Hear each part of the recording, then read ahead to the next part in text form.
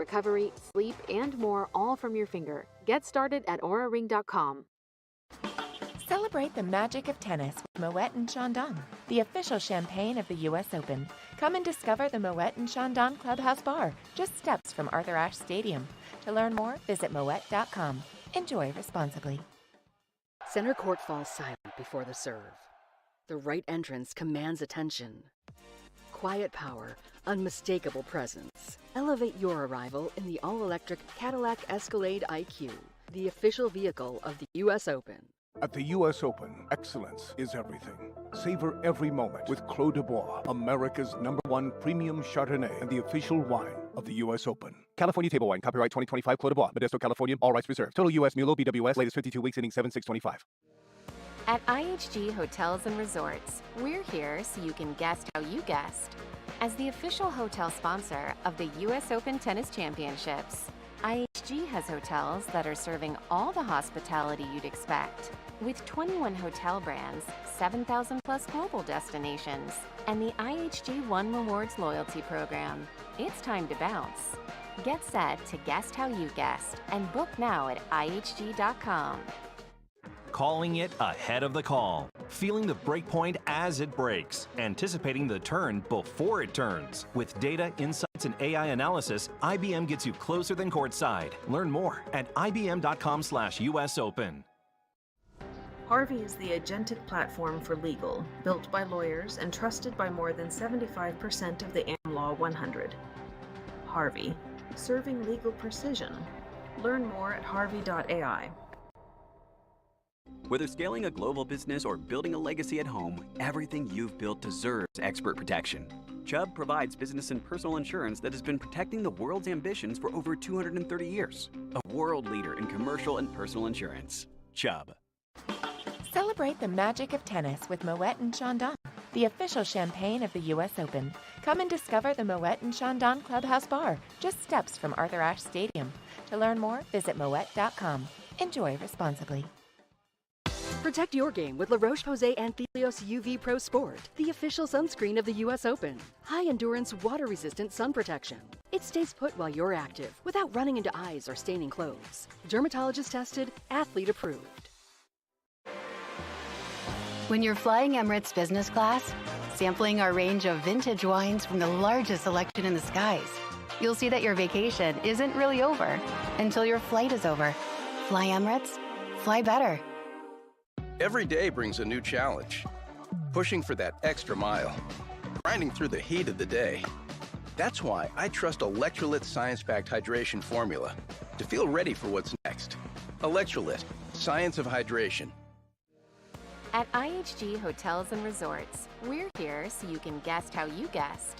As the official hotel sponsor of the U.S. Open Tennis Championships, IHG has hotels that are serving all the hospitality you'd expect. With 21 hotel brands, 7,000 plus global destinations, and the IHG One Rewards loyalty program, it's time to bounce. Get set to guest how you guessed and book now at ihg.com. New York has always known how to welcome the world and how to put on a show. Glass pool volley. Alcaraz gets it. Round left with the backhand slice. Alcaraz there. Now it's a backhand from Serena. Rowlett with the volley. Alcaraz forehand, and that's no way! No stunning way! Stuff defensively from Serena Williams. New York knows legends and history, rallies and rivalries. Match point for Monfils and Svitolina at 9-8 in the match tiebreak. Drums one out wide. Oh, and Jakub into the net. Unbelievable. The husband-wife team survives. Unbelievable. And a big kiss to seal it.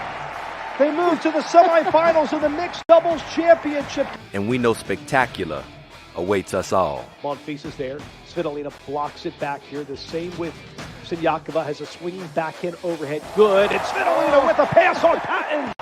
Svitolina says, Sinyakova, you can run at me, and I'll go right back at Patton. And she revs up the crowd inside Ash. The U.S. Open. Spectacular awaits. Are you ready for the next chapter of Spectacular? This is U.S. Open Radio, presented by American Express. And a very pleasant good evening. We will decide our first champions of the 2026 U.S. Open tonight as the mixed doubles semifinals and finals will be played inside Arthur Ashe Stadium. My name is Mike Cation, joined by David McPherson here on U.S. Open Radio, presented by American Express. Gil Gross will join us shortly courtside. Macca, this is a fun night. We're really excited to get these mixed doubles semifinals underway in just a couple minutes. Wanted to just give you that update from that match we were covering over on Court 5 between Heather Watson and Angela Fita Boluda. That one is now into a third set tiebreak, so we will keep you updated on that. It is 2-all there on court number 5 with second round qualifying action around the grounds. But Macca, this should be fun tonight.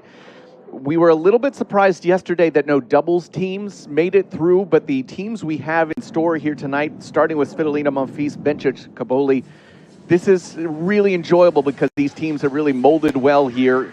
Obviously, a married couple certainly molding well over the last couple of years, but it should be a lot of fun tonight. Good evening, Mike. Yes, I'll say, don't underestimate the power of love. With the Monfils Svitolina team. I would not have expected them here in the semifinals. Gael doesn't normally do that well in the ATP doubles events, but he's getting the best out of himself playing for his wife, and they're one of the 4 teams left alive here this evening. Yeah, and that one, of course, will be followed by Muchova Mensik and Mira Andreeva and Andrei Rublev. Then we will get to our finals right after that as well. But listen, these events now, as it's expanded here into 2026 in terms of what we've seen with a little bit more expansion of the teams, I think we really saw some high-level competition these last couple of days. Oh, yes. Monday and Tuesday, the mixed doubles have been sensational, fantastic drama. I think it was a great addition by the U.S. Open to give some of the highly ranked doubles teams more opportunities, 8 more spots in the qualifying there to show their mettle. But as it turned out, in this year, 2026, we have 4 superstar tennis singles teams that have advanced to the semifinals, and it's wide open who's going to win tonight. Yeah, that's absolutely true. I know you like to kind of predict. You have a prediction for us tonight? Oh, gosh. Well, I was very impressed with Cobolli and Bencic yesterday. I thought that their strategy was excellent. Cobolli's serve was so difficult to return, and Bencic was so precise with her shots and her positioning on the court. So I like them, but I have it on good account by the premier mixed doubles tennis expert in the world, my mother. My mother is predicting a Rublev-Andreeva title tonight, so we'll see if Mum's right at home. I'm just fascinated that there's a mixed doubles expert out there that's so involved. I'm impressed. She's a smart woman. She loves it. Doesn't miss a ball. That's exactly right. So glad that you're along for the ride. Again, Gil Gross will be joining us in just a couple minutes as we are literally seconds away from introductions on Arthur Ashe Stadium. Again, starting with Svitolina, Monfils, Bencic, Cobolli, followed by Muchova, Mensik, Andreeva, and Rublev. And it looks like the players are getting loose now in the hallway as they are just about to be introduced. Another full crowd here at Arthur Ashe Stadium. You can hear the music in the background as well. Time to meet our 4 players who are heading out onto court for this mixed doubles semifinal.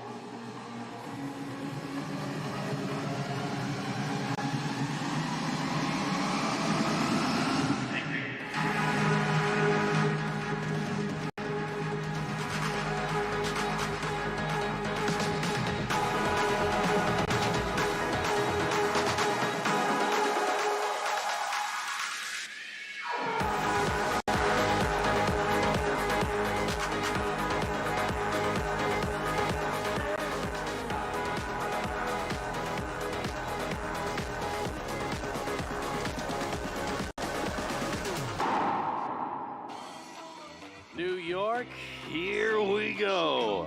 Let's welcome the teams for tonight's first semifinal in the 2026 U.S. Open Mixed Doubles Championship, presented by Vital Proteins. Over the summer, they celebrated their 5th wedding anniversary. Tonight, they stand shoulder to shoulder in pursuit of their first Grand Slam title. From Ukraine and France, Alina Svitolina and Gael Monfils.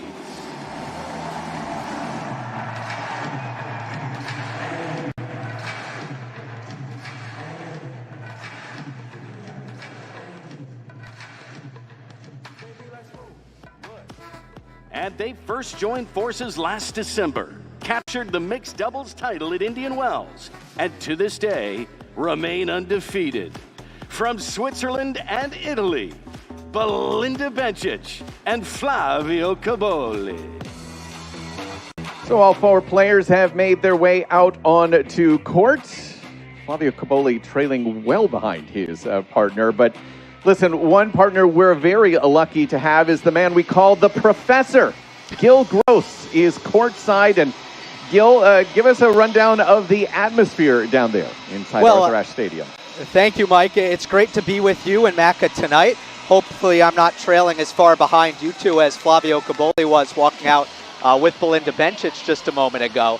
But the atmosphere is phenomenal, and just to think of how far this event has come with the changes that they've implemented, I think it's worth remembering that in 2024, before the mixed doubles format was changed, this final was held as a Friday day session ahead of the women's semifinals.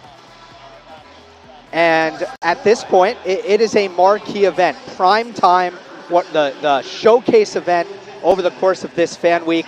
And just as an example of how big time this is, you have the woman who this entire site is named after on court for the coin toss, Billie Jean King.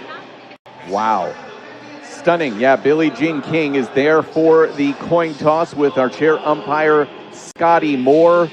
Yeah, it really kind of shows what this means. And you can hear this crowd really get fired up when she is introduced. A couple of nice words, especially for Alina and Gail from Billie Jean as they walked out there. And yeah, just pretty relaxed so far. All four players smiling, joking. We have a member of the Net Generation who is going to do the coin toss. And she's asking Flavio, who says, no, I don't want to pick. Let them pick. They're the senior citizens out here, I think is what he's saying. He was being a gentleman. Very much a gentleman. Flavio and Belinda were off and ready for warm-ups, but now they will finally get a picture. 6 members there. Billie Jean King, our Net Generation, and the 4 players. So we are finally ready to begin our warm-ups here tonight inside Arthur Ashe Stadium. Again, keeping you updated on some of the scores from around the grounds within qualifying action. That match we were paying attention to over on court number 5. Heather Watson leading the way right now in that third set tiebreak, 8-4 over Fida Boluda. So the veteran from Great Britain. I think a lot of people thought that Wimbledon was actually going to be her last tournament ever. She continues. She's been able to stay healthy relatively here through 2026, and right now 2 points away before advancing to the final round of qualifying. One of the guests we had on yesterday, Joanna Garland, also already up a set and a break over Priscilla Hahn, the Aussie. It'd be great to see her have that opportunity to get into the main draw after a really injury-marred 2026 campaign. Also one that I've been keeping an eye on, Enrique Rocha, with another one of our previous guests, Lloyd Harris. They're into a third set, that match over on court 10. So again, that's the beauty of this fan week, right? You've got so many different options. You've got incredible qualifying. And on a beautiful night here in New York City, the semifinals for mixed doubles. Yes, Mike, and to see Heather's score clicking over to 9-4, so it's 9-4 in the tiebreaker to Heather Watson. She had a match point at 6-5, 40-30 in the third.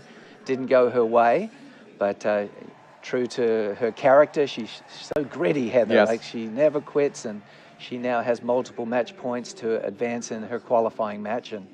But yes, as you say, Mike, it's a smorgasbord of tennis here on Wednesday night. We've got some fantastic qualifying, and the main event, the mixed doubles championship, will be decided. So let's talk about these two teams in particular. Svitolina Monfils to get things started here yesterday with wins over Auger Aliassime and Iala 1-1, and then the one that I think surprised us both dramatically, 10-8 in a match tiebreak over Henry Patton and Karolina Muchova. That was stunning. They were down in that tiebreak as well. These are two players, Maka, who have never been into a major final. Neither one of them at this stage of their career. This is a big moment for them. Absolutely, and so brave, playing as a husband and wife. I mean, my parents would have never dreamed of putting themselves in this situation, but they're bravely embracing the event together and supporting each other. And Gael made some just spectacular defensive plays. Like he does, we see him in the singles yesterday. He was in the far reaches of Armstrong, retrieving balls, trying twice as hard for his wife as he would for anyone else. I don't blame him. And there were some comical moments too. There was one ball I saw that Gael probably could have moved to it a little bit better, and Aryna said something to him, and he shot her a look like, "I'm doing my best, honey. Give me a break out here." It's pretty funny. They said they had not practiced any doubles at all until just before, they got started. Really, that's about all they had done, and they were just going to be happy if they had won a couple of games. But here they are, they won a couple of matches. Yes, Mike, and I do view them as probably the biggest underdogs of the night. The least Agreed. likely their strategy is probably not as finely tuned as the other three teams, just relying on great chemistry and individual brilliance. So we'll see what happens. But in this particular semi-final matchup, I do think the Indian Wells champions of Cobolli and Bencic would be firm favorites. Yeah, and Gil, obviously Belinda Bencic, obviously just coming off of an event in Cincinnati where she had to pull out due to a hip injury. Flavio Cobolli can be so loose out there. What have you seen that has made this team so special when they actually do step on court together? I think something about Belinda Bencic individually is she has impeccable ball placement. So a lot of doubles is trying to fit the ball through tight windows, obviously trying to avoid the player at the net. Returning is so important. These are all areas where Bencic excels. She hasn't been somebody who's prioritized a ton of doubles. She does have an Olympic silver medalist with her countrywoman, of course, Victoria Golubic, back in 2021.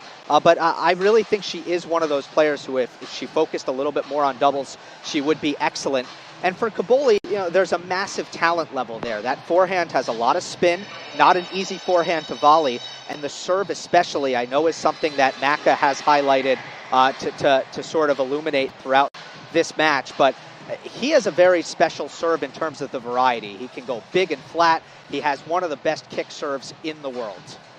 Yeah, I think that's exactly right. And is that your key here today, what he can do with that serve? Well, I really think his serve is hard to read. He throws the ball over his head, and then from that same toss, he can serve a cutter and a kicker, as well as Gil alluded to, a big flat one. So especially for the female players, that's going to be a very tough read, because you don't see serves with that much spin normally on the ladies' side. So he'll be a very tough break.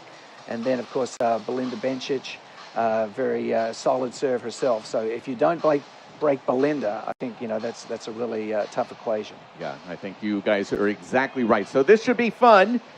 All four players have made their way now onto court. The man with that serve that is so hard to read, Flavio Cobolli, will be the one serving first. It is Svitolina who is on the deuce side for that pairing. We're underway here. Cobolli serve out wide. Svitolina return is into the net. It is Cobolli and Bencic who are on the near side of the court as we do get things started. And right away, showing respect for the Cobolli serve, Svitolina and Monfils playing two back on the baseline. Return miss from Monfils on that forehand side. And Gil, you've been kind of studying where he's taking a lot of his serves, haven't you? Yeah, the one serve that Cobolli doesn't hit great is the slice out wide on the deuce or the slice up the tee on the ad. So if I'm a righty, I'm actually shading towards my backhand a bit. And interestingly, he's taken the first two out slider wide to Svitolina. In the midst of a forehand trade, these two. Svitolina forehand now to a Cobolli forehand cross. That's a little bit bigger, and it caught the outside of the line. Huge angle from Cobolli to grab game points at 40 love. I thought Svitolina thought that ball was going wide, but it had so much rotation on it. It dove down and caught the outside eighth of the line. Brilliant shot. Cobolli, at 24 years of age, he is the youngest player on court by 5 years. Bencic at 29, world number 6 right now. 31-18 on the season. Title in Acapulco. Serve out wide. Monfils backhand good. Cobolli forehand to a Monfils forehand inside out. Cobolli inside out forehand right through the middle is a clean winner. So what are we going to say? 83 seconds to get on the scoreboard at 1 love. But what a really solid year Flavio has had. As I mentioned, 31-18, first Grand Slam final, Roland Garros, and Listen, he's had some patchy results, though, on the hard courts, just 13-9. Yes, that title in Acapulco, but some first-round losses as well. I think this is really good for him to get used to these courts, with a couple matches here through this week. Oh, Mike, you're so right. I think for all the players to get as much tennis as they can in the mixed doubles is fantastic. You get used to the pace of Ash's court, the atmosphere if you get some tennis out here, and the beautiful way that they have constructed the event is that we get such an amazing moment here on the first Wednesday of the tournament, and then the single stars get a chance to recalibrate, learn their opponent tomorrow, and start building towards their singles campaign on Friday and Saturday. So it's just really well organized. Yeah, this is indeed the day before the draw comes out, so we have a lot that we will learn tomorrow. Monfils will serve now from the near side at love 1. Serve to Cobolli, who's playing the deuce side. That means Bencic, obviously. On the ad side, missed first serve, long, going backhand body. A second serve, good. Off the racket of Cobolli. Monfils, 39 years of age, just a couple days away from his 40th birthday. He said that was a big motivating factor for him to play here in 2026, just to make sure he was still competitive, able to go at the age of 40. You would never guess from some of the defensive gets he made yesterday. It was amazing. 30 love. But Gale opening up with two really nice slice serves at the right-hander's forehand. And really, if you've done your scouting report, you cannot let Gale Monfils beat you with that serve. He really favors his cutter on a big point to the forehand. On less important points, you'll go for the one to the backhand. I know that all too well from so many Isner-Monfils matchups. So I'll be interested to see if Bencic and Cobolli are on top of that as the match wears on. You have got to be, on second serve in particular, he doesn't really have a kick serve under pressure, Gale. He's going to go with that cutter to your forehand if you're a right-hander. Just went with a serve +1 combination. Lob return from Cobolli landed short. Monfils easily into the ad corner. Game points, 40 love. Serve good. Chip return from Bencic. Forehand from Monfils. Blasted right at Cobolli, who can't come up with it. 2 holds to love to get us to 1 all. Of course, if you are joining us for the first time in this mixed doubles competition, we are playing 2-4. So just keep that in mind. What Monfils just did, I'd look for more of that from Monfils and Svitolina. If you can go hard right at Flavio Cobolli, that's the kind of shot where his, the fact that he's not a traditional doubles player really shows. Yeah, the reflex volleys are not quite there, Gil. That is indeed correct. Belinda Bencic now, 1 all. Serve out wide to Svitolina, good. Return through the middle. Bencic with a forehand misses just long. That's the first return point won. Love 15. Bencic, we mentioned she did have a hip issue that caused her to pull out of Cincinnati. She does have her right leg, essentially the quad hamstring area, is very heavily strapped. And this is the game the left that leg, Monfils and Svitolina have to break, even though the Bencic serve is quite strong as she gets a good first serve there, which Cobolli puts away for 15 all. Cobolli, not a fantastic net man. And the first point of the game, that ball was over the middle, like a top doubles player would have gobbled that up and put it away. And this is where there's a little bit of window of opportunity for Monfils and Svitolina if they can return Bencic's serve well. She serves here, 15 all, serve good. Up the line, return winner. Elena Svitolina right past Cobolli. She's not afraid of him up there and shows it there with an absolute dart. Clearly went after him right there. Yeah. A good, clean forehand return. Just laced it up the line, and that would have troubled even the best of doubles players, but it went right past Flavio. Didn't even blink. Serve good. Monfils backhand. He's missed 2 straight returns for 30 all. Yeah, just disappointing as his wife has set him up for success, and he's telling himself he needs to step into the court, and he's left shaking his head is Monfils. Big spot here, 1 all, 30 all, early days. Mixed doubles semifinal number 1. Toss is up, serve good. Svitolina with a backhand. Bencic backhand up the line. Svitolina forehand up the line. Bencic backhand to a Svitolina forehand cross. That's pulled wide. Interesting that they went to I formation there. Svitolina had hit 2 cracking returns to win her 2 opening points. I thought a clever, savvy play from Bencic to put Cobolli in the I formation. And she covered the line from the baseline, engaged in a down-the-line rally with Bencic, who was a little bit, Svitolina, who was a little impatient on the third shot and tried an angle that didn't quite come off. So Bencic with the game point, 40-30, serve up the tee, return is good. Bencic now rolls the forehand to Monfils, a forehand right at Cobolli, who reflex volleys it back, and now he has a return winner as Monfils went back through him again. So Cobolli was up to the task. We stay on serve early here at 2-1. Just barely up to the task. The first forehand from Monfils almost drew the backhand volley error, but it just barely stayed in and went very deep, and that's where Gale made a mistake.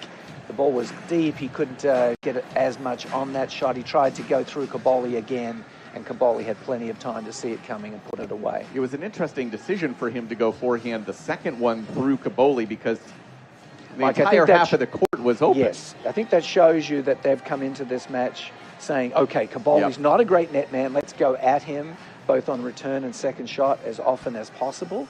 And that time they just overplayed their hand a little bit, taking a ball at him when it was a little bit too deep to justify that decision.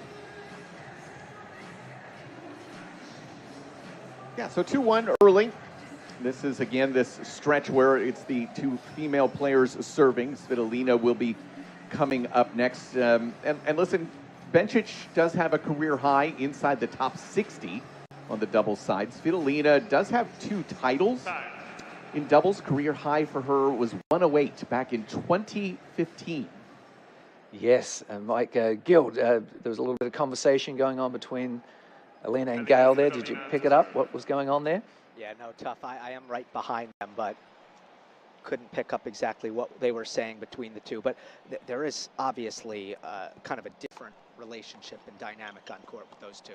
No doubt about it. We're in the midst of our first longer rally. Cobolli tries to pick a volley up off of his shoestrings, not able to do so, but all 4 players did get involved there. 15-love on the Svitolina serve. Great hustle from Gale Monfils, getting super close to the net, and even though it wasn't a technically sound volley, just the proximity to the net was showed a lot of hustle and anticipation.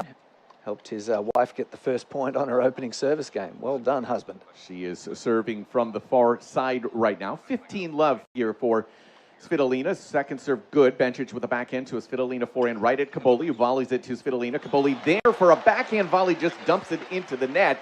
Let that ball drop below the height of the net. And it's 30-love as a result. He missed the unmissable, Mike. Yes. That was one of the easiest volleys you could ever imagine. He made the difficult volley, and then an easy backhand volley came his way. The whole court was open, but he over-chopped it down into the net. Svitolina pulling out of Cincinnati with a right ankle injury. She serves here into a Cobolli backhand that's into the net. Game points here for Svitolina, but seems to be in decent shape here heading into the U.S. Open premium event, of course, and a huge week for her as well. Got to light up the Empire State Building on Monday in Ukrainian blue and yellow, so a huge moment for her. She serves out wide into the net. Game points here, 1-2, 40-love in this first mixed doubles semifinal. The second serve from Svitolina, good. Bencic backhand cross. Svitolina goes backhand cross. Bencic backhand is into the net. Monfils was moving through the middle of the court, so there was a different target viewpoint there. 2 games all. 2-all, and Bencic Cobolli have yet to win a return point. Yeah, fascinating start to the game. I mean, neither of these men players are really that savvy as net men. I mean, Monfils is a fantastic baseliner, a defender, Cobolli, a power baseliner. So they're really a little bit at sea at the net, both of them. So it's just making for fascinating points. Cobolli and Bencic come up with a 1-2 combination. There's that huge kicker tee from Cobolli, and Svitolina's return nice and high for Bencic to angle off into the deuce corner. 15-love here for Flavio. Serve, good tee. Monfils returns to a Cobolli forehand. Svitolina can't come up with a very difficult backhand for 30-love. Yes, a fearsome first shot forehand from Cobolli. Just so many revolutions on that forehand. You don't see the same amount of topspin on the women's side, so he's going to direct a lot of his forehands, I think, at Svitolina. Serve out wide is wide. And yeah, that's always an interesting thing because the pace is not always always there on the women's side. Second serve's good. Svitolina right at Bencic, but into the net. It is much more about the revolutions on the ball, the heaviness, if you will. Both on the serve and the forehand in particular. That's where the men's game is different. The men put a lot more kick spin on the serve and a lot more top spin on the forehand. Serve, 40 love into Monfils. That is a volley off the racket frame of Bencic as she was on a full poach there on an inside-out forehand return. She apologizes to Cobolli, but nothing really to apologize for. That was just a very good return from Monfils. It was actually a cold switch, Mike. She was supposed to switch because Cobolli was covering in behind her. So certainly that was her job, is to intercept the cross-court return. Still with game points, though, 40-15. Second serve for Cobolli to Svitolina, who goes inside out with a backhand return. Cobolli forehand good. Svitolina forehand crossing behind it. Cobolli big forehand right past Svitolina. So we stay on serve. We get it to 3-2. And Gil Gross, you're courtside here. Does Flavio Cobolli, how does he kind of factor in big picture? And I know we don't have the draws out yet. How deep do you think he can go here in New York? Well, Mike, you've alluded to it. It's been a very interesting season for Cobolli because his record in first-round matches is not indicative of a top player. Right. He's just a little bit over a 50% win rate in first-round matches. But once he's kind of gotten going in tournaments, he's gone on all these big runs, and particularly, the Roland Garros semis, and then his second consecutive Wimbledon quarterfinal. So 3 out of the last 5 majors Cobolli has played, he's been quarterfinal or better. And then the one blemish in his resume that you would say coming into the U.S. Open is he had never been to the 4th round of a big hardcourt event. That changed in Cincinnati. So now you're looking at a Flavio Cobolli who really checks a lot of boxes at this point from a track record standpoint. And I think he's in the mix. He's one of those players who, if Alcaraz throws in a clunker because he's not match fit, Flavio's going to start thinking about how far he can go. Thank you so much. Gil Gross is courtside for us here tonight. My name is Mike Cation. That's David McPherson joining us here. First semifinal. This has moved very quickly so far. We're 12 minutes into it. And, just kind of moving at a very breakneck pace. In fact, Monfils already ready to go at 2-3 right now. I mean, the crowd's still settling in. I don't think they've all gotten to their seats at this stage. What an incredible night we had last night. Roger Federer's return to Arthur Ashe Stadium, a guy he was playing against quite a bit in his career. And Gael Monfils still going right now. 39 years of age, serving here 2-3 from the near side. First serve missed wide, second serve good. Cobolli forehand right at Svitolina. Takes a big swing on that volley, dumps it into the bottom of the net for love 15. Monfils, it's been, we could use the word patchy for him as well this year in terms of his on-court play. It's just 4-9 on the season. Serve at love 15, good. Bencic, good with the return. Short volley, Svitolina. Cobolli in behind a forehand. Monfils inside out forehand. Bencic throws up a lob. Svitolina overhead is good. Into the back wall. Cobolli probably missed an opportunity there. It's 15-all. Yes, well, he was playing 2-back. And when you play 2-back in doubles, you always have to be ready to pounce forward. You don't want to be flat-footed on your heels because if a short volley comes off the racket of the net player, you've got to get up there and try and get your forehand topspin on it. Lob from Bencic is yanked well wide. I think she had a little bit more time than she thought there in the moment, but it does get us to 30-15. No, we're going to give a lot of love to Cobolli's forehand. I think Monfils' pace on the forehand is pretty darn underrated, and he can be pretty intimidating from the back of the court when he's got time to load up. Yeah, I think you're exactly right. A second serve from Monfils here, good. Bencic does roll it into play. Monfils forehand to a Bencic forehand inside out. Monfils forehand right through the middle. Bencic inside out forehand. Monfils inside out forehand. Bencic backhand cross, good. Monfils short backhand cross. Bencic into a forehand. Monfils rolls a forehand to a Bencic backhand middle. Monfils inside out forehand to a Bencic backhand cross that's into the net. She drops her racket in frustration because that was a point she was very much still in.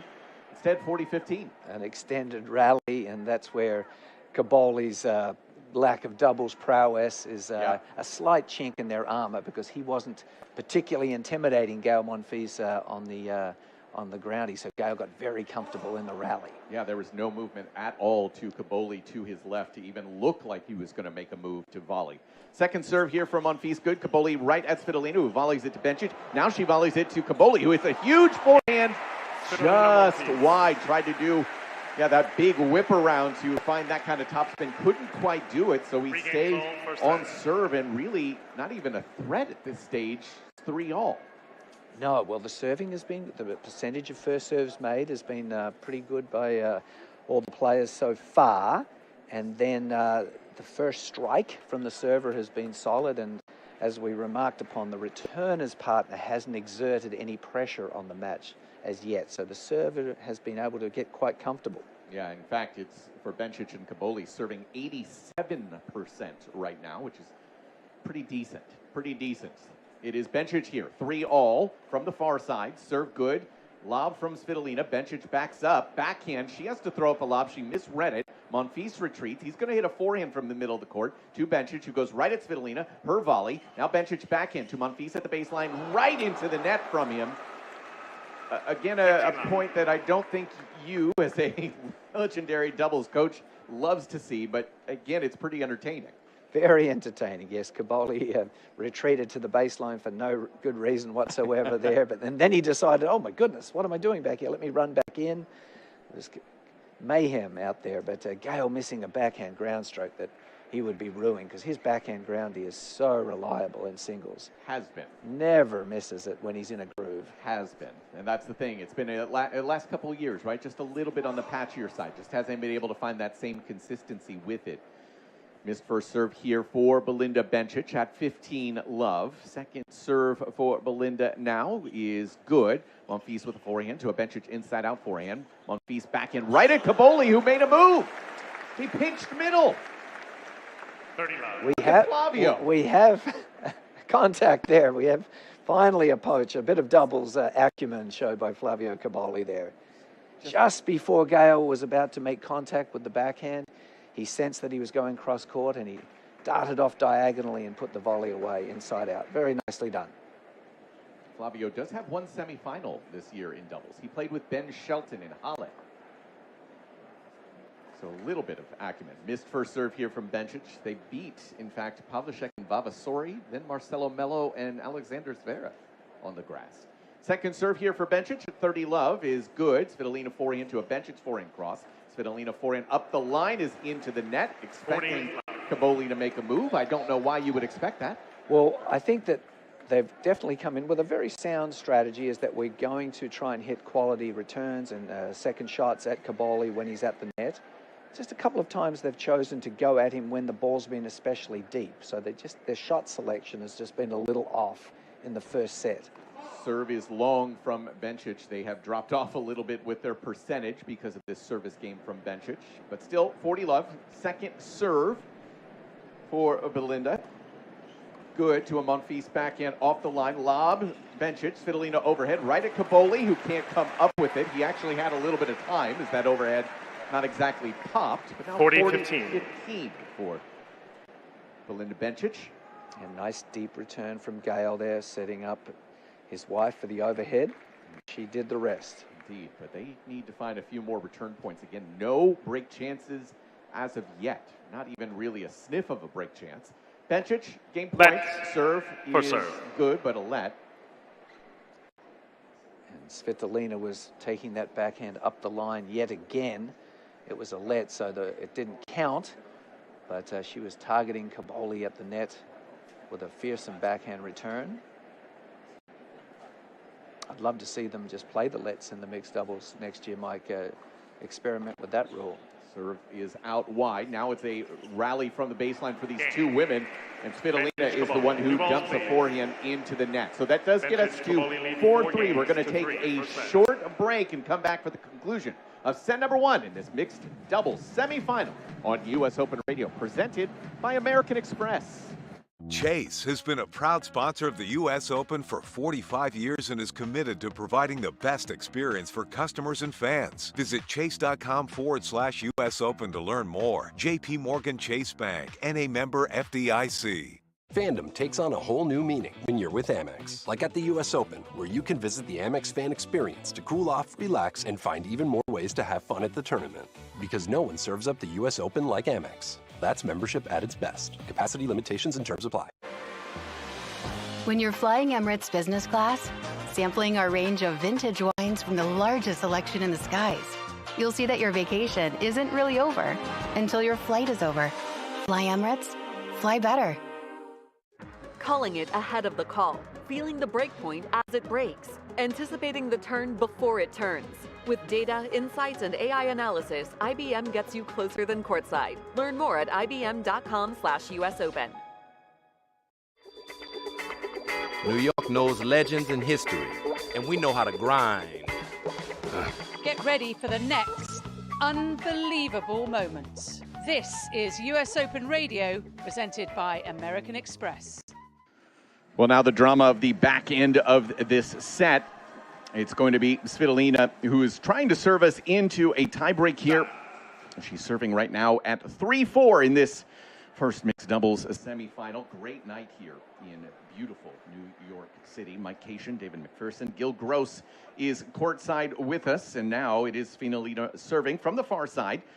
Serve is good. Cobolli forehand, volley from Monfils. Now Bencic rolls a forehand to a Svitolina forehand middle. Bencic forehand to a Svitolina forehand up the line. Bencic backhand line.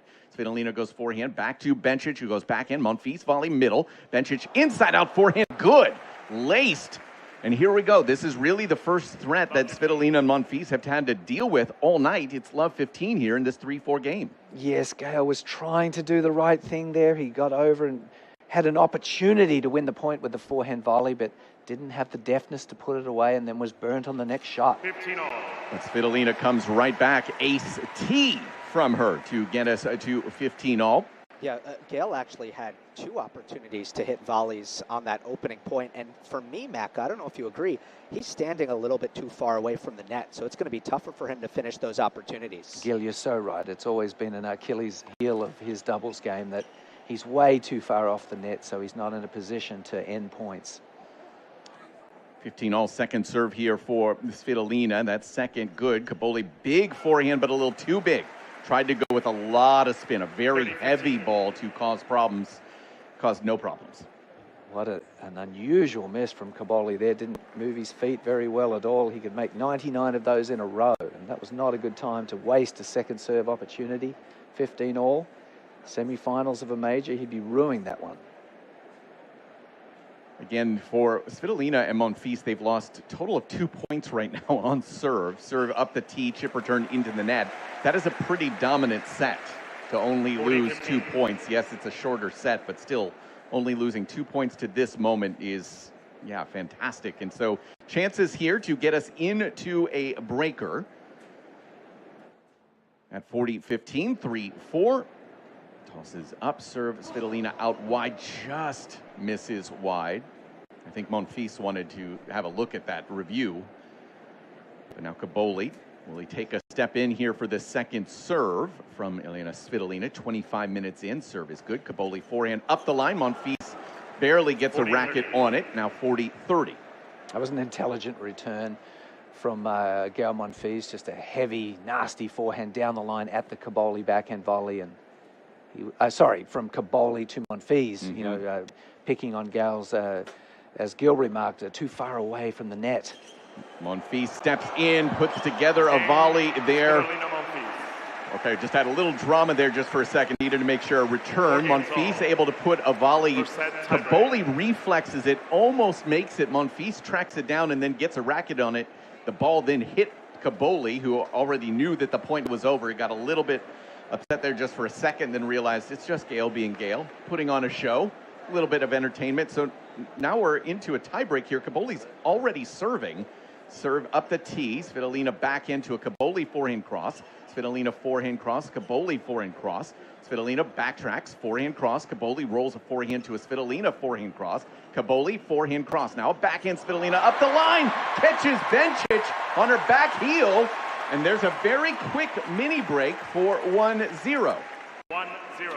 Very patient point from Svitolina there. Just traded blows from the baseline. And just when Bencic was looking for the middle. That's the moment that Svitolina chose to go down the line. Brilliant court awareness. Monfils now from the far side for the first time, misses his first set serve, into the net. 1-0, quick mini break lead. Second serve, Bencic backhand to a Monfils forehand right through the middle. Cobolli probably could have just stuck his racket out and at least made contact, but he just watches it go by for 2-0. Both men showing a little bit of weakness at the net, just a lack of confidence, not looking for the ball. As a net player in doubles, you're always expecting the ball to be yours, hunting the ball, and we're seeing both of the male players really struggling in that area right now. Lob return from Cobolli after a huge first serve of 134 from Gael Monfils. The old man still got it. I mean, between him and Andy Roddick, what was he shooting last? 139? Did I see that last night, Gail? Was that right? 139? 134 was his biggest that he made in, but he may have popped it 139 out. It's incredible. I mean, some people are just built a little bit Andy differently. will be serving rockets at 60. I know Bob Bryan still brings enormous heat. It is Bencic here, love 3. Serve is good. Now she has a backhand to Svitolina. Now it's a Bencic backhand. Svitolina forehand rolled up to a Bencic backhand. Svitolina backhand to a Bencic forehand. They're playing through the left side of the court, and Bencic misses a forehand, and now she's swatted a ball at the back tarp in a rare moment of frustration for Belinda Bencic. It's 4-0 here, 2 mini breaks. And you do not want to be swatting balls into tarps at the US Open. We've seen that move can end up in a default very easily. That is entirely true. 0-4 for Belinda Bencic, near side, serving to Svitolina. Serve is into the net, trying to go hard slider. Again, their serve percentage has dropped here over the last 15 minutes. Her second serve, good. Svitolina backhand inside out. Bencic rolls the forehand. Svitolina volley. Cobolli volley to a Monfils backhand up the line. Bencic forehand back up the line. Monfils backhand to a Bencic forehand up the line. Monfils big forehand inside out, misses into the net. Trying to find a very thin angle to Cobolli's left, and that is a near impossible shot. And I think Svitolina actually saying that to him right now, stay in the rally with Belinda Bencic. They are so entertaining, these two. Yep, she definitely gave him some lip service there for his shot selection, and Gael was remonstrating with her. I thought I had it. I almost made that one. I had it. He didn't. Svitolina serving 4-1, serve just long, trying to go from a wide position up the tee. Second serve here for Elena Svitolina. Again, 4-1, 2 mini break lead in this tiebreak. Second serve good. Bencic backhand to a Svitolina backhand. Cobolli on the move. Puts the volley right past Gael Monfils. And now 4-2. And Gil, just those two decisions there from Gael from the last couple of minutes. I mean, this looked like it was a runaway tiebreak. Now very much not. Yeah, you know, the first one was a real head scratcher because obviously he's going to back himself in that down the line rally against Bencic, and Svitolina's been pretty active, so you never know when she's going to go to cut off a ball. But that last play by Cobolli, it's the second time he's been able to cross on his backhand volley, and he comes up with a real knifer to put the point away. So I think Flavio is starting to get a little bit more comfortable of cutting off those baseline exchanges, and not that Bencic needs protecting, but the high percentage play for him is to make a move. Flavio's starting to do so more often. So now Svitolina with an I formation from Monfils. Serve is good. Cobolli backhand missed into the net. Interesting to see. I don't think you or I would have predicted an I formation from Monfils and Svitolina, but they used it to good effect. Got the return error out of Cobolli. 5-2 now. And a really good time to break it out. 4-2 in the tiebreak is a huge point to show the I formation and spook the returner there. Was really, really intelligent. Cobolli serve off the net and into the benches. It is serving right now to Gael Monfils, who is on top of the baseline. Second serve, good. Monfils backhand, good. Cobolli backhand cross. Lands on the line and good. Now he gets a forehand, goes through the middle. Volleyed by Svitolina, but misses it long. 5-3.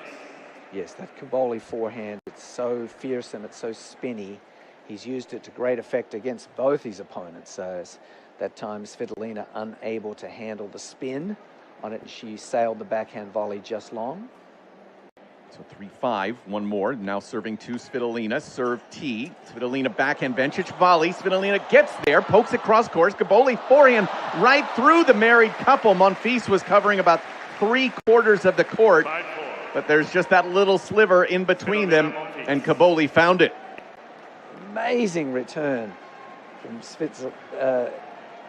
from Svitolina, and then Bencic with a stick save there on the backhand volley, keeping the point alive, extending the point so Cobolli could finish it with his forehand. Monfils now 5-4. It's on his racket. 2 serves for it. Misses his first serve. Right now serving to Bencic on the ad side. Second serve. Monfils, good. Bencic backhand. Monfils rolls it inside out forehand. Bencic backhand at Svitolina, who it was right into her chest and she couldn't get her arms outstretched, and he dumps a volley into the net. It's 5-all. It was not a difficult volley. I think she just wasn't expecting the ball, and that's to my point earlier. You always, as a doubles net player, have to expect that ball to be yours at all times, and that way you're a half second quicker to react. So this went from 4-0 to 5-all in a hurry. Monfils serve into the net. Cobolli is already returning from on the baseline. He'll probably step inside for the second serve, which is good. Cobolli forehand up the line. Svitolina again got really tight. Alligator arms. It's off of her frame and into the net. Holy smokes. 4 points on the trot for Cobolli and Bencic. Monfils is now trying to pump up his wife, his partner right now. This has gone awry in a hurry. Set point on the serve of Belinda Bencic at 6-5 to Gail Monfils on the ad side. Serve, Bencic, good. Monfils inside out forehand to a Bencic backhand middle. Monfils forehand right at Cobolli, who volleys it to Svitolina, pokes it up the line. Bencic right back at her. Svitolina volley, Bencic backhand. Monfils goes inside out forehand to a Bencic backhand cross. Monfils forehand to a Bencic forehand up the line, but she missed into the net. The Monfils ground is just winning the critical point there to extend it to 6-6. Highly entertaining points. A lot of baseline exchanges, a couple of bungled volleys there from Svitolina that really were a sign of a little bit of tension. Volleys that you would not expect her to miss in a normal situation. But it's on a knife's edge. Right now it's 6-6 in the tiebreaker. Yeah, and definitely, I mean, there was some tension there between Monfils and Svitolina after those 2 decisions from Gail Monfils, and I think it carried into those 2 volleys. I think that it just kind of carries with you, right? They are definitely taking this very seriously. They definitely are. So now 6-all. Bencic with 1 more serve. Now from the near side to Svitolina. Serve. Bencic good. Svitolina goes forehand cross. Lane's good on the baseline. She's going to get another forehand right through the middle. Bencic backhand. Oh, Monfils stretched over, hits a forehand from the middle of the court, and he does it again. Bencic forehand cross, Svitolina goes forehand cross. Bencic forehand cross, Svitolina forehand cross. Bencic forehand cross, good depth. Svitolina goes forehand hard angle. Bencic forehand, Monfils now steps in, hits a forehand, he missed it long. From the deuce side of the court, Svitolina just walks right past him. Oh my, the drama, Gil. Is it tense down there for you as well? Yeah, I mean, obviously when Gail steps in front of Svitolina to play the shot and then misses it, it's not what you want for Monfils. That one's going to sting a little bit extra. He came a long way across the middle to take a ball that was not his. This is not pickleball, kids. He was trying to inject himself into the rally, and he does have a fearsome forehand. It just wasn't quite the right time. Oh, goodness. To go for it when he missed it. There was a big gasp from the crowd. Svitolina to Bencic here on the second set point. Svitolina served good. Bencic backhand. Svitolina goes forehand right through the middle. Bencic forehand in behind it. Svitolina backhand cross. Volley Bencic. Monfils there. Backhand right through the middle for 7-all. Gail, you totally redeemed yourself. Thank goodness. Oh, I'm breathing a huge sigh of relief for him. Yep, that's right. He came across and this time threaded the middle, found a gap in the court to get the winner off his backhand side. But it was set up by Svitolina's dipper off of her backhand wing to a low backhand from Bencic, just allowed him to have that time. 7-all. Now Svitolina going to be serving to the deuce side. Flavio Cobolli returning. Gail trying to show that he's making himself big right now, stretching out. Serve. It's going to be a let. Looked like she was going forehand body there. So they will reconvene, this married couple celebrating their 5th anniversary this past summer. Again, Gail turns 40 just a couple of days from now. Svitolina, 31 years of age. Okay, try again with this first serve. Svitolina, serve, good. Cobolli forehand cross. Svitolina forehand right through the middle. Cobolli rolls a forehand to a Svitolina forehand right through the middle. Bencic forehand right back to Svitolina. Forehand, now a Bencic forehand up the line. Cobolli trying to move, can't do it. Bencic, oh no, she hit him. Bencic hit her partner, Flavio Cobolli, with a laced backhand. Where did it hit him? That was with some pace. Yes, well, she was in the far backhand corner. Cobolli had advanced to the net and tried to make an interception. He was backpedaling, trying to get back into the forehand court and recover his position, but he didn't quite move quickly enough, and the cross-court backhand caught him in the back of the head. It actually hit his racket. I saw it on the replay. It did hit his racket, not his head. That was my concern. No concussion. That's a plus. Set point the other way now. Cobolli serving 7-8, misses his first serve. To Monfils, the returner. Second serve. Oh, it's a double fault from Flavio Cobolli. What a wild, dramatic, and enjoyable tiebreak. 9-7, Monfils. Svitolina take this first set. My goodness. Oh, we want to stay for the interview? Yeah. Looks like, well, Monfils just talked to Scotty Moore, our chair umpire, to see where they were. Oh, it looks like there's a conversation that will happen with our own Sam Querrey. What was the key to getting through that tiebreaker? Well, I mean, sticking to my partner and trying to play as a team. I mean, it was really high intensity, so just happy to get this one. Gael, even though you guys won that set, it was close. Are you going to make any adjustments here in the second set? A little bit, yeah, a little bit. You know, we're going to try. I felt like, you know, I can be a little bit more aggressive, my part. But Elina, you know, she handled it good, so I will try to be a bit more aggressive to help her more. All right, good luck. It's pretty interesting, I will say, as we bring Gil Gross back in. Gil, I don't know if I've seen a more dynamic height difference between our two courtside reporters, Sam Querrey and Gil Gross. Well, we didn't have to go there. I mean, I've sat next to Feliciano Lopez down here, Mike. You never know. Maybe John Isner will be down here at some point. So I would say that's a premature declaration on your part. Listen, again, a really highly entertaining first set for the two of you. Gil, we'll start with you.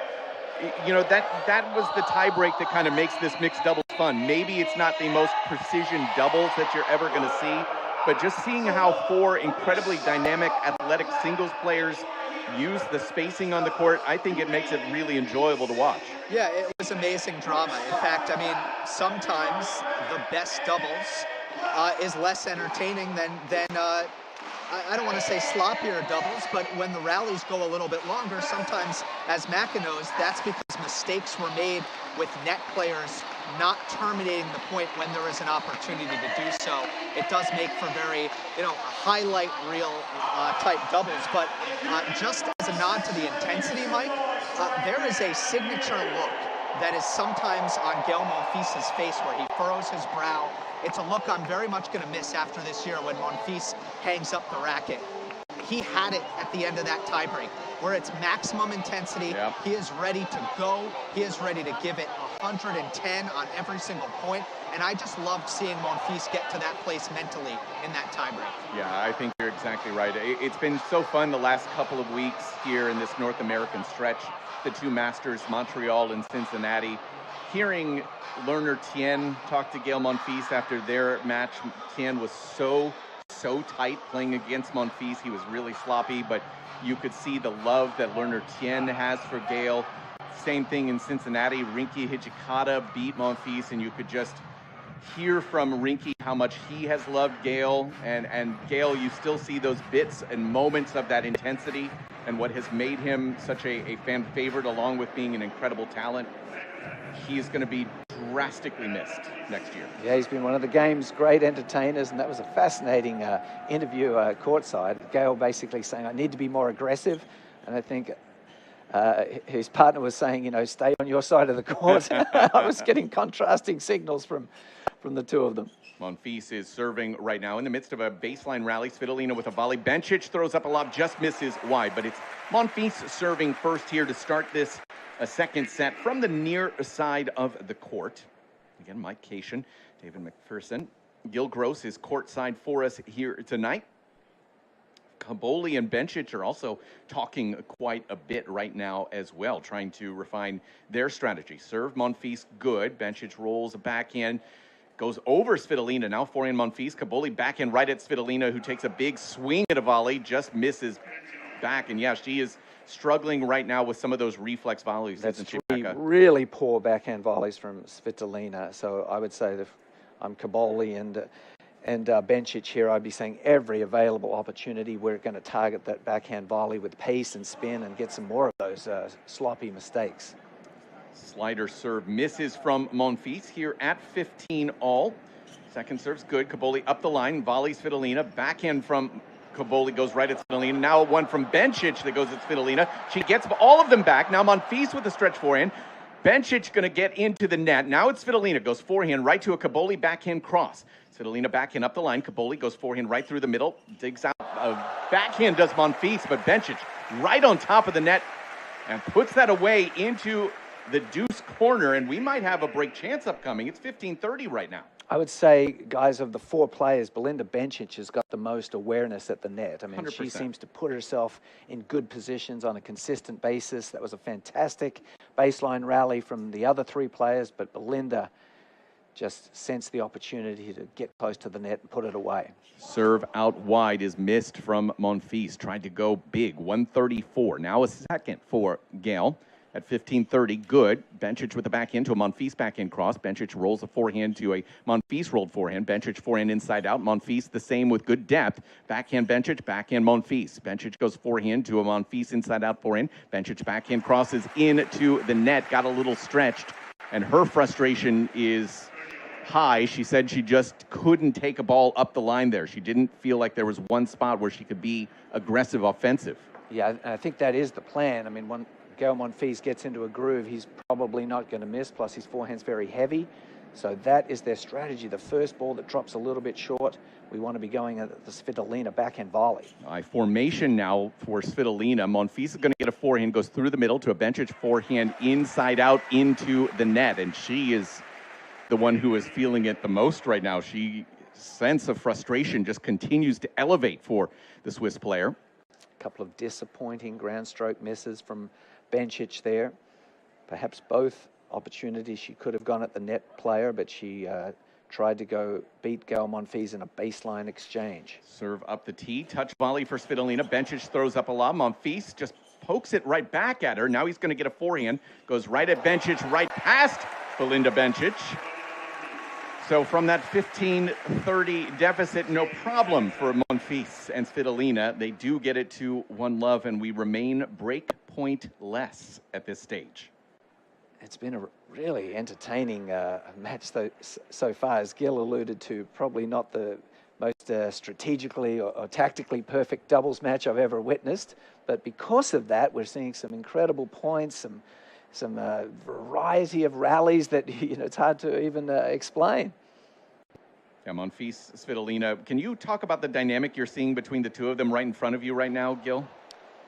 Well, look, there's a lot of chatter. I think they're very honest with each other. Of course, they have that relationship where they're not afraid to tell each other exactly how it is and what it is, whereas I would say a regular relationship that we see out here in the mixed, you might have to be a little bit more careful and maybe sugarcoat a little bit more of what you're trying to communicate. Yeah, I think you're right. Yes, 5 years of marriage will do that to you, some honest communication. And is it an advantage or a disadvantage? That's the question. Flavio Cobolli just threw in his second straight double, one on set point, one here now. Very curious double faults. One long, a bit overzealous, and that one very meekly halfway up the net. Serve, Cobolli is long, so this is now 5 straight miss serves. Second upcoming here for Cobolli. Good. Monfils goes back and right at Bencic, who just dumps it over just a touch. Now Cobolli gets it back, and Monfils. Oh no, why did he take that? That ball was going to miss by feet.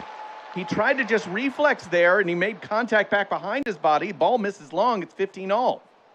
There's a Gael Monfils point in a nutshell right there. Just explosive speed forward to pull off the miraculous get. but then bungled the easy volley. Serve is good from Cobolli. Gets a short forehand, goes cross to Svitolina, forehand cross. Cobolli, forehand cross. Svitolina, forehand cross. Cobolli yanks a forehand. Cobolli thought that the ball from Svitolina had missed long. He's asking for a replay of the call, is Cobolli. Again, nothing is going to change here in this electronic line calling. Continues to look down at the baseline. Now he gets to look at the video, which says, oh my, maybe a millimeter. Good. Maybe. My favorite part of that was Bencic looking up at Scotty Moore in the chair to argue her point as if she saw the back of the baseline behind her head. Cobolli again moving quickly. 15-30 serve good. Monfils backhand to a Cobolli backhand in the middle. Now it's going to be Cobolli goes inside out forehand to a Monfils forehand middle. Cobolli forehand inside into Svitolina forehand right through the middle. Cobolli forehand to a Svitolina forehand up the line. Cobolli rolls a lob over Monfils, who does get it back in play. And then Cobolli misses the forehand right through the middle of the court. 3 break chances, first of the night, go to Svitolina and Monfils. Svitolina's playing so well from the baseline early in this second set. I mean, she's winning the baseline exchanges. She beat Cobolli forehand to forehand in the previous point. And in that point, her grand stroke play was so strong, she set her partner up, Monfils, for the smash winner. Cobolli serve, break point down. Svitolina backhand return. Now she's going to get a forehand. She goes up the line to a Cobolli backhand. Volley, Svitolina, Bencic right back at her. Svitolina leaves it, and it's good by a good foot.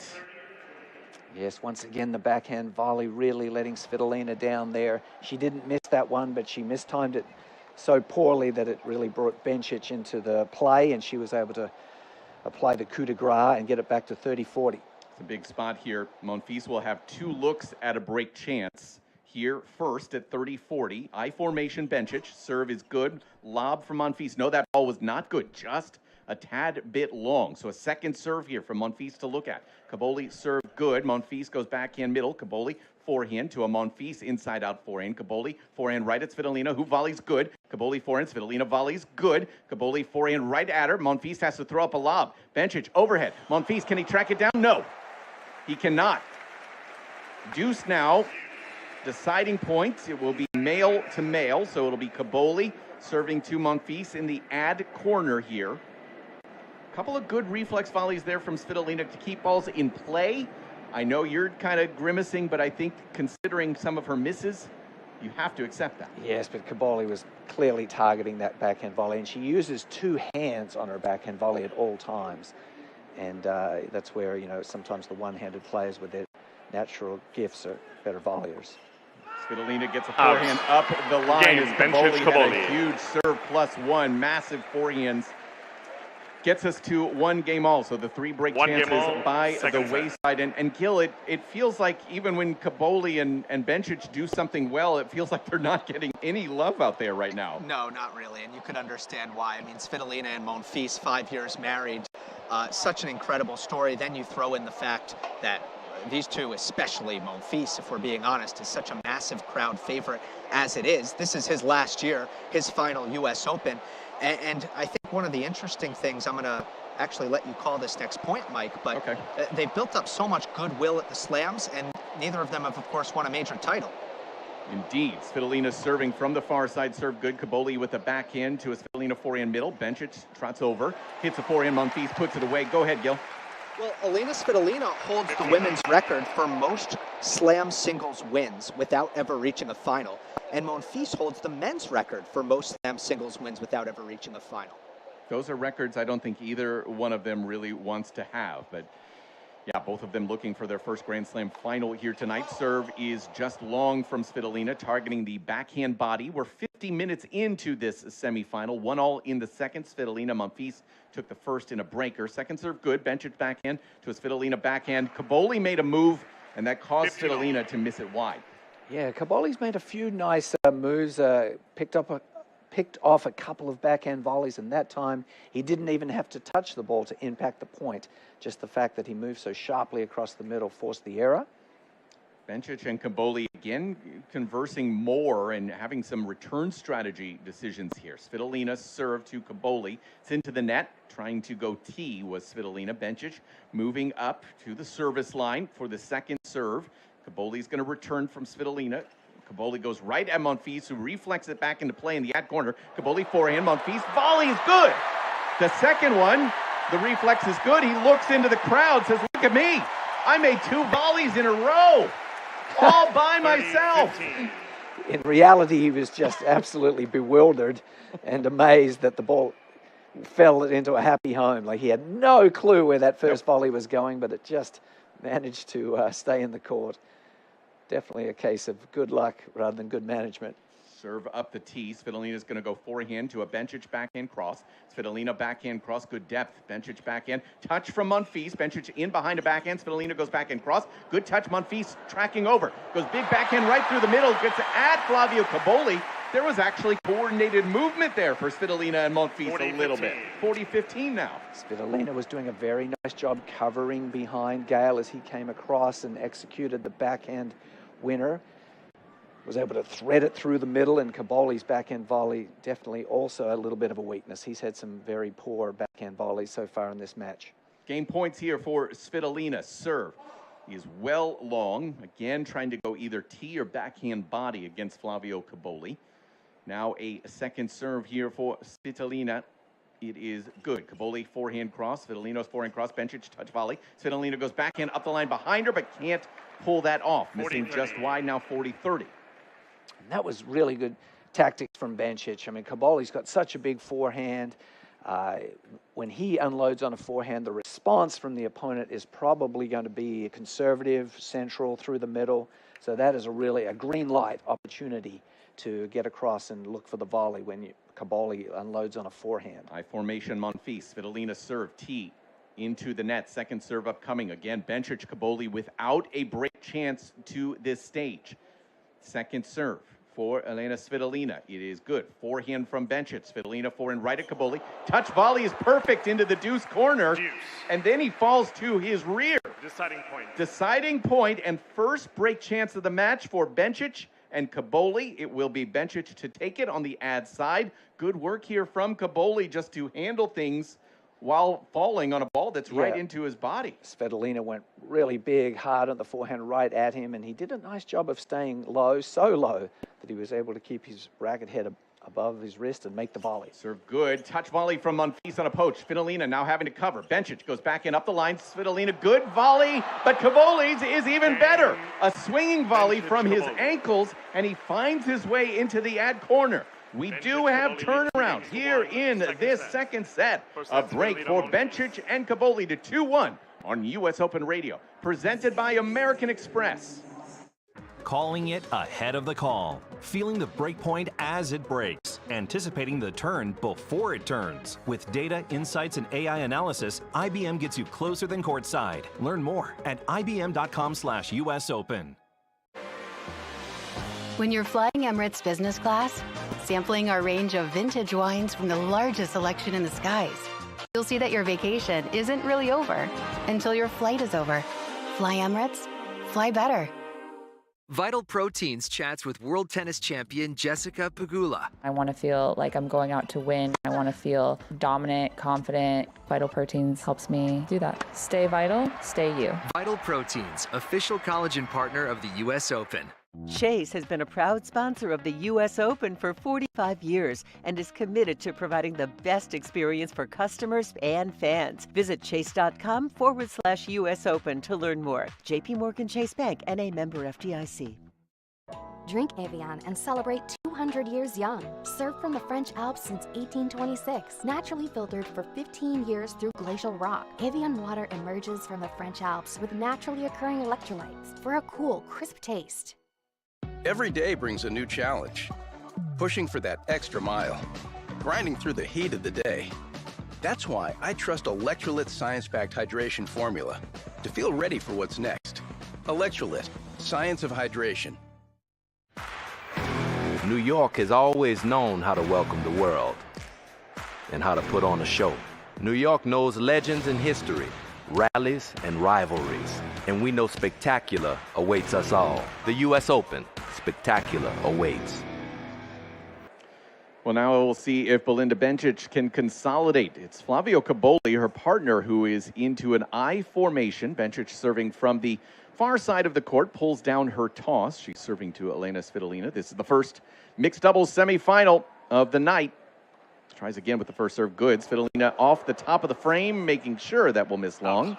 It does indeed miss long from Svitolina, so 15 love. And Mike, a good example of why the I formation is so widely used in top doubles today, because it puts the returner in a state of confusion about where they want to return the ball. Am I going to go down the line or across court? Serve here from Bencic. Good. Monfils with a backhand that Cobolli could have taken if he wanted to. And instead, Bencic with a couple of volleys. Now a lob from Svitolina. Cobolli overhead. Good. He definitely could have moved over and taken that high floating ball from Monfils, but Bencic covers and cleans things up pretty well. Yeah, just to my point, Mike, when you line up in normal formation, the cross-court looks so inviting, and so people get comfortable returning cross-court. When you stand in the I formation, the cross-court just visually isn't as inviting, and they're asking you to return the ball down the line, which a lot of people struggle with. Serve from Bencic, slider out wide. Cobolli there with a volley. Monfils throws up a lob. Bencic, big swinging volley through the middle. I would also argue, and you and I might have a longer discussion about this, I think the overuse of I formation is one of the reasons why I think people don't enjoy watching doubles as much as they used to. It's such the same point over and over and over again because of how incredibly skilled they are. And I think it's just kind of taken away from big picture how good doubles is. 100% agree with you, Mike. Serve here from Bencic. Good. Monfils backhand is going to miss long. That was very quick from Belinda Bencic. Hold to love to get us to 3-1. Just to extrapolate on that point that Mike made, if it was up to me, I would make the service partner stand behind the service line and not be on top of the net at all. And I think we'd see doubles be a much more entertaining product if that rule was ever instigated. I fully agree with you there as well. I think that's a big picture discussion you and I can have on a podcast or maybe over a coffee sometime. We'll get there. Gael Monfils trying to keep things alive here for his team. 1-3. He and his partner, Aryna Svitolina, have lost 7 straight points right now. Misses his first serve up the tee. Second serve here for Monfils, which is good. Cobolli forehand up the line. Perfect. He's taking some risk right now. And Gil, it looks like he is absolutely feeling himself, isn't he? I feel like that. Oh, sorry, Gil. Go ahead. Oh, yeah. I mean, the Cobolli forehand has been a wrecking ball increasingly as this match goes on, especially as he's realized that Svitolina isn't all too comfortable on the backhand volley. Yep, absolutely right. So missed first serve again from Monfils. They're only serving 51% for the night. Second serve, Monfils, good. Bencic back in through the middle. Monfils forehand inside out. Bencic goes right at Svitolina. Volley. Now Bencic backhand to Monfils backhand. Touch volley. Bencic. Trade at the net. Cobolli gets an overhead. Monfils throws up a left-handed lob. It misses long. He had to switch hands. Left-handed lob from Monfils. He just can't come up with it. And Bencic Cobolli 2 points away from the set. Fantastic dexterity from Gael Monfils, but it didn't quite land in. And it's all one-way traffic here in the second set for Bencic and Cobolli, as Gil just remarked upon. I think that they've noticed that the Svitolina backhand volley is a weakness, and they're coming after it hard. So love 30 for Monfils. Serve up the tee well long, and he's not doing himself any favors here. He's missed all 3 first serves. Second is good. Cobolli backhand to a Monfils backhand middle. Bencic forehand right at Svitolina. Touch volleys into the net. That ball, she just... 40. I mean, it's like a revolving door there. She just moved and just kept her elbow right at her hip, and then that volley is just not where it needs to be. So set points, 4 of them here for Bencic and Cobolli. The floodgates have opened here since that first break. Serve into the net again. A reminder, Svitolina Monfils 1 love and had 3 break chances, couldn't convert. Bencic with a backhand to a Monfils inside-out forehand. Bencic inside-out forehand. Monfils forehand to a Bencic backing up the line. Touch volley from Svitolina is into the net. That was a blowout of a set 4-1 for Belinda Bencic and Flavio Cobolli. Yeah, it was 1 love, 15-40 on the Cobolli serve. They barely lost a point since. Incredible turn of events. And I do feel like there's a real method here that's developing. They are taking every available opportunity to attack the Svitolina volleys. They've broken down badly here in the second set. And it reminds me a lot of the Bryan brothers. They were, if they spotted a volleyer on the court a little bit weak, they were like sharks that smelled blood in the water. They would keep going with their heavy groundies at that volleyer.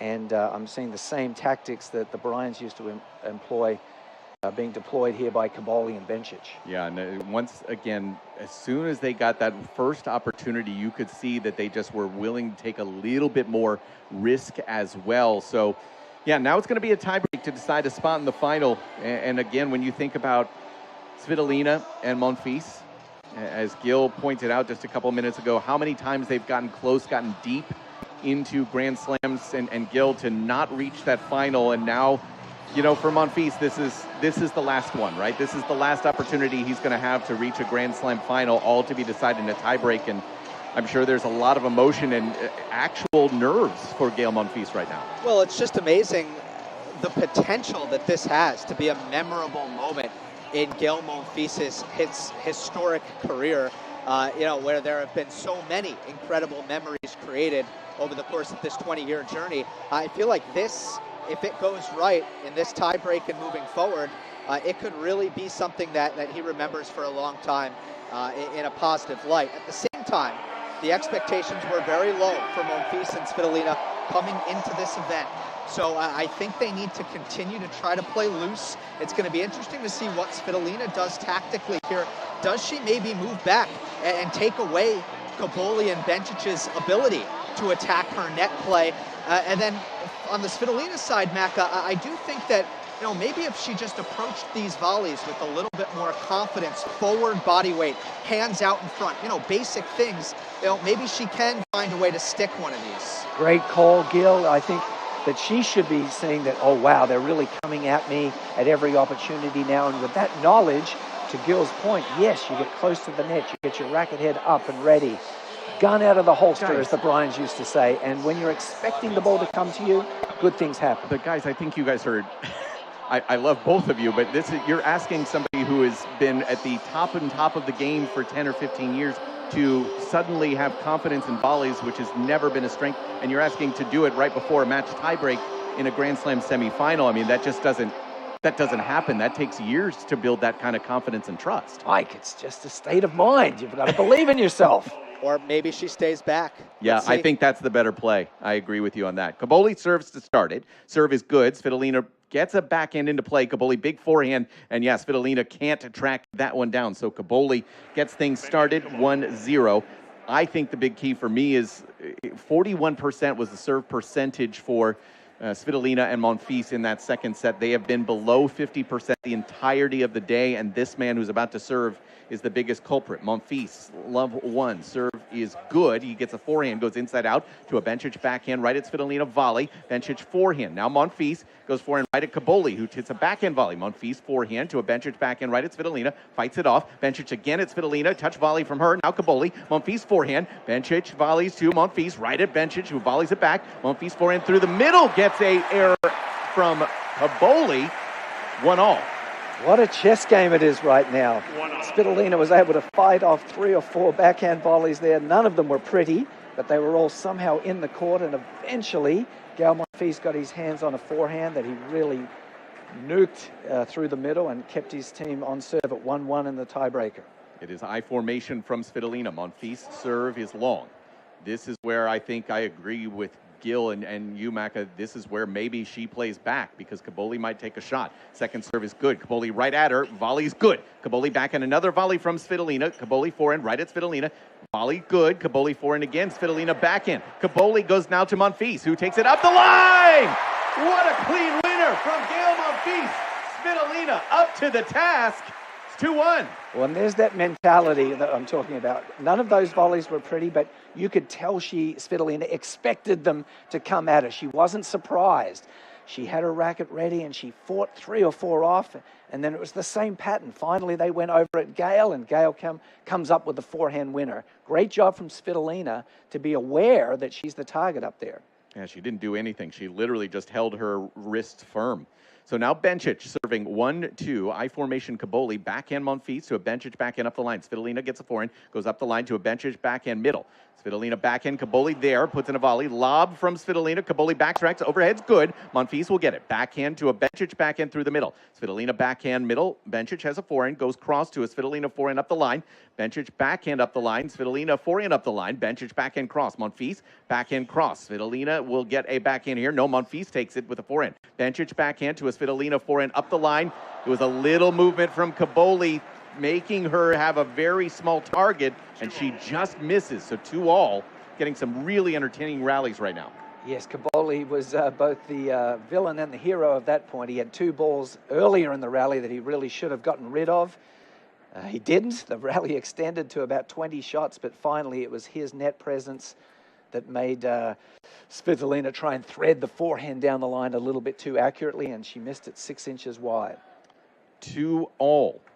No breaks through these first 4 points of this 10-point tiebreak for a spot in the final. Another I formation from Flavio Cobolli.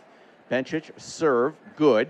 Svitolina forehand to a Bencic forehand middle. Svitolina goes backhand. Cobolli touch volley. Svitolina pokes it up the line with the forehand. Bencic backhand goes through the middle. Svitolina backhand cross, just wide. Has missed 2 balls in these last 2 points by maybe 2 inches combined. That one probably 2 millimeters. Boy, there's been some close calls tonight. Yep. Balls that have just been out by the barest of margins. Once again, Flavio Cobolli not getting rid of the ball, but being very active, you know, hustling around, trying to create pressure. He was rewarded once again. This crowd again very firmly in the pocket of Svitolina and Monfils. Svitolina serving 2-3 far side serve. T good. Bencic 2. Monfils who volleys 2. Bencic again. Backhand cross. Svitolina backhand. Cobolli throws up a reflex. Monfils gets it. Bencic swinging ball. Monfils backhand reflex. Good. Bencic with a forehand. Svitolina chips a forehand. Just missed again by the thinnest of margins. Oh my word. She goes back to serve again, not realizing, oh yeah, we have to change here. 4-2. My goodness, what a point. But it is a mini break lead now for Bencic and Cobolli at 4-2. It appeared that Gael Monfils' reactions, his reflexes had won his team the point, but incredible court coverage from Flavio Cobolli to get over there and save that point. Interesting dynamic, Gil. It looks like Svitolina's moved off and Gail's just by himself drinking some electrolyte. Svitolina's furious with herself. She did not want to, I think she almost wanted some alone time to compose herself because she's very upset with how many points have finished in a negative way on her racket so far in this break. Yeah, I certainly think we all know that no matter what kind of partnership you're in, sometimes you need some alone time as well. Svitolina now near side, 2-4 to Cobolli, who's waiting to return. Missed by several feet. Second serve now for Svitolina to Cobolli. The second serve is good. Cobolli big forehand to Svitolina forehand cross. Bencic there, tries to take it. Monfils now with a reflex volley from Bencic. Monfils there, but misses long on a forehand improvisation shot, and it's 5-2, 2 mini break edge for Bencic and Cobolli. Belinda Bencic just barely showing the reflexes there to keep the point alive. It was certainly a shot in the end that Gael should have put away. Yep. He got caught in between his grips, his continental volley grip and a forehand grip, and that led him to miss the shot, but a great reflex from Belinda Bencic. Cobolli serving to Monfils on the ad side. Good. Monfils returned through the middle. Good. Cobolli gets a forehand. Now Svitolina with a forehand up the line to a Cobolli backhand. Svitolina runs around forehand to a Cobolli forehand inside in. Svitolina gets it back up the line. Cobolli forehand right back to her. Svitolina forehand short. Cobolli forehand right through the middle. Svitolina backhand cross. Cobolli forehand into the net. Svitolina earned that one. Gets one of the mini breaks back to 5-3. Massive effort there from Svitolina, going toe-to-toe with the Cobolli forehand, the biggest shot on the court. And she was able to extend the point. A little bit of pressure from Gael at the net. Nice job from Gael pinching the middle, creating a little bit of visual pressure. Now serving to Svitolina is Cobolli. Serve is good. Svitolina off the net, just back onto her side. So 6-3. Really important, though, that they were able to get one of those mini breaks back at that point, because that's one of those stretches where the scoreboard pressure then becomes almost insurmountable. If he had won both of those and all of a sudden it's 7-2, that feels daunting. This at least has some opportunity, although it's been 17 of the last 20 points have gone towards Bencic Cobolli. Serve, Monfils, I formation, good. Bencic gets the return in play. Backhand Monfils through the middle. Bencic forehand to a Monfils forehand inside out. Bencic forehand to a Monfils forehand inside out. Bencic backhand right at Svitolina. Volley right at Cobolli, who can't come up with it. 6-4. Once again, Aryna Svitolina ready and expecting now the ball to come at her. And she was able to pierce the middle with the backhand volley. Once again, a two-handed backhand volley. Not technically that pretty, but effective because she was expecting the ball to come her way. Monfils serve, tee well wide, not even close. Good meter wide. Second serve. Monfils to Cobolli. Good. Cobolli up the line. Svitolina puts a racket on it, but can't get her weight behind it. It's into the net.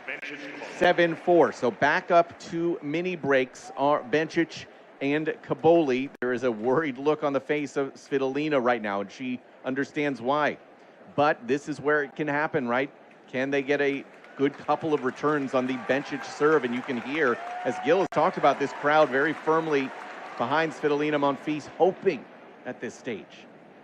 Bencic ready, I formation Cobolli. It's an awkward-looking I formation. But a serve here. Monfils will not have to deal with that first serve. Serve missed long. Trying to go T. Second serve from Belinda Bencic. That's 7-4 in this tiebreak. Second from Bencic. Good. Monfils forehand inside out. Bencic backhand. Good. Monfils goes up the line. Cobolli was on the move. And Monfils burned him. So one of them back. 7-5. Gil, this has been wildly entertaining, but it feels like this is the moment right here. The opportunity to at least get level before Svitolina serves. Absolutely. And Mike, you look at the way these two teams are reacting emotionally to each and every point. This is where you might start to see nerves come into play, and that's a reflection of how badly everybody wants it out here. Not easy in this 10-point format when you build an early lead and you start to feel like the finish line is right there, and it's deceptive because there's a long way to go in this 10-point format. Yeah, that's exactly right, and it was 5-2, 2 mini breaks, and they had that opportunity to stretch that lead, and it's crazy how 1 point in a race like this. Yeah. I've seen 9-2 evaporate. I've seen 9-3 evaporate. All right, here we go. 7-5. Bencic near side to Svitolina. Serve. Good. Svitolina backhand through the middle. Bencic backhand. Now Svitolina goes forehand cross. Bencic forehand cross. Svitolina forehand cross. Bencic forehand through the middle. Svitolina run around forehand goes cross. Bencic forehand cross. Svitolina forehand cross. Bencic goes forehand cross. Svitolina forehand right at Cobolli. Lob from Monfils doesn't get to the net. 8-5. Cobolli rewarded for his bravery there. He was patient. The cross-court rally went 6, 7 shots. Finally, he decided it was time to go, and he picked the right moment on that occasion, was able to knock a forehand volley quickly at Gael Monfils, who was just unable to get the defensive lob to fall. Svitolina 5-8 from the far side. Serve off the net and along. It is Bencic who is on top of the baseline for this return. Second serve for Svitolina at 5-8. Hour 14 in. Serve, good. Bencic, backhand cross, good depth. Svitolina goes right at Cobolli, gets a volley right towards Monfils, and he can't come up with it. To the dismay of this crowd here in Arthur Ashe Stadium, 4 match points for Bencic and Cobolli.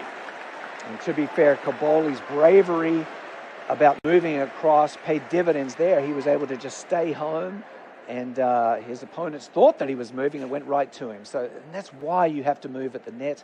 You draw the ball to yourself. You've got to be brave as the net player and hunt the ball, track it, and then you'll find that the ball will come your way. Svitolina serving to Cobolli on this first of the 4 match points. Serve from Svitolina, well wide, barely getting into the doubles alley.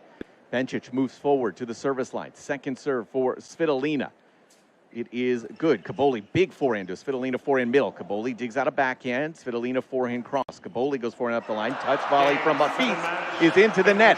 And it's Belinda Bencic and Flavio Cobolli into the final of the 2026 U.S. Open Mixed Doubles.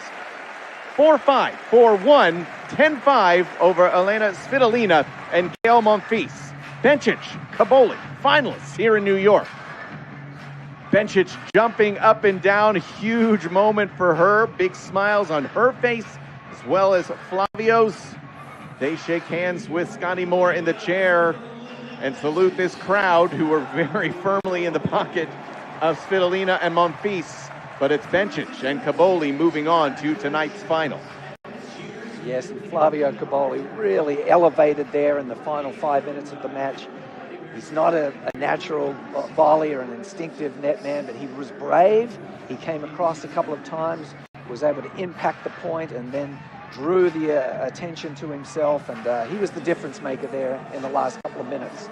So Svitolina and Monfils leaving the court. Some real disappointment on the face of Svitolina, I think even more so than Monfils. I think she knew that that was Gail's last chance to make a Grand Slam final, and I think she might actually be feeling that weight a little bit more. But Gil, pretty cool celebration for Belinda and Flavio there as they were looking up into one of the suites.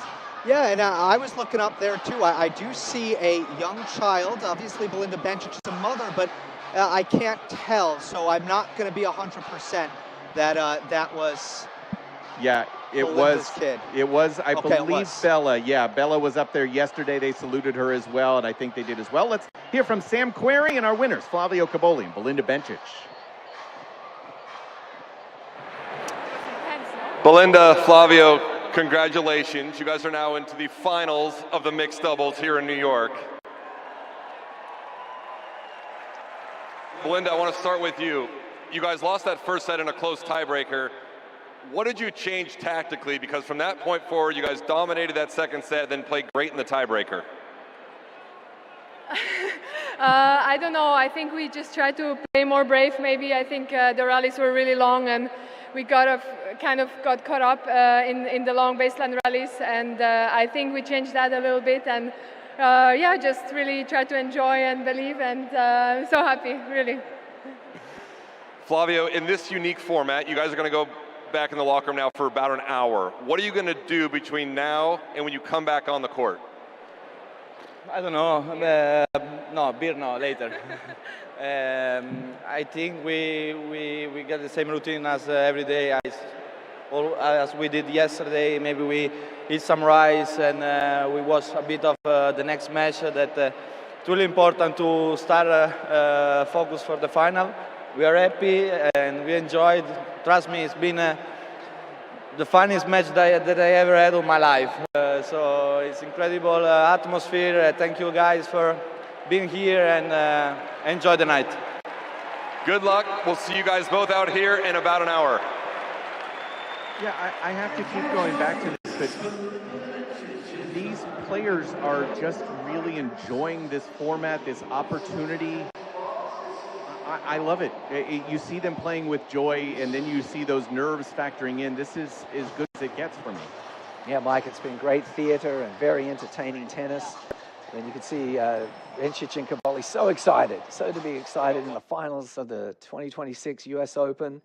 And just beautifully run by the tournament, holding it this early to create some extra excitement during the early stages of Fan Week, and giving the singles players all the focus in the world can go on the mix right now. It's only Wednesday. You know, they can throw everything, the kitchen sink, at trying to win a Grand Slam title here, knowing that they can then rededicate themselves to their singles efforts in the coming days. So autograph balls being sent into the crowd by Belinda Bencic and Flavio Cobolli. They will indeed go get some rice, get a little bit of protein in as well, watch a little bit of tennis. And I tell you what, we're going to do the same. Maka, you're going to go grab some rice. I think Gil will grab the protein. Maybe I'll grab the beer that Flavio was talking about. Who knows? Somebody has to. But they are leaving the court. We're going to have 4 more players coming out in just a couple of minutes for the second semifinal. Muchova, Mensik, Andreeva, and Rublev. It is coming up. You're listening to US Open Radio, presented by American Express.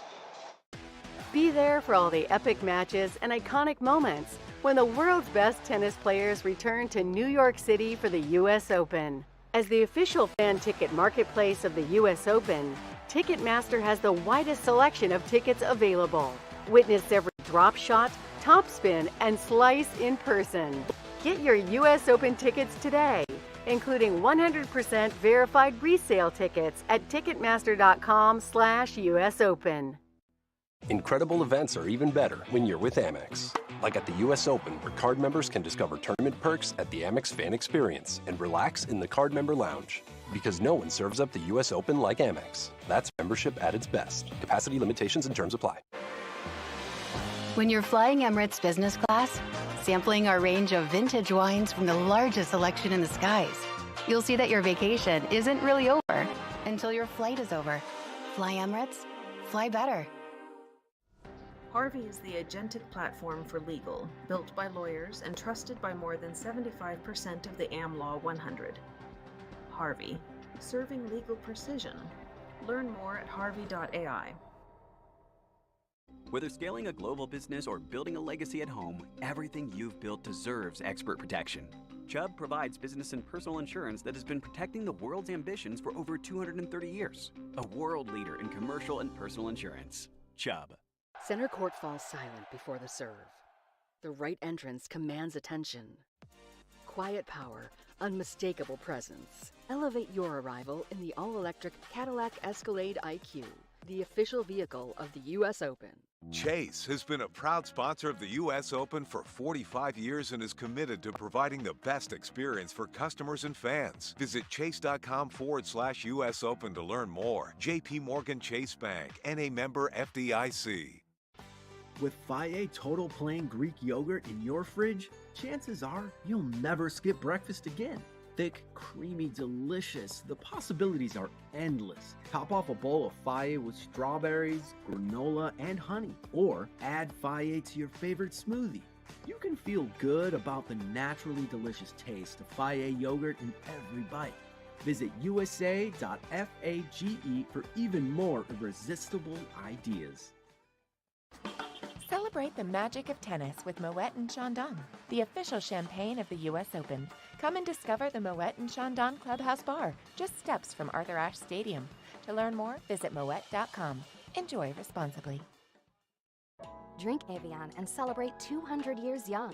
Served from the French Alps since 1826. Naturally filtered for 15 years through glacial rock. Evian water emerges from the French Alps with naturally occurring electrolytes for a cool, crisp taste. Fandom takes on a whole new meaning when you're with Amex. Like at the US Open, where you can visit the Amex Fan Experience to cool off, relax, and find even more ways to have fun at the tournament. Because no one serves up the US Open like Amex. That's membership at its best. Capacity limitations and terms apply. When you're flying Emirates business class, sampling our range of vintage wines from the largest selection in the skies, you'll see that your vacation isn't really over until your flight is over. Fly Emirates, fly better. Whether scaling a global business or building a legacy at home, everything you've built deserves expert protection. Chubb provides business and personal insurance that has been protecting the world's ambitions for over 230 years. A world leader in commercial and personal insurance. Chubb. Enter to win tickets to the 2026 U.S. Open Singles Finals, courtesy of Mount Sinai, official health services provider of the U.S. Open. Enter by September 7th. No purchase necessary. See official rules. Visit mountsinai.org/US Open Sweeps. At IHG Hotels and Resorts, we're here so you can guest how you guessed. As the official hotel sponsor of the U.S. Open Tennis Championships, IHG has hotels that are serving all the hospitality you'd expect. With 21 hotel brands, 7,000 plus global destinations, and the IHG One Rewards loyalty program, it's time to bounce.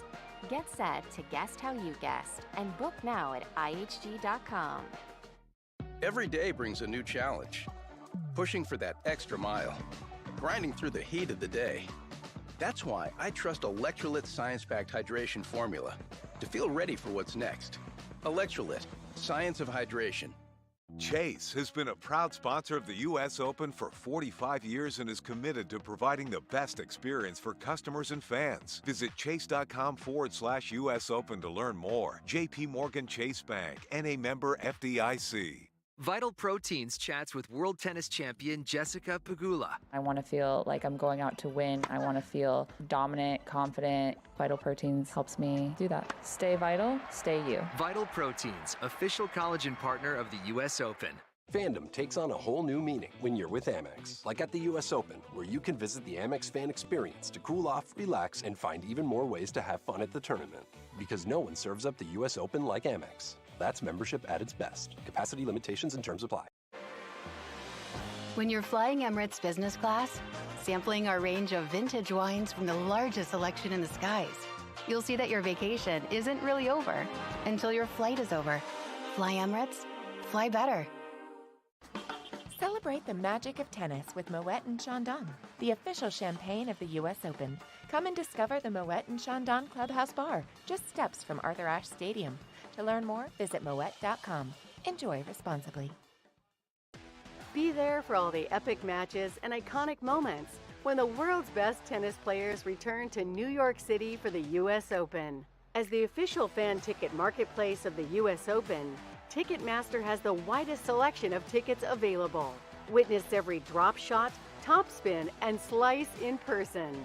Get your U.S. Open tickets today, including 100% verified resale tickets at Ticketmaster.com/US Open.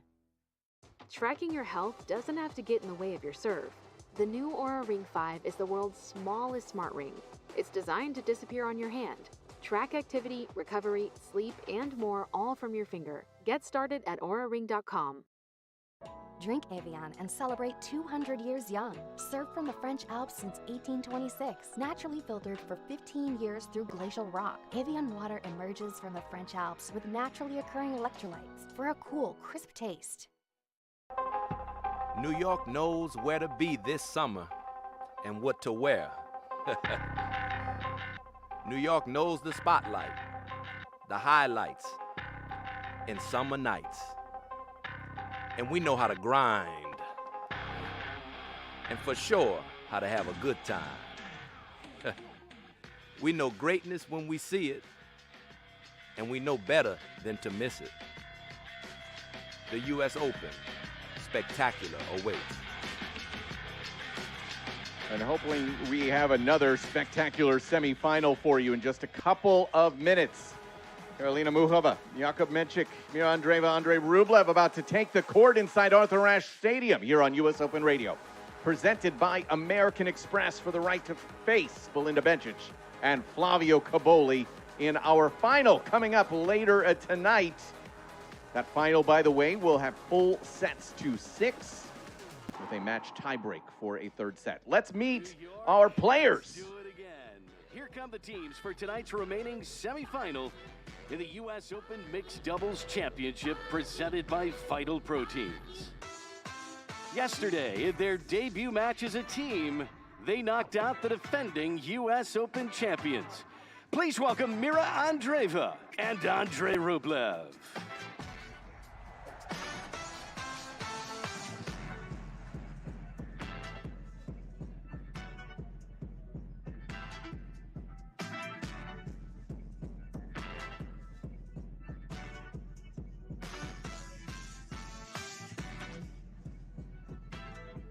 Also, through to the Final Four of a major in their first event, side by side, from Czechia, Karolina Muchova and Jakub Mensik.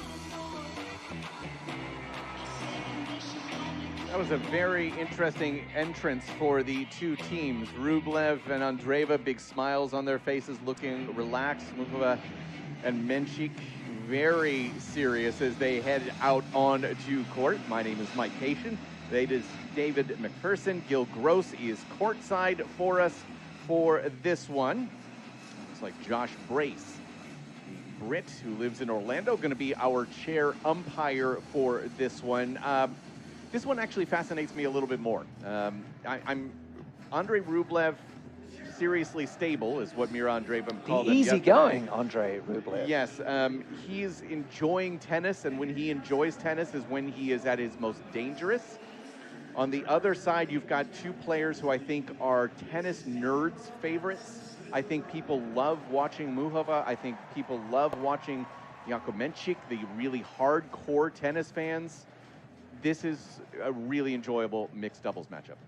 Mike, yes, Muchova and Mensik had the eye of the tiger walking out there. They're perfectly matched in their outfits there, sort of a pink and purple combination, but great to see the color coordination on this team. And we're going to head out for our coin toss right now. Yeah, Mensik is the last one out there here. It's got the backwards cap on. Yeah, it's a light pink, and then we'll call it a burgundy? Yeah, I think that's the right color. Burgundy shorts for Muchova and Mensik. A little bit more of a mismatch situation for Rublev and Andreeva. Yeah, I'm still getting over the fact that Mira Andreeva said that Andrei Rublev was stable. So level-headed, yes, exactly. Just an emotionless player. Rock of Gibraltar, mentally, Andrei Rublev. Yeah, that's exactly what we think of him. Coin toss is up from one of our net generation, and Gil Gross, I know you are down courtside. Lots to discuss with you. I want to start, if you don't mind, as the four players take a picture. Andrei Rublev, right? This has been a very odd year for him. 28 years of age now. He has fallen to the world number 24, 27-16 this year. There has been a pretty sizable drop-off in terms of his production on the forehand side, and I'm just wondering what you have seen that maybe kind of points you in what direction and why that's happening. Yeah, it used to be one of the most feared weapons on tour, Mike. Now, by every statistical metric you can find, it's essentially average. In fact, even in the speed department, it's 1 mile per hour below tour average in speed. So, Rublev was never a great defender. Not somebody who's going to cover the court and play a lot of defense. Not a huge server either. It was really about his ball striking from the baseline, and he needed that forehand, I'll say in present tense, to be his moneymaker. It hasn't been often enough this year. And do you have a reason why? Have you seen something that really shows you why that production has lessened? No, I'm not sure, but it does feel as if little by little it has. I don't think it's been a sudden drop-off. I think, the year before, so 2 years ago, it was an uncharacteristically inconsistent year from Rublev. There were still high highs. And then the last couple of years, it hasn't necessarily been inconsistency. It's just been a little bit average by his standards. Interesting. Thank you, Gil. And yeah, his partner, Mira Andreeva, 19 years of age, obviously an incredible talent, world number 5, that is a career high, has really struggled a bit since Roland Garros. That big performance from her there. It's only gone 4-4 since the clay court season.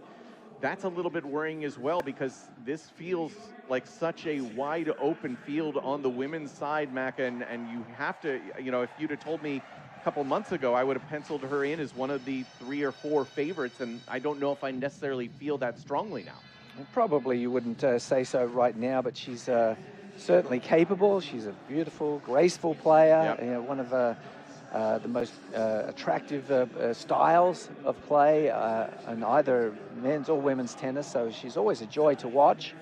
And it's really a matter of her just getting in flow, getting in sync. She's got all the skills and all the shots. So you never know when she's going to break out. On the other side, Karolina Muchova just turned 30 years of age, made a somewhat sad post about her birthday just a couple of days ago. And listen, as somebody who's approaching a milestone birthday myself, I right there with you, Karolina. Obviously one of the players that I think so many fans just love to watch, does so many things just beautifully within her game. A French Open final, obviously, in 2023. And Gil, I'll start on this side with you. How much of an impact do you think that Wimbledon final here, that loss to Noskova just a couple of months ago, what kind of an impact do you think that might have had on her, especially now that she's had a surgery since then and hasn't really been able to play again?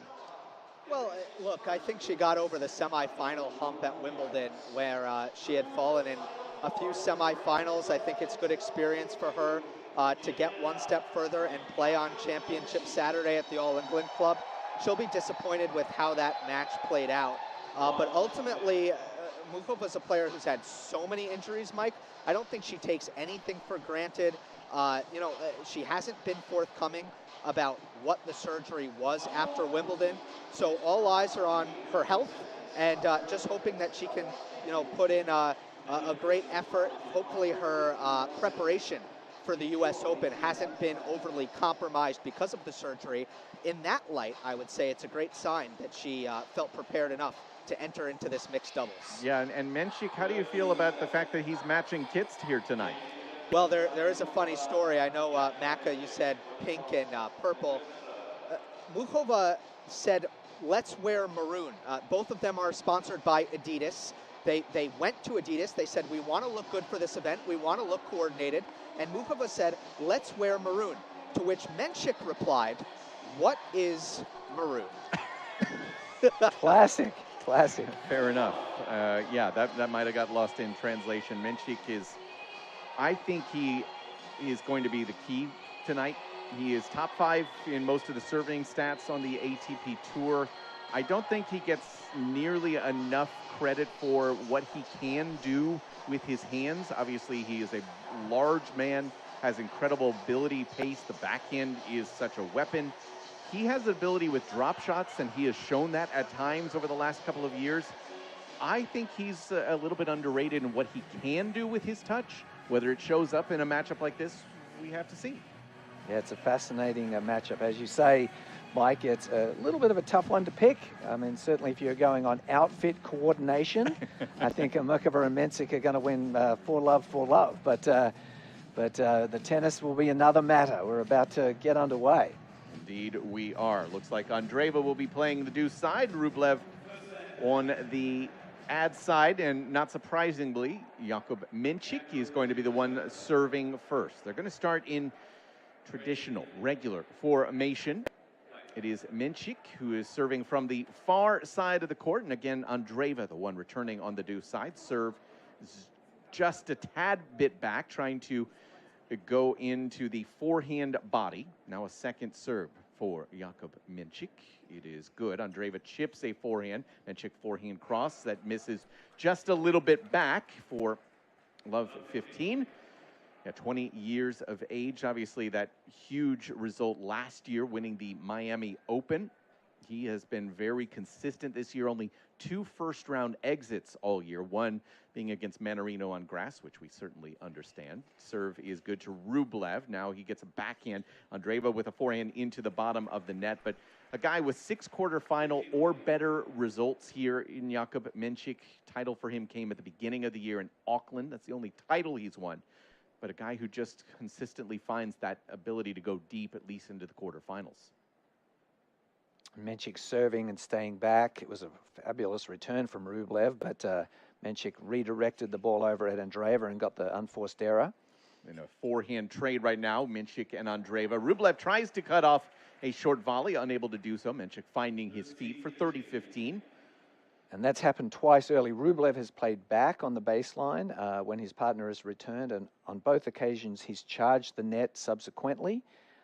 I don't think if I was the coach of that team, I'd be advising that, because he's going to be playing volleys from mid-court, which is not his strength. I'd be staying back on the baseline and targeting the net player and using my ground strokes. Formation right now from the Czechs. Muchova gets a volley. Now Rublev goes after her with forehand. Rublev again with the forehand through the middle. Muchova volley to a Rublev forehand. Touch volley from Muchova. Andreeva backhand. Muki does get that one back. Another backhand volley. Rublev right at Mensik, who volleys it back. Andreeva forehand. Muchova volley. Now Andreeva forehand up the line into the doubles alley for a clean winner from Mira Andreeva for 30-all. Spectacular point. Ground stroking against volleying, and on that occasion, the ground strokes of Mira Andreeva and Andrei Rublev eventually won the point after a titanic struggle. Yeah, Muchova was under duress over and over again, just kept poking balls back into play, hoping for a breakdown that never came. So here we go, Mensik to Andreeva. Serve Mensik out wide. That ball not going to get to the net from Andreeva, so a game point. We've seen a few I formations already here from Muchova and Mensik. Yes, and that's where you're saying the power of Mensik, a big, powerful, wide serve. Mira Andreeva wouldn't be seeing that type of serving on a regular basis, and she did a fine effort getting a racket on the ball, but couldn't quite get it over the net. So game point here for Mensik. I formation again from Muchova. Serve T is an ace for Jakub Mensik. So they do get on the scoreboard first. And Gil, we mentioned that Andrei Rublev, obviously, he's had some struggles. Mira Andreeva, listen, it has been a little bit of a rough stretch for her over the last couple of months, just 4-4. Are you concerned big picture with Mira Andreeva in terms of what that might mean for this U.S. Open, or you think it's just a little blip? I think sometimes it's actually hard for players to come off winning their first major. It's going to be interesting to see how Alexander Zverev handles that after winning Roland Garros. Of course, he did have a great Wimbledon, but it's a mental reset. Sometimes there can be a hangover effect, and that's what I think we've seen with Andreeva. It is her partner, Andrei Rublev, who will serve here at Love 1 from the far side. Muchova is the one who is returning on the deuce side, Mensik on the ad side. So the two women are both playing the deuce side here in this mixed doubles semifinal for the right to play Bencic and Cobolli in tonight's final. Rublev serve is just a tad bit long, so he will start with a double fault. It's always probably been his weakest, one of his weakest part of his games. His second serve, Andrei Rublev, very vanilla, as we say, not a lot of variety in it, and certainly doesn't need to be doing any double faults. Serve, Rublev, good. Mensik forehand is into the net. It's been such an odd year, just if you look at his results. We talked obviously about that forehand component, but yeah, it's been the big events. Third round of the Australian Open, round of 16 at Roland Garros, first round exit at Wimbledon, first round exits into a few Masters in Indian Wells, Miami, Madrid.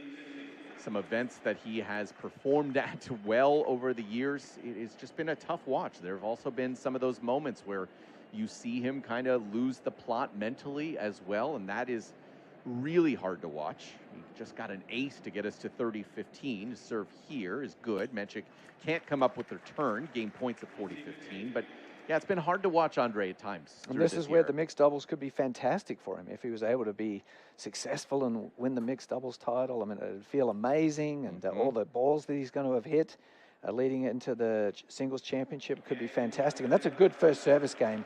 He really targeted the Mensik forehand return well there. Got two easy unforced errors and then aced up the tee to Andreeva. Really good start for Andrei Rublev on serve. Yeah, in fact, he went wide for one ace against Muchova, one up the tee for Andrei Rublev. So just casually gets us to 1 game all as we see the serve of Karolina Muchova for the first time. Serving from the near side, it is 1-all. Toss goes up. Serve is good. Andreeva big forehand to a Muchova forehand that's into the net. Love 15. Muchova does come into this one as the world number 7. Her career high was back in July at number 6. We did mention that surgery, an unknown surgical location for her right after Wimbledon. Andrei Rublev, a very aggressive returner. Yeah.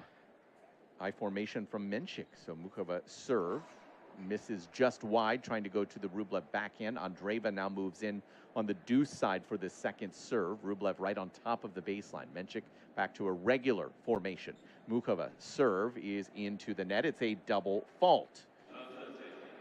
Yes, Andrei Rublev came forward, got inside the baseline in the second serve, and she's well aware of the power of the Rublev return, and just opening jitters there, left the second serve short, just probably a little bit wary of the power of what Andrei Rublev can do on a second serve return. You certainly don't want to leave that second serve short.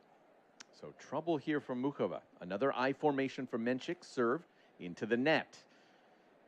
Wins over Mladenovic and Arevalo, Navarro, and Paul yesterday to get to the semifinal for Muchova and Mensik. Back to regular formation. Serve good. Andreeva forehand. Mensik puts that away into the ad corner on a move towards the middle. 15-30 now. Fantastic job from Mensik. And that's another thing in doubles. When your partner is serving, they're down a little bit, missing some serves, or have struggled on their first shots, you've got to take over as the net man. You've got to really want the ball. You've got to try and hold the service game for your service partner. And he certainly went a long way to rescuing the situation there with a bold, dashing move to his forehand volley. So 15-30, another I formation. Serve is good. Rublev forehand up the line to Muchova forehand good. Rublev forehand cross just wide. Really good work there from Muchova to just find some level of depth to push Rublev back from a very aggressive position. Yes, Muchova really turned the tables there. The return was aggressive and had her on the stretch, and she found a running forehand that landed a couple of inches from the line, and that turned the point back in her favor. So Muchova takes a look over at Mira Andreeva, makes sure she's in the return position. I formation again, serving from the near side at 30 all. Serve out wide, well wide. Andreeva puts one toe on the baseline now for this return. Rublev joins her, but stays back at the baseline for the second serve. Serve is good. Andreeva forehand up the line. Mensik volley to a Rublev backhand rolled up the line. Muchova forehand to Andreeva, who goes forehand cross. Muchova forehand up the line. It missed wide. Rublev showed a movement to the middle. Muchova eyed it, just couldn't come up with the right target. Yeah, good to see Andrei Rublev also being proactive at the net. Not something that he's known for, but he was prepared to dart across there and drew the down-the-line mistake from Muchova. Couple of break chances on the Muchova serve. 30-40. Rublev will get the first look. Then Andreeva would get the deciding point. Toss goes up here from Karolina Muchova. Serve good. Rublev back in up the line. Muchova forehand stays back. Andreeva yanks the forehand well wide. So now that deciding point comes into play.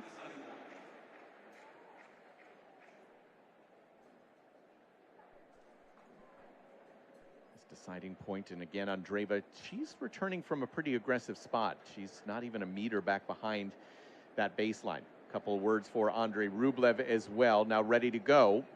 Left ankle is pretty heavily taped for Mira Andreeva. Serve from Muchova. Good. Andreeva backing up the line. Mensik puts away that volley into the ad corner. So despite those couple of break chances, we stay on serve. Early days in this mixed doubles semifinals here on US Open Radio, presented by American Express. Calling it ahead of the call, feeling the break point as it breaks, anticipating the turn before it turns. With data, insights, and AI analysis, IBM gets you closer than courtside. Learn more at ibm.com/US Open. Incredible events are even better when you're with Amex. Like at the US Open, where card members can discover tournament perks at the Amex Fan Experience and relax in the card member lounge. Because no one serves up the US Open like Amex. That's membership at its best. Capacity limitations and terms apply.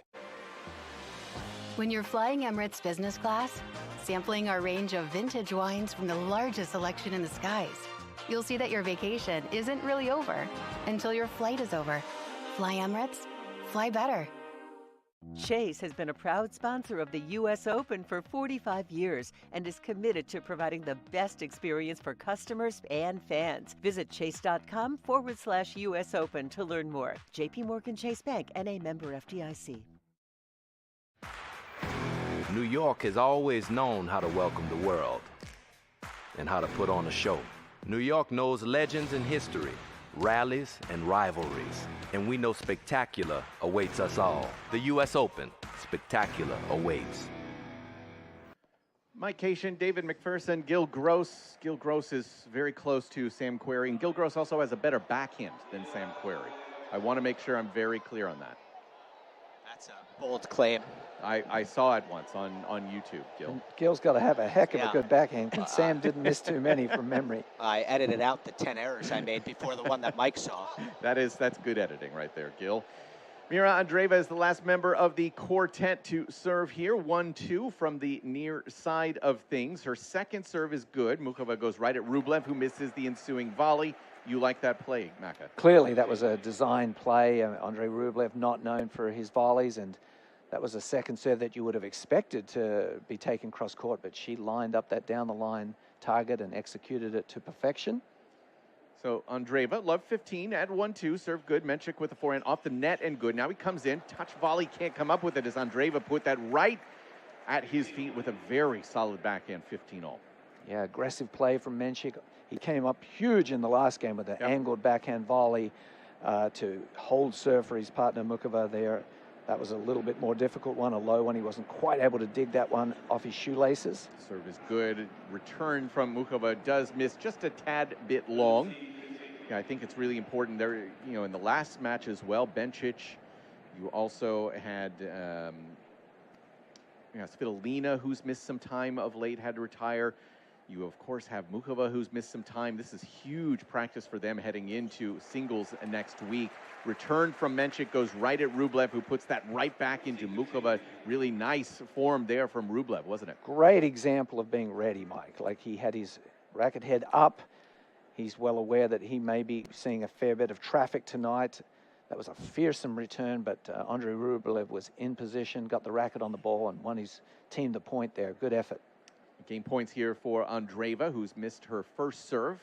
40-15, second serve, good. Muchova backhand inside out will miss well long. Gil, what are you kind of noticing down there right now? It feels like there's still a little bit of feeling out, and maybe some of those nerves have factored in now we're in the semifinals. They are going at Andrei Rublev quite a bit at the net. I actually think Rublev has what it takes to make them pay for that strategy.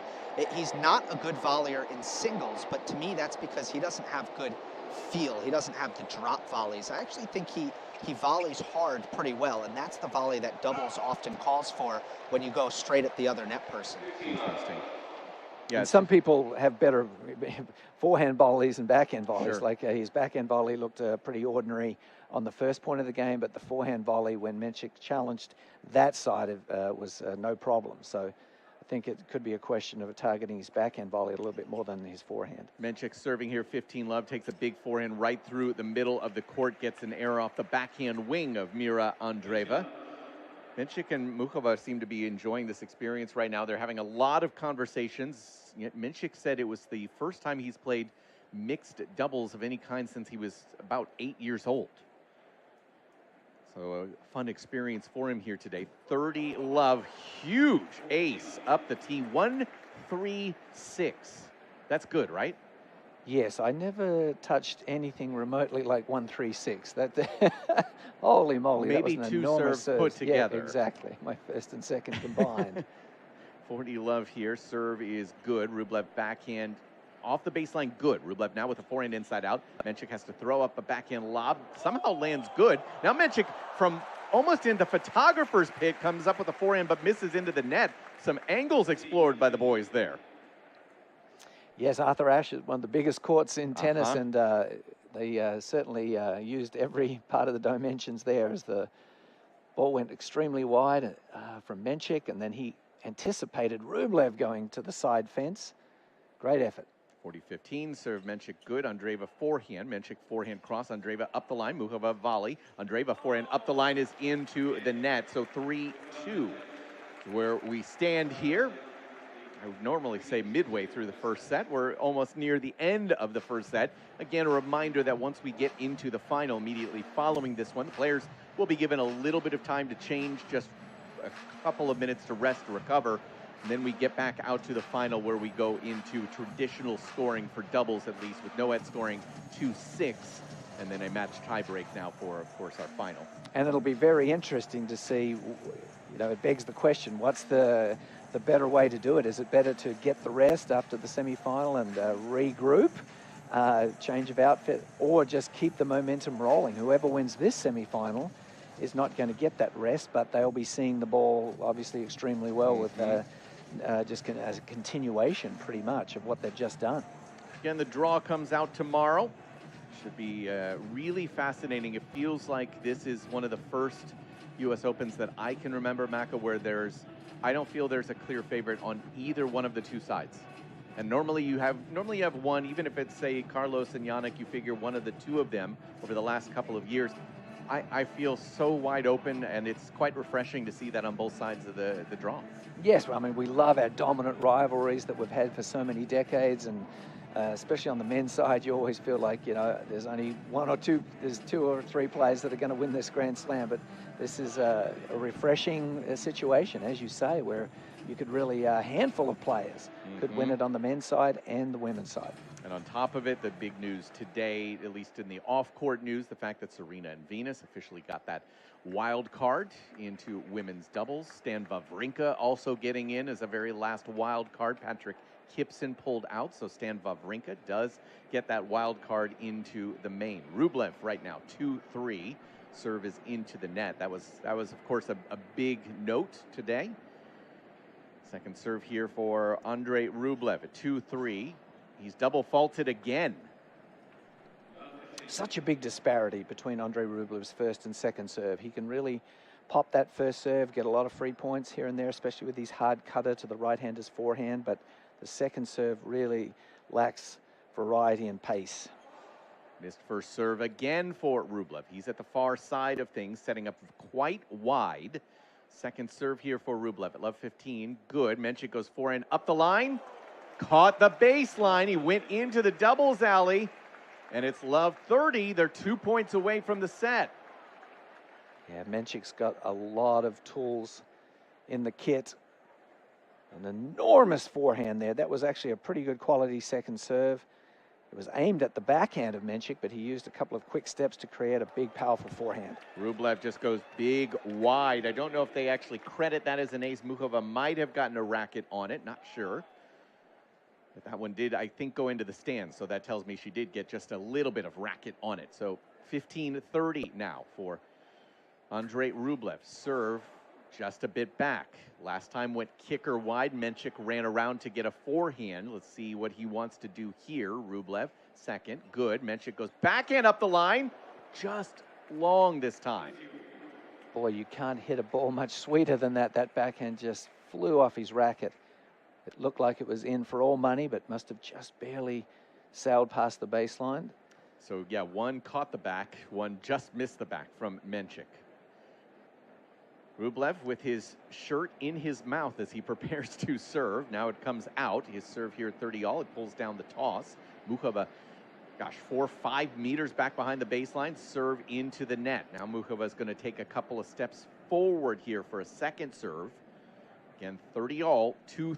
Rublev serving with his partner Mira Andreeva. Again, he pulls down his toss. Second serve for Andrei Rublev. Good. Muchova backhand to a Rublev forehand cross. Mensik there tries to cut it off and cut a huge angle cross court back towards the umpire's chair. That's a really tough ask, and he can't come up with it. And now 40-30 for Andrei Rublev. Yeah, Mensik was very unlucky there. He timed his move well. It was a bit of a shank forehand from Rublev. He didn't mean to hit it so angled and low, but he just got a little bit of good fortune there. It made the volley too tough to handle. Serve is good. Backhand return just wide, so really able to escape some trouble there is Andrei Rublev. Again, just keeping things level, 3-all. Yes, that was a huge hold, obviously, and he really held by the skin of his teeth. There were only a couple of millimeters in a couple of those situations, so they get to 3-all, but certainly his service game is not a lockdown situation. Yeah, he has as you feel with Mensik. I mean, Mensik really looks like he's going to hold all night. It felt like Rublev also was adjusting his shoulder a couple of times. Don't know if I want to read too much into that, but it definitely was there. It is now Muchova serving. Rublev in behind a forehand. Muchova forehand to an Andreeva forehand cross. Muchova tries to take a forehand up the line as Rublev again is just showing activity, a fake pinch middle, and Muchova hits it into the net trying to pass him. Yeah, super job from Andrei Rublev. He's showing a lot of hustle. You can really tell that all the players are enjoying the competition, just enjoying the event so much. Obviously, you know, it's a Grand Slam title at stake, but they're also managing to enjoy the novel nature of playing the mixed doubles at night here in the first week of the U.S. Open. Serve from Muchova is up the tee. Rublev had been cheating to cover a backhand wide. Just keeping an eye as well, some of the qualifiers that have been wrapping up over the last couple of hours. We'll get you some of those scores here at the set break to boot. 15-all here on the Muchova serve. 3-all. Serve to Andreeva is into the net. Second serve here for Muchova. Mensik was actually staying in a regular position there. They've been going almost exclusively eye on first serve. Second's good. Andreeva right at Mensik. He leaves it, but it's inside the baseline by maybe an inch or so. And Andreeva with a return winner. That was not her best return ever, but it works. Sometimes that can happen when the return is mistimed. It's high, and if it was struck clean, it would have gone well long. But because it was off the edge of the strings, it fooled Mensik. He let it go, and it dropped a couple of inches in. So a fortuitous return there from Mira Andreeva. 15-30, back to an I formation on the Muchova serve. Serve is good. Mensik puts away a volley. Backhand return from Rublev right through the middle. Mensik had no issues. A reminder that Muchova is the one player who has faced break chances, 2 of them in her opening service game, that she was able to fight off. She is in a little bit of stress once again. A lot of threes on the board. 3-all, 30-all. Muchova is serving from the near side right now. Looks to make sure Returners are ready. I formation from Mensik. Andreeva waiting. Muchova serve good to a backhand Andreeva. Mensik overhead. Andreeva's going to get a racket on it. Throws up a lob. Mensik overhead. Good through the middle. This one Andreeva can't pick up. And a game point for Muchova. What a heck of an effort from Andreeva there to go all the way back to the edge of the court confines to get a backhand lob up in the air. And it wasn't a bad lob either, certainly for a split second. I'm sure Jakub Mensik was like, oh no, I'm going to have to hit this. But he was equal to the challenge and buried the overhead to get ahead 40-30. High formation again for Muchova. Serve good. Rublev runs around, tries to go forehand, not even close to the court. So it is Muchova who puts her team back out in front 4-3. Mira Andreeva is going to be the one serving. And just talk about her serve, Gil, Professor Gross, the big picture of what she's able to do with her serve and why it is an effective part of her game. Really underrated because it can be unassuming. She's not, the height of Rybakina or Sabalenka, but she hits her spots. She's above average in the pace department. And, Andreeva's a player who really doesn't have any holes, other than maybe the forehand can go away on her when she lacks confidence. But she's a player, she's comfortable in attack, she's comfortable defending, she can hang in a neutral rally, she's got some guile, she can play somewhat of a power game. I find her to be a very well-rounded tennis player, and that was apparent from the time she was very, very young. Yeah, and I think it's interesting, Gil, because she still has, I think, some room to grow and mature. It's so fascinating seeing her with Andrei Rublev, right? Because both of them have that, have some moments where they lose the plot a little bit mentally, but it's been fun to see both of them smiling and relaxing a little bit on court, hasn't it? 100%. Rublev's temper issues have been well documented, and there's kind of a constant debate about what's the best way for him to compete, because there have been times where he's actually tried to scale it back, and it's hurt his level. He needs to bring some intensity to the table as well. I think for Andreeva, her coach Conchita Martinez has worked so hard with Mira on the composure and the maturity out on the match court. It's been a challenge for her at times. Let's see how she handles this challenge, serving to stay in the set.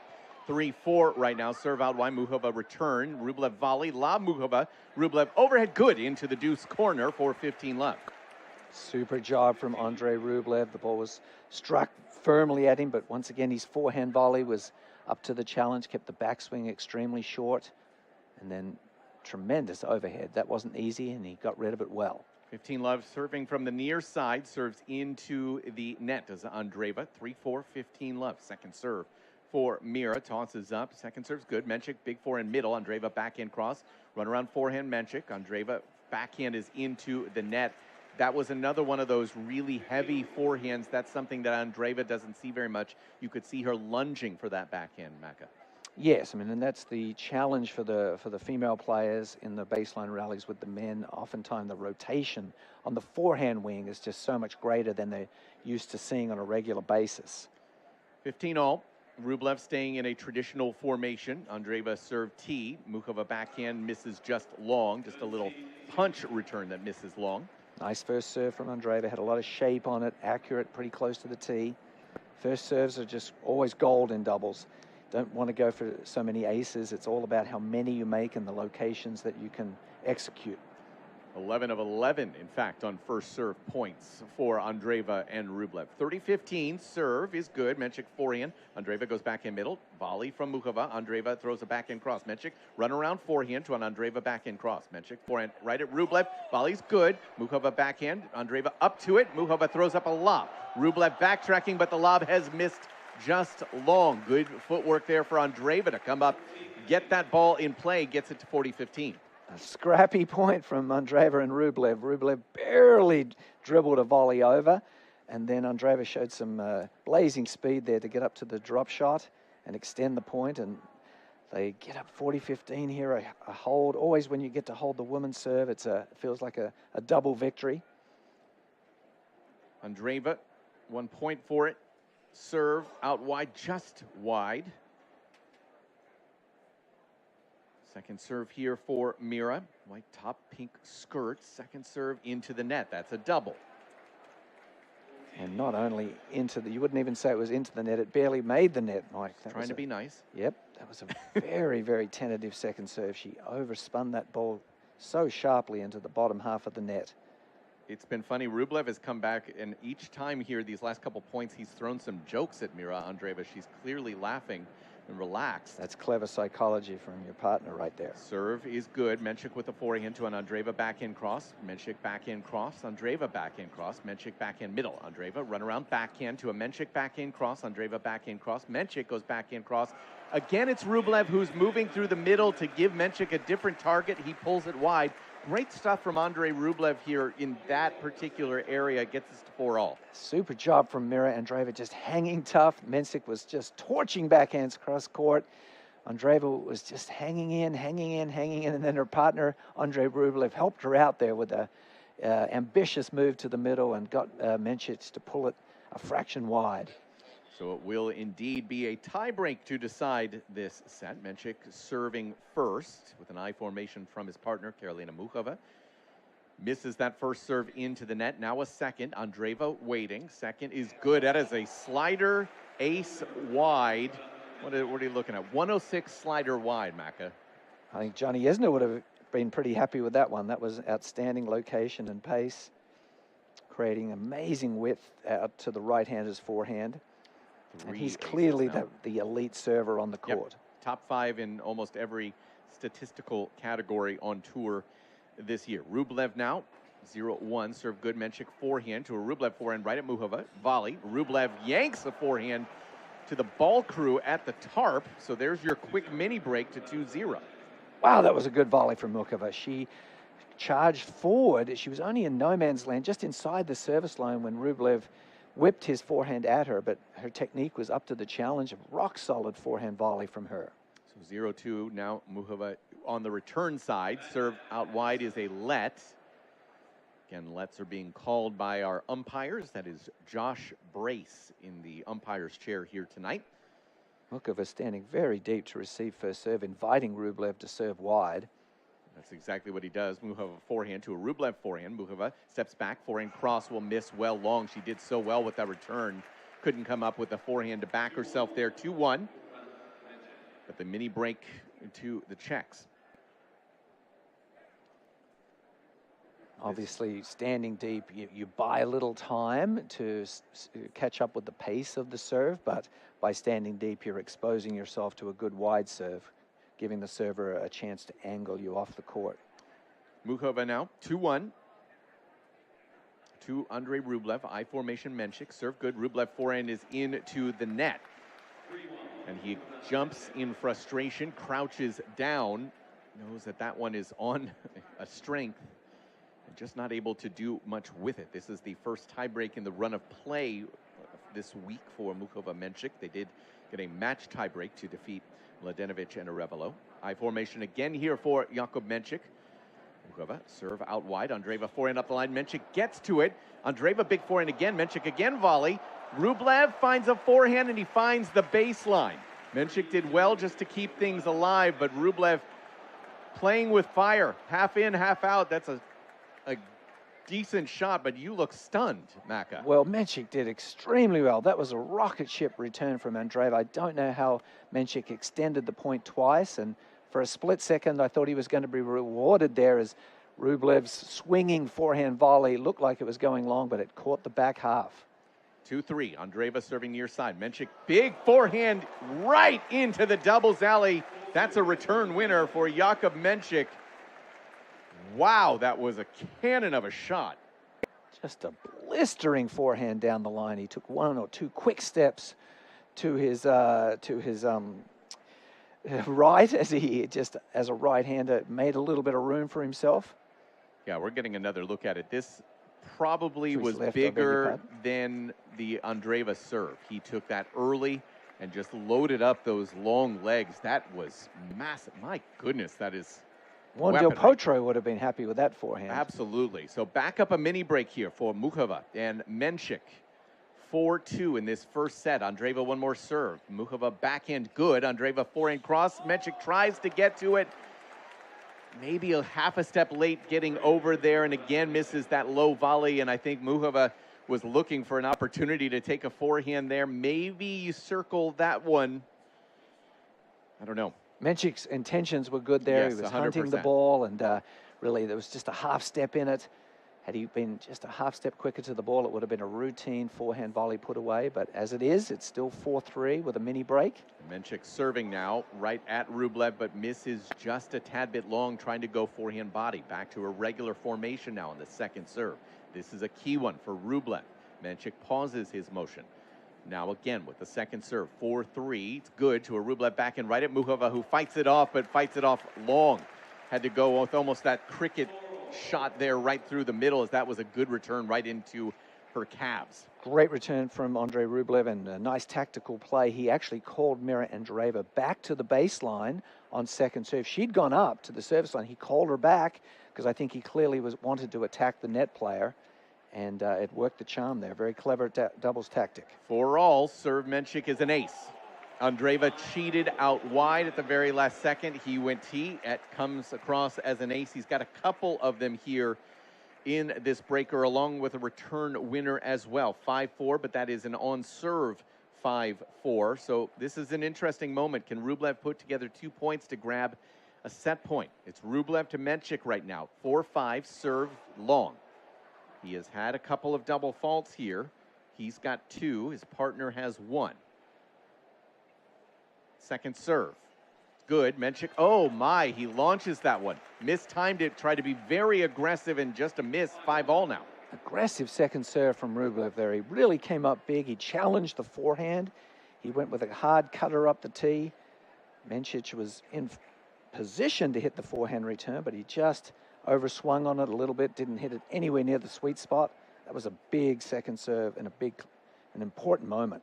Rublev, serve out wide. He's missed it wide. And Muchova was, again, way, way back. He was trying to find that little cutter, couldn't do it. So Muchova is going to have a look. 5-all second serve, good. Muchova backhand inside out to a Rublev forehand, goes cross. Muchova forehand cross. Rublev forehand up the line, good. And 6-5. Listen, if you feel like you have 2 second serves to look at from Rublev, you better steal one of those points. Instead, Rublev earns the set point for he and his partner. Muchova did her job. She made a fine return and a pretty good next shot. And Rublev sensed that Mensik was going to poach, and he just absolutely rifled his forehand down the line. Mensik didn't even go, but the forehand was so accurate, it went for a sizzling winner. Muchova to Rublev on this set point for Rublev and Andreeva. I formation Mensik. Muchova serve. Rublev forehand up the line. He's missed it long. He mistimed it badly. 6-all. Really bad timing. Yes, and he moved around to get a forehand and then had the line open, but that's the confidence right there. You said his forehand statistics have been down, Mike. Just coming off a sensational forehand on the previous one, you would think that the confidence would have been flowing in his veins and he might have executed there, but he really reached for it, just double clutched at it, doubted himself, and the set point was wasted. And he just looks over at his team throughout and is just making those motions, just saying, what am I doing on this forehand right now? And I don't know that they're going to be able to provide an answer in that moment, but yeah, that's a tough miss for Andrei Rublev. Set point, Fernando Vicente getting a lot of the heat there, the coach for Andrei Rublev. Another serve from Muchova. It's good. Volley from Mensik. Andreeva goes right back at him. Now she has to throw up a lob. Muchova backtracks. The lob is good. Muchova forehand goes up the line to Andreeva forehand. Muchova forehand up the line. Good. Andreeva forehand up the line is not. She pushes it just wide, so now a set point goes the other way at 7-6. Truly a game of inches. Muchova's forehand inside in, as we say, just barely stayed inside the line. Andrei Rublev at 6-7. I mean, this is a high pressure cooker of a situation right now. Okay, Andreeva serving near side to Jakub Mensik. Serve good. Mensik forehand. Good on the baseline. Muchova volley right at Rublev, who reflexes it. Muchova volley. Good! Muchova steals it. Mensik, Muchova, 1 set away from the finals. Wow, 8-6 in that breaker. And just a really good return there with depth from Mensik to set things up and really open up the court. I feel like the return was a little bit lucky. It wasn't clean. Somehow it just landed on the baseline. And then Muchova that's where her one-handed skills just came into the fore. She moved to her backhand side and just carved a little one-handed backhand volley for a winner. Sam Query interviewing Muchova and Mensik. More pressure doubles. Not really, but you know, we are at the Ashes Stadium. It's big. We obviously want to win now, so I think we are very competitive. So there's always some pressure. Jakub, you've hit some phenomenal forehands in this first set. Is that something you're going to continue to look for? Yeah, but also phenomenal forehand sometimes throughout, you know, but no. Good. Better to listen to your partner. Definitely. All right, good luck. Yeah, I think Jakub Mensik would be wise to look for some more forehands. He seems to hit them well. Gil, you're down there. I mean, that one forehand return winner from Jakub Mensik was just outlandishly good. Yeah, amazing. And he hit a couple of massive forehand returns in that opening frame. A few of them actually surprised me because Menchik's backhand side is a lot more solid than his forehand. So when he's actually running around and choosing a forehand return instead of taking the two-hander, that tells me something about his confidence. The forehand, if I had to say Mensik has a weakness, that's the one. So for him to come through and play some incredible, massive forehand winners in that first set says a lot about how he's feeling about his game right now. And then no surprise here, but how good are Muchova's volleys? Yeah. Probably the best on the WTA tour, and it showed in that first set. Yeah, that set point was really a mistimed forehand return from Mensik. It was lucky to go in, and then Muchova capitalized on it really well. And I think Rublev and Andreeva would be wise to actually target the Mensik forehand return. His backhand return is solid, and running around, sometimes a lot of people are more comfortable moving to their left and crushing forehands. But when you actually, Jack Sock was very like that. When you actually served to his forehand, he didn't like it as much. You know, I hear that Jack Sock might have a new pickleball doubles partner. Is that right, Mike? Oh, you didn't see the viral clip? Gil knows what I'm talking about. Daniil Medvedev went on a rant last night. He was playing in Winston-Salem, lost to Martin Dahm, and oh, he thinks he can try his hand at pickleball. He knew where the microphone was and just started talking for a little bit about how he might have to go play mixed doubles and play men's doubles and pickleball with Jack Sock. Well, I've got news for him. It's not as easy as it sounds making that switch. Those pickleball professionals are good at what they do. Serve from Andrei Rublev. The return was a lob from Jakub Mensik, and Mira Andreeva easily puts that one away. 2:30 love. So a little bit of a ways back right now for Andreeva and Rublev into this second set. Andrei serve up the tee as Muchova had been moving over to cover that wide serve. Gets burned up the tee. So ace for Andrei Rublev, first of this set. They've got 3 as a team here for this match. Now game points at 40 love. Serve Rublev is another ace. So he puts them back to back. Very comfortable hold. And that's good scoreboard serving from Andrei Rublev there. When the chips are down, he favors these cutters to the right-hander's forehand, but he was up 30 love there, and he just went bang, bang, flat ace to the backhands, which are not a serve that he would probably trust under pressure, but that's scoreboard serving. When there's not a lot of pressure, that's when you go for your least favorite serves and keep your opponents off the scent so that hopefully when it really matters, they're not sitting on your favorite serve. Well, last serve, by the way, from Andrei Rublev, 135. So he's packing a little bit of a punch as well. Jakub Mensik has the biggest of the night, 136. Serve from him, tee just a little bit long. His last 2 losses to some big servers himself. Jakub Mensik last couple weeks. Second serve good, Andreeva backhand, Mensik forehand middle. Andreeva has to lob a forehand long, but he lost to Ben Shelton 3-1 in Montreal. I was there courtside for that one. I think that might have been the best match I've ever seen from Ben Shelton. But then Mensik also, he struggled a little bit with Thiago Turante, who's by numbers in terms of pace, the biggest server on tour right now, Thiago Turante. Mensik serve up the tee. Rublev can't keep up with that one. Have you, I don't know, I know Gil, I think Gil, you've called a couple Thiago Turante matches. Have you ever seen Thiago Turante, Macca? Not as much as I need to. Obviously, he's a formidable upcoming player. He's been around for a couple of years now. He's 25-ish, making a mark. Mensik gets another return error. Gil, I'll put you on the spot there. Have you actually seen Thiago Tirante in person? Yeah, he has an absolute cannon. And if you look at the fastest serves recorded on the ATP Tour this year, it's all Tirante, where he's been flirting with 150 a few times. Yeah, it's pretty stunning. The forehand sounds like a cannon as well. Mensik gets another return miss, 1 game all. So, you know, that's what we do here on US Open Radio, right? We just get you prepared for some things that you might see over the next couple of weeks. Tirante with deep runs in both Canada and in Cincinnati. He could be a force to be reckoned with here over the next couple of weeks here in New York. I think he's going to be one of those players that nobody wants to see in a draw because he is playing well. It's Mira Andreeva right now, 1-all, serving from the near side. Net and then just a bit long. Second serve here from Andreeva to Muchova. Serve is long. That is a double fault. They have a total of 4 now on the night. She's got a couple of them. Yeah, Mira Andreeva's second serve also looks a little wobbly tonight. She's left one really short halfway up the net, and that one was a couple of feet long. Certainly, you want to feel like, as a player, your second serve is automatic. It should be like Roger Federer. It's not a question of I'll never miss it. It's just a question of where I'm going to put it and how fast. And if you have that confidence in your second serve, it goes a long way. Huge return from Jakub Mensik there. Got a forehand, put it into Andrei Rublev's kidney. Yes, and that's smart tactics from Mensik. He knows he's going to miss a few forehands, but he certainly wants to put the fear factor in you. And if you serve it to there, he's going to take his cut.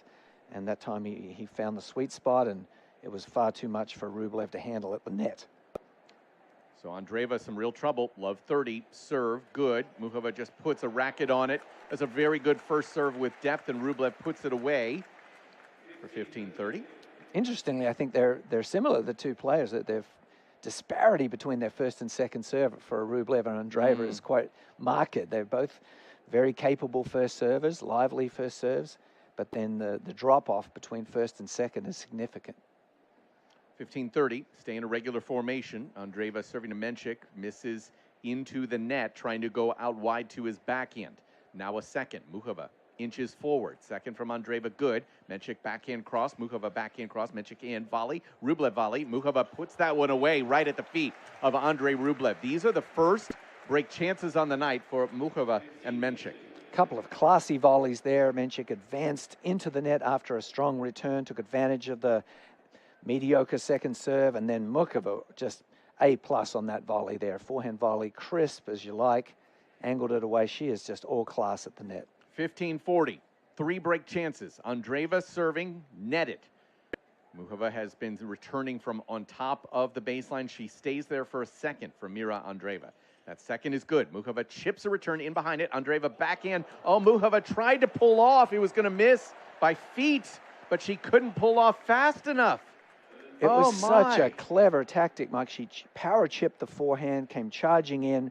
Andreeva completely panicked and hit the backhand that would have landed almost to the back fence.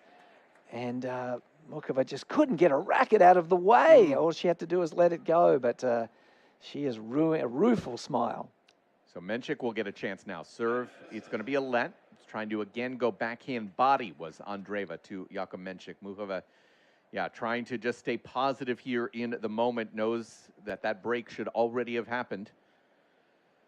We'll try this again with the first serve. 1-all, 30-40 on the Andreeva serve. It is good. Mensik backhand cross. Andreeva throws up a lob, but it's going to miss wide, so the break happens nonetheless. That's the first break of the night in this one. Muchova, Mensik, set and a break lead. Closing in on a final here on US Open Radio, presented by American Express. Chase has been a proud sponsor of the U.S. Open for 45 years and is committed to providing the best experience for customers and fans. Visit chase.com/US Open to learn more. J.P. Morgan Chase Bank, N.A. member FDIC. AT&T Business offers reliable connectivity for small business owners. It's time to choose a provider that's as committed to your vision as you are. Get AT&T Business at business.att.com. calling it ahead of the call, feeling the break point as it breaks, anticipating the turn before it turns. With data, insights, and AI analysis, IBM gets you closer than courtside. Learn more at ibm.com/US Open. When you're flying Emirates business class, sampling our range of vintage wines from the largest selection in the skies, you'll see that your vacation isn't really over until your flight is over. Fly Emirates, fly better. Vital Proteins chats with world tennis champion Jessica Pegula. I want to feel like I'm going out to win. I want to feel dominant, confident. Vital Proteins helps me do that. Stay vital, stay you. Vital Proteins, official collagen partner of the US Open. Enter to win tickets to the 2026 U.S. Open Singles Finals, courtesy of Mount Sinai, official health services provider of the U.S. Open. Enter by September 7th. No purchase necessary. See official rules. Visit mountsinai.org/US Open Sweeps. New York knows legends and history, and we know how to grind. And for sure, how to have a good time.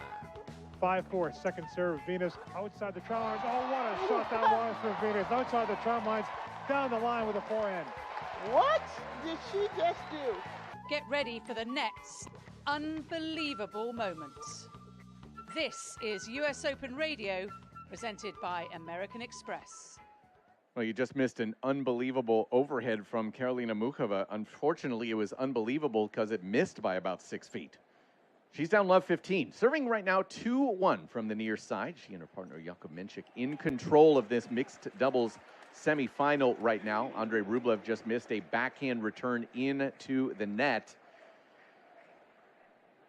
Gil, you're down courtside. I know I'm going to call this point here 2-1, 15-all, but it's been fascinating to kind of see this dynamic with Andrei Rublev and his team. I'll get to you here in just a second after this point. 15-all, I formation again. 2-1, serve good, but it is a let. So another conversation upcoming here for Muchova and Mensik. They're laughing and giggling a little bit about where they want to put this serve. It's an interesting dynamic. We mentioned that these closed match, but there's a different fabric for the men's and the women's kits from Adidas. Serve is just long, trying to go forehand body was Andreeva.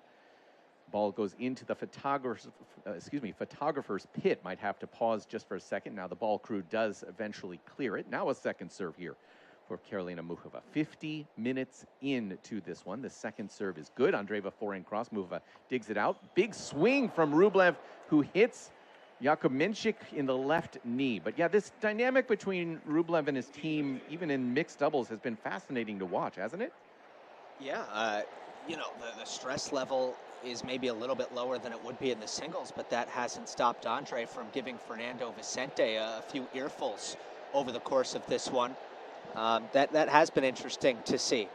And just to be clear, we have not had a Marat Safin sighting, have we? No, I'm right across from the box. He's not there. Okay, Muchova serving here. 15-30, serve is long, trying to go tee this time.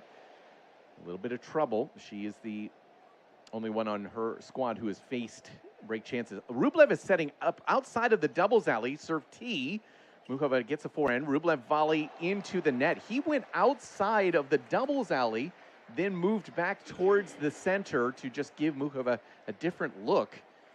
Doesn't pay off, 30-all. Yeah, no, that was a smart play on a big point to give the server a different optical viewpoint, and she was up to the challenge. She executed a fairly nice tee serve. He was there, he recovered, made the return, but then charged in and bungled the volley. Serve from Muchova, good. Andreeva backhand, Muchova in behind a forehand. Rublev forehand right back at her. Her volley is good. Andreeva forehand again. Muchova touch volley. Andreeva there, up, forehand, lob from Muchova. Then Rublev puts that into Mensik, who can't come up with that low forehand volley. So Andreeva, Rublev will have chances to get the break back. They're 0 for 2 tonight. Nice point from Andreeva, setting up her partner.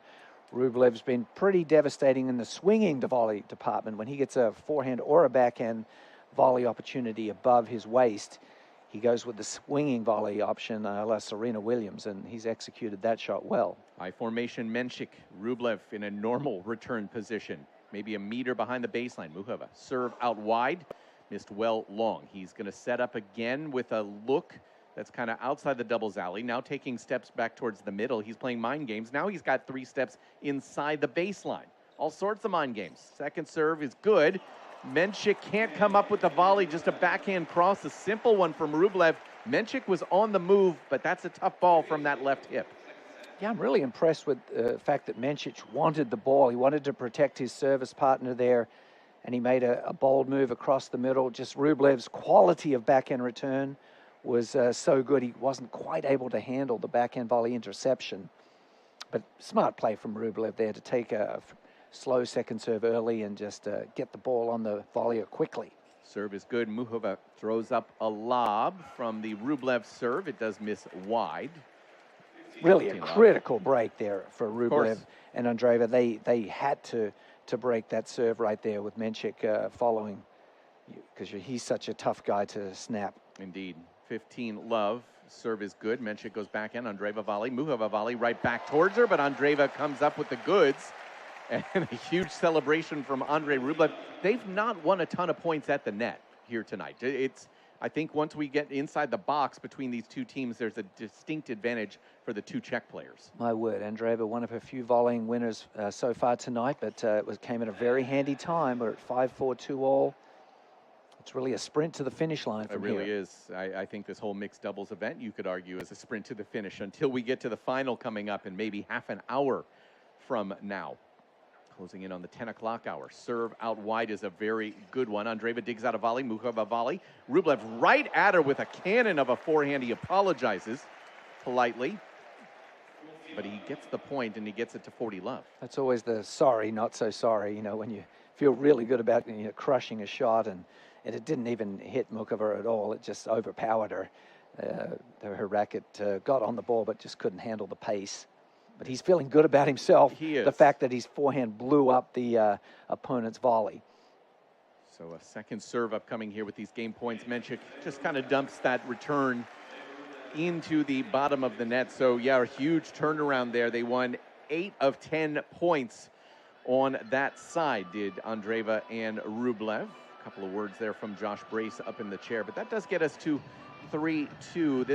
It is kind of interesting. We're going to be playing late into the night tonight.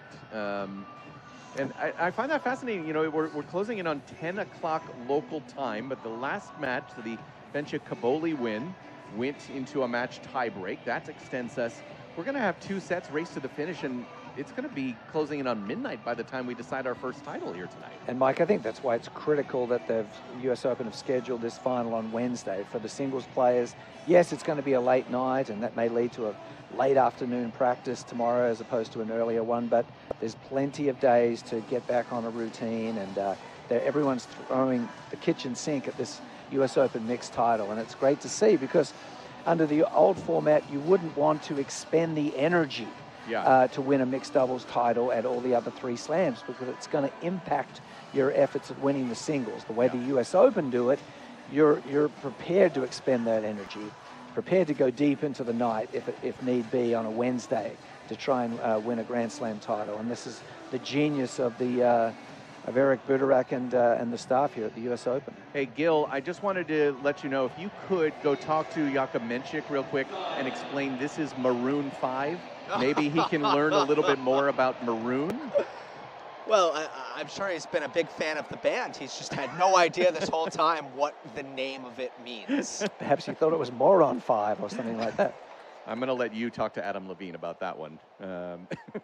It is Jakub Mensik who's serving here 2-3, serves out wide, lob Andreeva. Muchova easily puts that away into the ad corner for 15 love. Speaking of Maroon 5, a little shout out to James Valentine, who's a good tennis player, the lead guitarist, great friends with Mike Bryan. Okay. So James, if you're listening, g'day mate, and keep up the good work with your tennis game. Serve from Mensik is into the net. Rublev is the one returning here. 2-3, 15 love. Second serve, a huge one from Mensik. Return just misses, yanked by Rublev just off of the top of the strings. It almost came back into play, misses by, we'll call that, 10 millimeters? Something like that. The quality of the Mensik second serve is just so high, isn't it? His first serve is fearsome, it's thunderous, but then even if he misses the first, the second serve is no picnic to return. He serves here, 30 love. Return is a lob. It's going to miss well long. And yeah, Gil, you can talk about it. This second serve from Mensik has been quite potent through 2026, hasn't it? Oh my God, huge improvement. I remember calling Jakub Mensik's second ever ATP tournament in February 2 years ago in Doha. He had a big run, but his second serve was powder puff. His first serve was always huge, but there used to be a huge gap between the two, and Jakub's worked very hard to close that gap. Yeah, and it's really paid off here, and just a lot of consistency through 2026. 2, 3, 40 love, second serve. That's a double, so we have cumulatively jinxed him as well as can be done. Complement the second serve. All three of us do it, and then it's almost a guarantee to have a double fault there. It happens so often, Mike. It's surely not just a coincidence. That said, still has some game points. 40-15, serve out wide, and Andreeva can't come up with this one. So both of the women were broken in their last. This becomes obviously a pretty important stretch here. Went to a tie break for our first set. See if we'll get there for a second as well. But yeah, it's crucial right now. Andreeva, the first of the two women to serve. Yes, and these two games are a lot closer to 50-50 about whether it'll be a hold or a break, where when the men are serving, you feel like those odds are shifted, especially when Jakub Mensik is serving. Yeah, Rublev has had a little bit more trouble missing some first serve. Serve up the tee from Andreeva, the return from Muchova, just a little bit long. That's quality first. We're about an hour into this one, just about to hit the 1 hour mark for this match. That was a quality first serve. The first 2 points of games are so important. The Bryans used to focus so much importance on the first 2 points when they played their doubles, and executing your plays in the first 2 points takes all the pressure off. Andreeva comes up with another first serve, just simple, both of them. T serves from Andreeva, gets a return error from Jakub Mensik. So 30 love pretty quickly. And that's why you want to go with your best serves in the first 2 points of the game a lot of the time. Serve T, good return. Now Andreeva goes forehand to a Muchova forehand right at Rublev, who puts a backhand into play. Mensik then has a huge forehand, laughs as he takes that right. We'll call it the midsection is what we'll call it, Maka. That forehand could have prevented Andrei Rublev from ever having children. Yeah, you don't want to get hit there, Mike. I'm afraid as a doubles player, I copped a few over the years. But both of them just smiling, thumbs up towards each other. Everything is on the up and up. 30-15 here at 3-all. Serve, good. Mensik forehand to an Andreeva backhand cross. Mensik forehand again at Rublev. He volleys it. Mensik again volley. Rublev volley right past him. And you see the disparity between the Rublev forehand and backhand volley in those last 2 points. At 30 love, he had a fairly diabolical backhand volley that led to a loss of point, but on the forehand side, he's withstood a barrage of heat there from Mensik and turned the tide and helped his team to a 40-15 lead. That forehand volley is not too bad. Serve out wide. Chip return is short and good. Very good from Karolina Muchova. I don't think Andreeva or Rublev read it off of the... I think they were expecting that drive chip return, and then in behind it, it was almost a drop shot there. You don't see that too often, the drop shot return. It was certainly accidental. She was trying to power chip it solidly, but she mistimed it and ended up being a forehand drop shot cross-court winner. So 40-30 now, and Mensik will get a look. Andreeva serving near side, serve just a bit back, trying to go forehand body. Now a second upcoming from Andreeva. Mensik doesn't change his return position. Second serve good. Mensik goes backhand cross. Andreeva backhand cross. Mensik volley. Andreeva forehand right at Muchova, who puts it to Rublev, who just swings cleanly off that forehand side, puts it into the doubles alley. Clean winner there, 4-3. All four players actually walking to the net, joking with each other. So a little bit of relaxation of that tension. I think still joking about how Mensik almost caused some real body damage there in that game. Yeah, it's all part of doubles. You can get hit anywhere at any time in a doubles match, and you can't take offense. It's just the way that the game is drawn up. Gil Gross down courtside. Has anything really surprised you at all in this matchup, or has it been kind of what you expect from all four of these players? I would say Mensik's forehand performance in set one was a pleasant surprise, but really it has been a lot of what I would expect out of these four. I think the level of the returning in the second set has actually picked up And that's why we've seen, of course, the trade of breaks early on in the set. But I do think sometimes as the match goes on, you get a little bit more used to the return of serve. You start to get a better read. And I would look out for, a more break-centric second set tie break if we get there. Right now, obviously, it's incumbent on Muchova and Mensik to try to force that second set tie break. Yeah, and indeed, and Karolina was, of course, broken in her last. But this crowd is sticking around. This has been a fun crowd here tonight, really enjoying this one. And again, it's been a long break right now for Belinda Bencic and Flavio Cobolli, right? They're going to have to come back out, get warm pretty quick right after this one. I don't anticipate a break of more than like 15-ish minutes in between this semifinal concluding and our mixed doubles final. It will be fascinating who it favors, Mike, Indeed. if the team that rested comes out strong or if they get off to a slower start. Certainly there was no problem getting the rice into the system. Indeed. They were talking about getting a bit of rice after the match. Well, they could have had 4 plates by now. Karolina Muchova serving right now, 3-4. Mensik in a regular formation. Andreeva returning. Muchova serve good. Andreeva forehand middle. Muchova forehand to an Andreeva forehand cross. Muchova forehand cross. Andreeva forehand cross. Volley from Mensik as he was moving forward, but that ball again dipped below the height of the net, and he can't come up with that low volley. That's happened a couple of times. He's done some good things at the net, but Mira Andreeva, I'd say her last 10 minutes have been especially good. She held her serve critically there at 3-all, and now her ball striking has given her team a love 15 opportunity. 3-4, love 15, I formation, Mensik. Serve, Muchova is good. Rublev back in cross, clean. That was even the spot where Mensik was covering it, taking away that cross, and he still comes up with the angle right past the left side of Mensik. Love 32 points away. Yeah, and that's where Andrei Rublev is at his best, taking the ball early inside the baseline, and he's not tempted to overswing. Then it's just all about hitting the ball sweetly, and that's exactly what happened there. Beautiful stroke. So I formation this time for Mensik to the Andreeva return. Muchova serve, good. Andreeva, no, she mistimed it. Off of the frame, misses well, long and wide. Framer, and it is 15-30. Nice move from Mensik at the net there. He played the I formation, came out of the I formation, moved to cover the line. Andreeva might have seen him in her peripheral vision, causing the shank on the forehand. But this becomes the moment. Can Rublev create the 3-set points? 15-30, 3-4. I formation, Mensik again.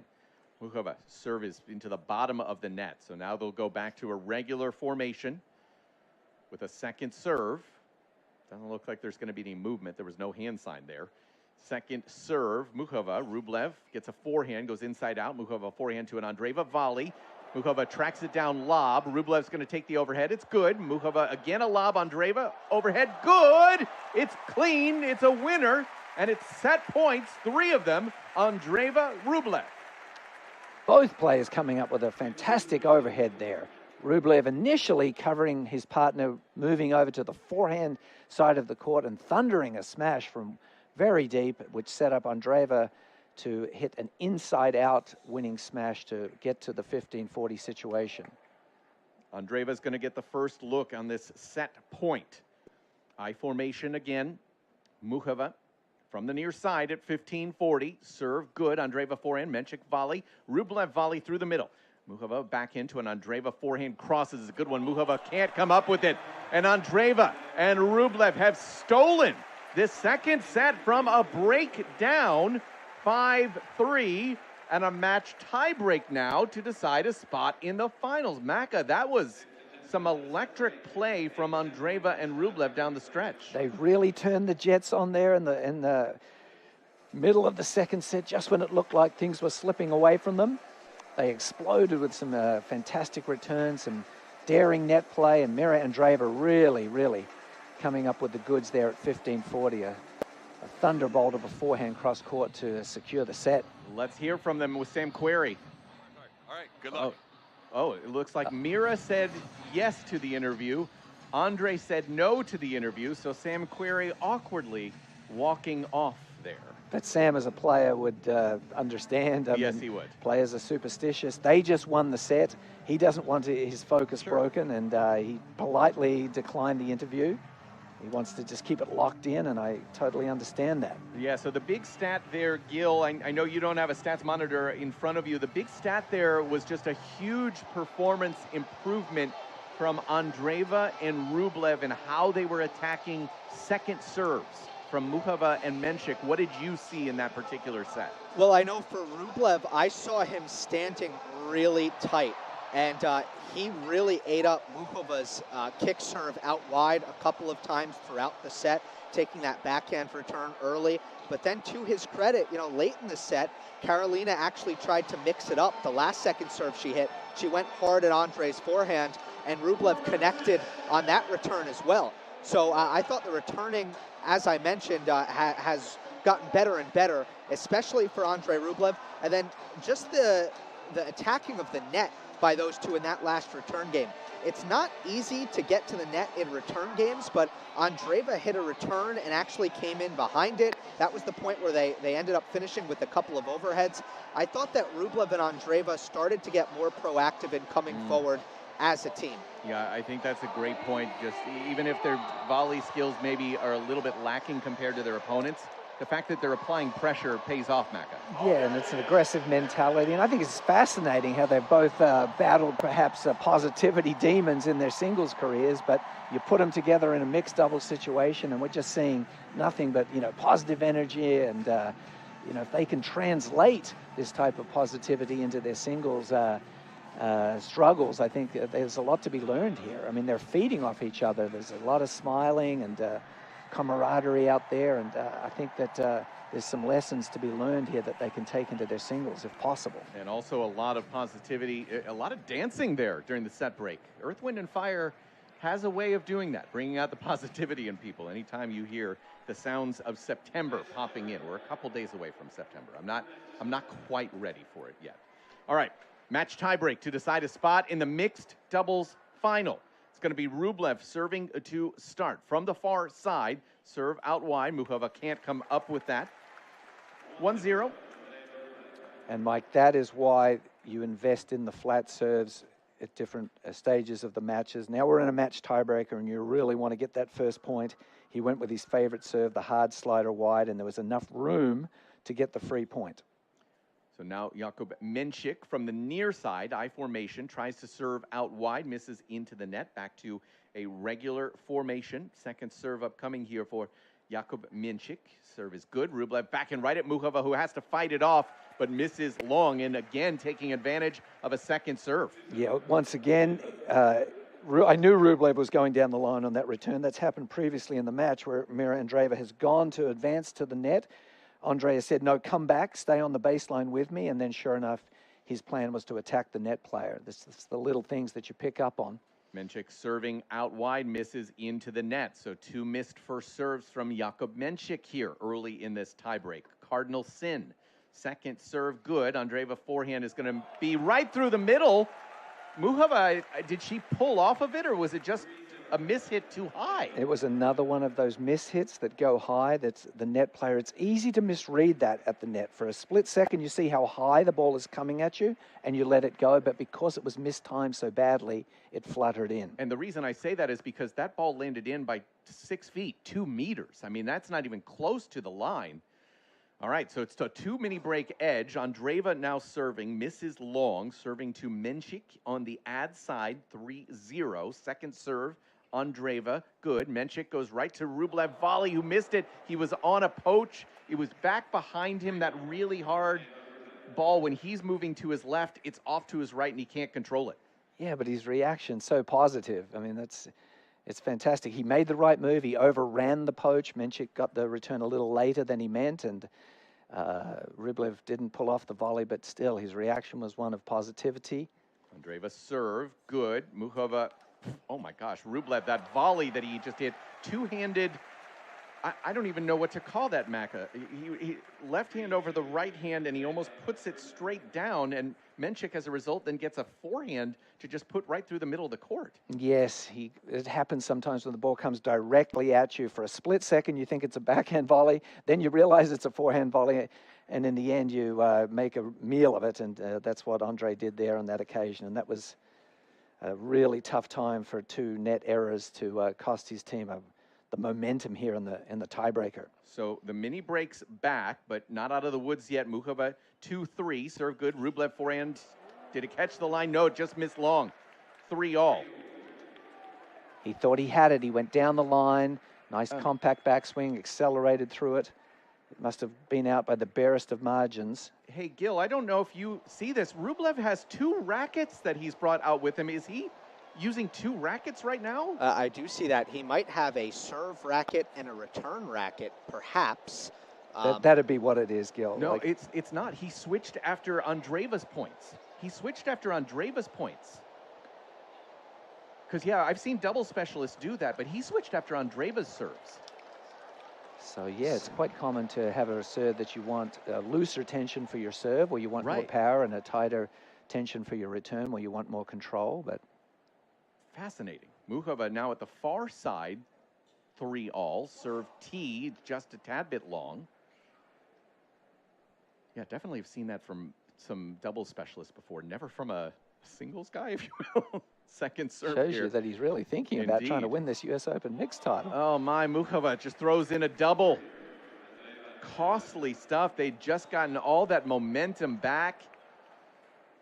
Level, and then just a mini break up once again, maybe 2 millimeters back from Muchova on that serve. So 4-3. It was certainly an aggressive double fault. She was, the pace was up. She was challenging the forehand of Andreeva, just barely long. Rublev to Mensik. Rublev serving. Good. Mensik back into a Rublev forehand through the middle. Mensik forehand inside out. Rublev forehand inside out. Mensik forehand right at Andreeva. Tries to get the volley in play. She does. Mensik with the forehand. Rublev forehand. Volley Muchova. Rublev backing up the line off the net and good. And Mensik mistimed a forehand right at Andreeva, who did really well to just fight a ball off. It ended up being almost a lob off of the volley and lands on the baseline. 5-3. Oh, you'd have to say that was 90% luck. The fearsome Mensik forehand was struck with incredible power at Mira Andreeva, and she just defensively got a racket on the ball, and it flooded in, just landed inside the baseline, and the momentum right now with Rublev and Andreeva. And whatever it takes, right, to just keep things just will alive. that ball in. 5-3. Rublev serve to Muchova, who throws up a lob. It lands good but short. Rublev forehand through the middle. Muchova backhand middle. Volley Andreeva. Mensik in behind a forehand. Now he hits another forehand off the net. Good. Andreeva forehand. Right past Mensik. 6-3. All the luck is on their side right now, and they stay out in front. And look at Andrei Rublev. You've never seen him happier. Just jumping up and down like an Energizer bunny. Mensik was in position to win that point with his forehand, but he just put a fraction too much topspin on a easy one and caught the tape, and it popped up, and Mira Andreeva had the simplest of putaways. Sometimes the tape can be a friend, and sometimes not. Mensik now 3-6. He has missed all of his serves in this match tiebreak. 0-for-3.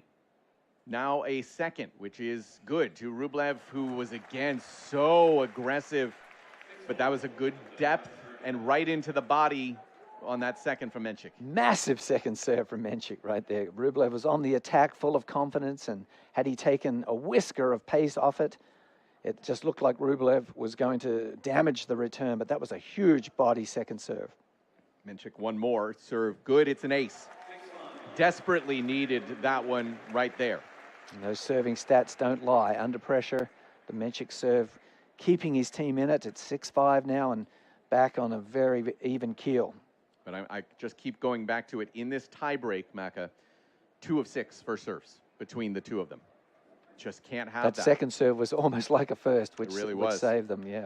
So now Andreeva, 6-5. Lost both of her service points earlier in this breaker. Serve here to Mensik, who hits a forehand good off the baseline. Now he's going to step in to a backhand at Rublev, who volleys it. Muchova backhand volley. Now Mensik forehand volley. Andreeva throws up a lot. Muchova, oh no! Muchova, high forehand volley. She hits it to the back tarp, throws her racket in frustration over the net. It was a fantastic point, and what you'd consider to be the soundest volleyer perhaps on the court. Muchova, like just, sometimes the high forehand volley, Mike, is an underrated shot. It's an easy one to miss. And I mean, the pressure of the situation must have just got to her in that split. fraction of a second that she had to put it away, and what a monumental point to overswing on a forehand volley high. Yeah, we just got to look at a replay. I mean, that racket went so far back. And that's why it's easy to miss, Mike. It's because it's so tempting. Yeah. You're so tempted to take the backswing back, and then you lose control of the racket face on impact. Can she recover here? Andreeva to Muchova. Serve good. Muchova backhand return misses well long, 8-5. Firmly in control now are Andreeva and Rublev. It looks like Andre has... Did he just go to get another racket, Gil? Yeah, he did. He's taking 2 rackets back with him now. He's going to put one in the corner. So he's got some sort of algorithm figured out, Mike. I just don't know what it is. It doesn't make any sense because, again, he's changing rackets after the Andreeva serve. Is it a net play racket and a baseline racket? I would guess when he's about to return, he wants a tighter string job. Okay, Muchova, 5-8, serving from the near side to Andrei Rublev. Serve is good. Rublev backing up the line. Muchova forehand to an Andreeva backhand inside out. Muchova forehand cross. Andreeva forehand crosses into the net. 8-6 now. Wow, Muchova really stepped up there. She was under duress. It was a good return from Rublev down the line, and Muchova had to withstand a couple of very difficult forehands. As it turned out, it was the Andreeva forehand that missed into the net, but Muchova really stepped up there at 5-8 down. That was a must-win point. As is this one. 6-8 on the Muchova serve. I formation again from Mensik. She's serving right now to Mira Andreeva, who's about a meter behind the baseline. Serve, Muchova, into the net. Be interesting to see if Rublev comes up to the net or stays on the baseline. It looks like he's staying back. She has double faulted her last time to the deuce side. Second serve is good. Andreeva inside out backhand misses wide. Little pinch from Jakub Mensik there, forcing the issue. Muchova holds her own. But now this match is on the racket of Andrei Rublev. He will have 2 points at 8-7. He has switched rackets again. He is putting his dampener This is his serving in. racket, yep. Yes, that pinch from Mensik was just critical there. Just that little bit of willingness to look for the middle and create a smaller space for the returner to hit into. The difference between 9-6 and triple match point and 8-7. So very, very good doubles play from Jakub Mensik there. At 8-7, serve up the tee, and Mensik will miss that return wide. Wise choice from Rublev. He went with his hard cutter, his favorite serve, into the less consistent return of Mensik, which is his forehand. And sure enough, under duress, that's when you've got to know where to serve the pressure points. Rublev made the right decision, executed the power cutter into the Mensik forehand. Match points, 2 of them here for Andreeva Rublev. First on Rublev's serve. Tosses up serve into the net. Muchova will get a look at a second. She steps forward to the baseline. Rublev gets a ball from the ball crew. Ready to go with a second. It's good. Muchova forehand cross. Rublev forehand cross. Muchova forehand up the line. Andreeva volley into the net. She missed a simple backhand volley. We play on. Once again, a very, very clever decision from Muchova. Like, she did not really want to get involved in a cross-court rally with Rublev, and wisely she took the forehand down the line. It wasn't blistered by any stretch of the imagination. It was a routine backhand volley for Andreeva to put away and advance to the final, but the pressure of the moment got to her. Mensik now serving, match point down, 8-9. Serve out wide, it's an ace! 9-all, match points saved. Oh, boy, these match tiebreakers are so pressure-packed. The momentum swings happen very quickly. The final was on Mira Andreeva's racket there with a routine backhand volley, but it went into the net. Once again, not having the one-handed volley skills that, say, a Muchova has. And those two-handed backhand volleys can sometimes be problematic. Wow, wow, wow. It's Andreeva who's feeling some tension right now. Rublev goes over with a big smile to get her relaxed again. She's about to try to return the Jakub Mensik serve. At 9-all from the far side. Serve T. Andreeva does get racket on it, but it's into the net. And now things have turned. It is a match point for Jakub Mensik and Karolina Muchova. at 10-9. Now Rublev's got a big decision here. Do I go with my favorite serve again, the cutter down the tee to the Mensik forehand? I believe he probably will.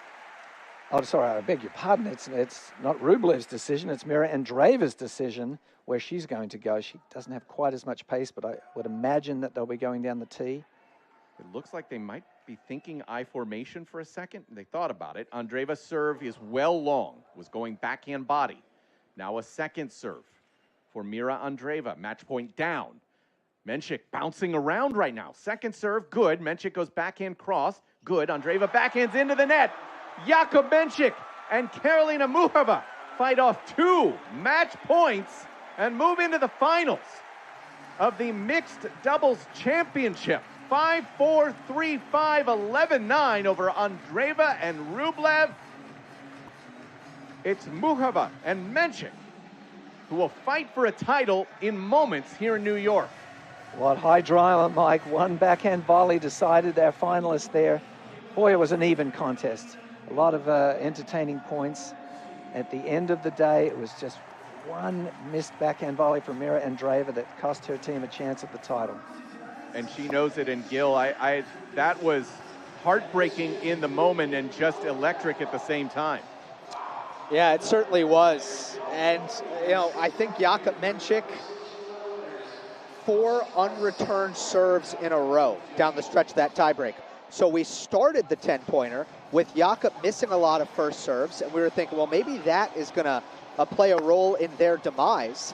But the thing about Mensik is he's going to serve for aces. He's going to serve for free points. To get 4 in a row down the stretch was massive, along with the Andreeva missed backhand volley. And now, with that result, we will have a new Slam champion, because Mira Andreeva, among the 4 semifinalist teams coming into the night, was the only major champion. Yeah, that is indeed correct. So Andrei Rublev actually, you know, just to kind of putting a button on something earlier, he just went over to Sam Querrey to apologize for not having that interview after the set break. It's a nice moment, Rublev and Sam Querrey actually having a chat right now. Muchova and Mensik have taken their spot, but a lot of credit to Andrei Rublev for doing that. Well done on his part. Yeah, I thought he handled everything with class throughout that, but now let's hear from Muchova and Mensik with Sam Querrey. Jakub, congratulations. You guys are now into the finals of the mixed doubles here in New York. I'm going to keep this brief. One question. You guys are coming right back out here in about 5 minutes. I'm going to go to you, Karolina. What's it like playing with Jakub, knowing you guys are in a hole? How much confidence do you have in him with the big serve when you're late in those third set tiebreakers? 100% confidence. You know, I'm just at the net covering my side, and I'm like, ace it out, please, so I can just, you know, stand on my side. And he is an unbelievable player, unbelievable server, so it's pretty easy for me to play with him. Well done. Congratulations. Like I said, going to keep it brief. You guys are back out here in about 5 minutes, so we'll see you soon. Congratulations. Well, I will say, as Sam just said that, Karolina just said 5 minutes. Something tells me he might have a few more minutes. The two of them might have a little bit more than 5. Yeah, and I think he was happy not to answer a question as well. I mean, that's always tough. Yeah, normally when you win a match, it's done. There's that great feeling of elation, and you know you've got at least a day off. But in this situation, you've got the elation of winning your semi-final, but knowing that, oh my goodness, I'm back on the court within minutes to play for the championship. So you certainly don't want to waste time with the post-match interview. You want to try to enjoy the moment briefly and then regroup. You've got to now try and get together. You've got to huddle up, and you've got to say, okay, our next opponents, quickly, what are their strengths? What are their weaknesses? How are we going to win this thing? Something tells me they're going to just focus on their own strengths. There's not a lot of time for a scout, but these two teams getting ready for our first final of this 3-week stretch in New York. It's going to be Belinda Bencic, Flavio Cobolli taking on Karolina Muchova, and Jakub Mensik. Will have the call of the mixed doubles final coming up here on US Open Radio. Presented by American Express. Since 2005, Polo Ralph Lauren has been the official outfitter of the U.S. Open. We are endlessly proud to be part of this special history. Dressing fans, on-court ball crew, and officials of the U.S. Open and Wimbledon. To check out this year's U.S. Open collection, visit the shop located beneath Louis Armstrong Stadium on club level of Arthur Ashe or on ralphlauren.com/US Open. At the U.S. Open, excellence is everything. Savor every moment with Clos de Bois, America's #1 premium Chardonnay and the official wine of the U.S. Open. California Table Wine, copyright 2025, Clos de Bois, Modesto, California, all rights reserved. Total U.S. Mulo, BWS, latest 52 weeks, ending 7/6/25. Don't sweat it with Dove Invisible Antiperspirant, the official sponsor of underarms at the U.S. Open. Dove offers 72-hour sweat and odor protection and invisible application for no white marks, letting you serve your best looks and cheer on your favorites without worrying about your pits or fits. Don't sweat it. Make a racket with Dove at the U.S. Open. To learn more, visit dove.com. When you're flying Emirates business class, sampling our range of vintage wines from the largest selection in the skies, you'll see that your vacation isn't really over until your flight is over. Fly Emirates, fly better. Be there for all the epic matches and iconic moments when the world's best tennis players return to New York City for the U.S. Open. As the official fan ticket marketplace of the U.S. Open, Ticketmaster has the widest selection of tickets available. Witness every drop shot, top spin, and slice in person. Get your U.S. Open tickets today, including 100% verified resale tickets at Ticketmaster.com/US Open Tennis. Chase has been a proud sponsor of the U.S. Open for 45 years and is committed to providing the best experience for customers and fans. Visit chase.com/US Open to learn more. J.P. Morgan Chase Bank, N.A. member FDIC. Harvey is the agentic platform for legal, built by lawyers and trusted by more than 75% of the AmLaw 100. Harvey, serving legal precision. Learn more at harvey.ai. Center court falls silent before the serve. The right entrance commands attention. Quiet power, unmistakable presence. Elevate your arrival in the all-electric Cadillac Escalade IQ, the official vehicle of the U.S. Open. At IHG Hotels and Resorts, we're here so you can guest how you guest. As the official hotel sponsor of the U.S. Open Tennis Championships, IHG has hotels that are serving all the hospitality you'd expect, with 21 hotel brands, 7,000 plus global destinations, and the IHG One Rewards loyalty program. It's time to bounce. Get set to guest how you guest and book now at ihg.com. Calling it ahead of the call, feeling the breakpoint as it breaks, anticipating the turn before it turns. With data, insights, and AI analysis, IBM gets you closer than courtside. Learn more at ibm.com/US Open. With Faye Total Plain Greek Yogurt in your fridge, chances are you'll never skip breakfast again. Thick, creamy, delicious, the possibilities are endless. Top off a bowl of Faye with strawberries, granola, and honey, or add Faye to your favorite smoothie. You can feel good about the naturally delicious taste of Faye yogurt in every bite. Visit usa.fage for even more irresistible ideas. Chase has been a proud sponsor of the U.S. Open for 45 years and is committed to providing the best experience for customers and fans. Visit chase.com/US Open to learn more. J.P. Morgan Chase Bank, N.A. member FDIC. Every point, every upset, every captivating moment of the U.S. Open is played with a Wilson tennis ball. Always New York, always Wilson. The official ball of the U.S. Open since 1978. Be there for all the epic matches and iconic moments when the world's best tennis players return to New York City for the U.S. Open. As the official fan ticket marketplace of the U.S. Open, Ticketmaster has the widest selection of tickets available. Witness every drop shot, top spin, and slice in person. Get your U.S. Open tickets today, including 100% verified resale tickets at Ticketmaster.com/US Open.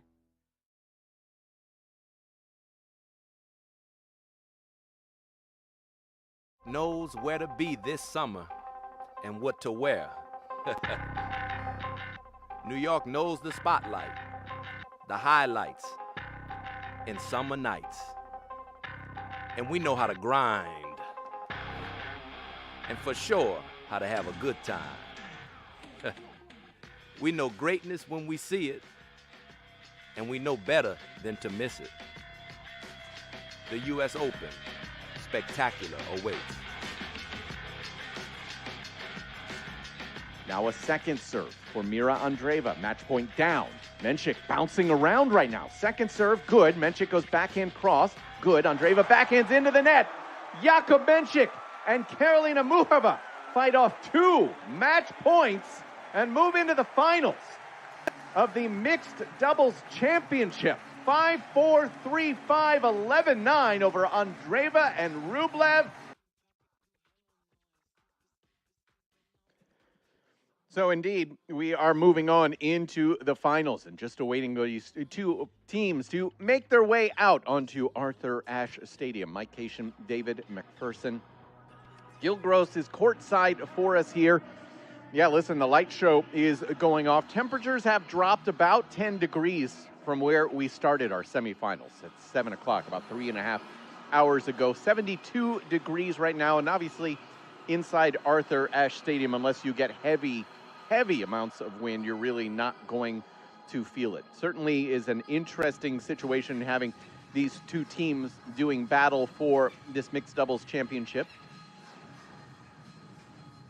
Of course, last year our defending champions, Sara Errani and Andrea Vavasori, they were bounced in the first round of this mixed doubles championship here in 2026. They lost to Andreeva and Rublev.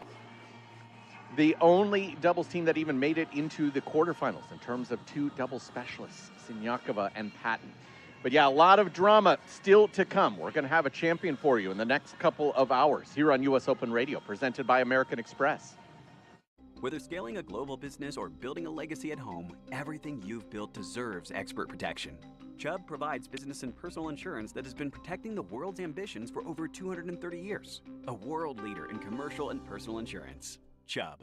Incredible events are even better when you're with Amex. Like at the US Open, where card members can discover tournament perks at the Amex Fan Experience and relax in the card member lounge. Because no one serves up the US Open like Amex. That's membership at its best. Capacity limitations and terms apply. Chase has been a proud sponsor of the US Open for 45 years and is committed to providing the best experience for customers and fans. Visit chase.com/US Open to learn more. JP Morgan Chase Bank, N.A. member FDIC. Tracking your health doesn't have to get in the way of your serve. The new Oura Ring 5 is the world's smallest smart ring. It's designed to disappear on your hand. Track activity, recovery, sleep, and more all from your finger. Get started at auraring.com. Calling it ahead of the call. Feeling the break point as it breaks. Anticipating the turn before it turns. With data, insights, and AI analysis, IBM gets you closer than courtside. Learn more at ibm.com/US Open. Center court falls silent before the serve. The right entrance commands attention. Quiet power, unmistakable presence. Elevate your arrival in the all-electric Cadillac Escalade IQ, the official vehicle of the U.S. Open. When you're flying Emirates business class, sampling our range of vintage wines from the largest selection in the skies, you'll see that your vacation isn't really over until your flight is over. Fly Emirates, fly better. Harvey is the agentic platform for legal, built by lawyers and trusted by more than 75% of the AmLaw 100. Harvey, serving legal precision. Learn more at harvey.ai.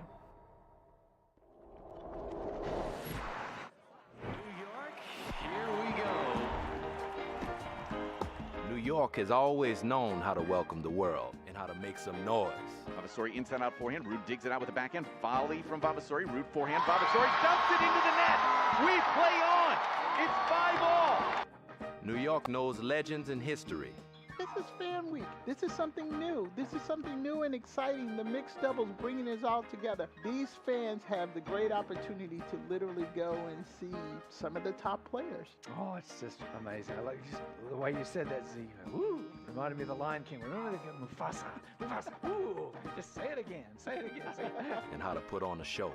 Ruud goes backhand cross, Vavasori, forehand through the middle. Ruud goes forehand middle, Vavasori forehand right at the Swiatek feet, and it's been reimagined, but the mixed doubles result at the U.S. Open remains the same. Aryna, Vavasori for the second straight year. We know flavor, fashion, power, and passion, and we know spectacular awaits us all. The U.S. Open, spectacular awaits. Welcome to the show. Live from the USTA Billie Jean King National Tennis Center in New York, this is US Open Radio, presented by American Express. Well, still just a couple of minutes away here from reintroductions of our two teams, Belinda Bencic, Flavio Cobolli taking on Karolina Muchova and Jakub Mensik. Mike Cation, David McPherson, Gil Gross will be joining us courtside as well here over the next couple of minutes. It's an interesting dilemma. Would you prefer to be the team that has had an hour and a half off, or would you prefer to be the team that has just gone right back into it? Well, Mike, the proof will be in the pudding, I suppose. We'll see which team starts faster in this final of the US Open mixed. But I think if it was me, I would probably like to have played the first semi-final, gotten my food, kept an eye on the other semi-final, and gotten some recent intel about, you know, what they did under pressure, where they served under pressure, what they missed under pressure, and come in with perhaps a little bit more clarity with the game plan, just a fresh new start. Whereas I think for the team that has just won the match, they're obviously feeling euphoric, but you can't feel euphoric for too long. A final is right around the corner. So we shall see, but I think if it was my choice, I'd rather have played the first semi. Well, as you can hear, the music is starting. The lights have started flashing. The crowd getting a treat here, this light show inside Arthur Ashe Stadium. Means we're just seconds away from the players being introduced onto court. Again, our two-time defending champions not here. It will be a first Grand Slam title for two of these four players here tonight. And let's hear the introductions. New York, it all comes down to this. Let's bring back the teams for tonight's 2026 U.S. Open Mixed Doubles Championship Final.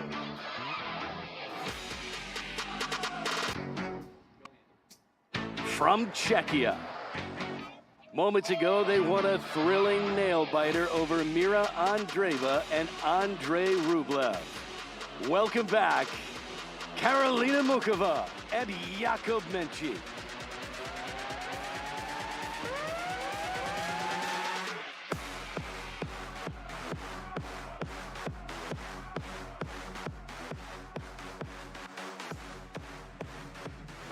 And Indian Wells champions earlier tonight, down a set.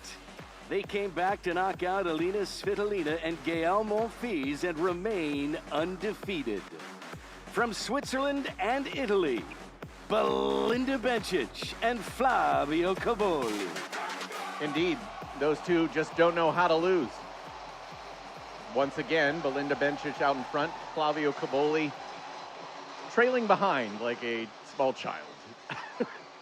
just looks like he's following mom. When the tennis begins, he's ready. Yes, that's indeed. all that matters. But yes, we have Muchova and Mensik with the same maroon outfits. I assume that they're fresh ones. Indeed. But yeah, they were a little sweaty. I think they've definitely changed their outfits, but they've got the same kit on, and they look very, very nice, matching up there with their pink and maroon. Gil, how did you spend your break? Full scout? I thought about getting a snack, Mike. I went up there, I looked at the lines, I did a U-turn. I think that was the smart play. Well done on that. Which would you prefer? Do you have the space, be in the first semifinal, have a little bit of time, or go right again? I would like to go right again. You kind of need to stay warm. You're not going to do like a full cool down. So I think for Muchova and Mensik, it's just going to be, playing 3 hours straight of doubles. I'd much rather be in rhythm, having felt the ball recently, and try to get off to a quick start versus you have to kind of stop the body and restart it if you're Cobolli and Bencic.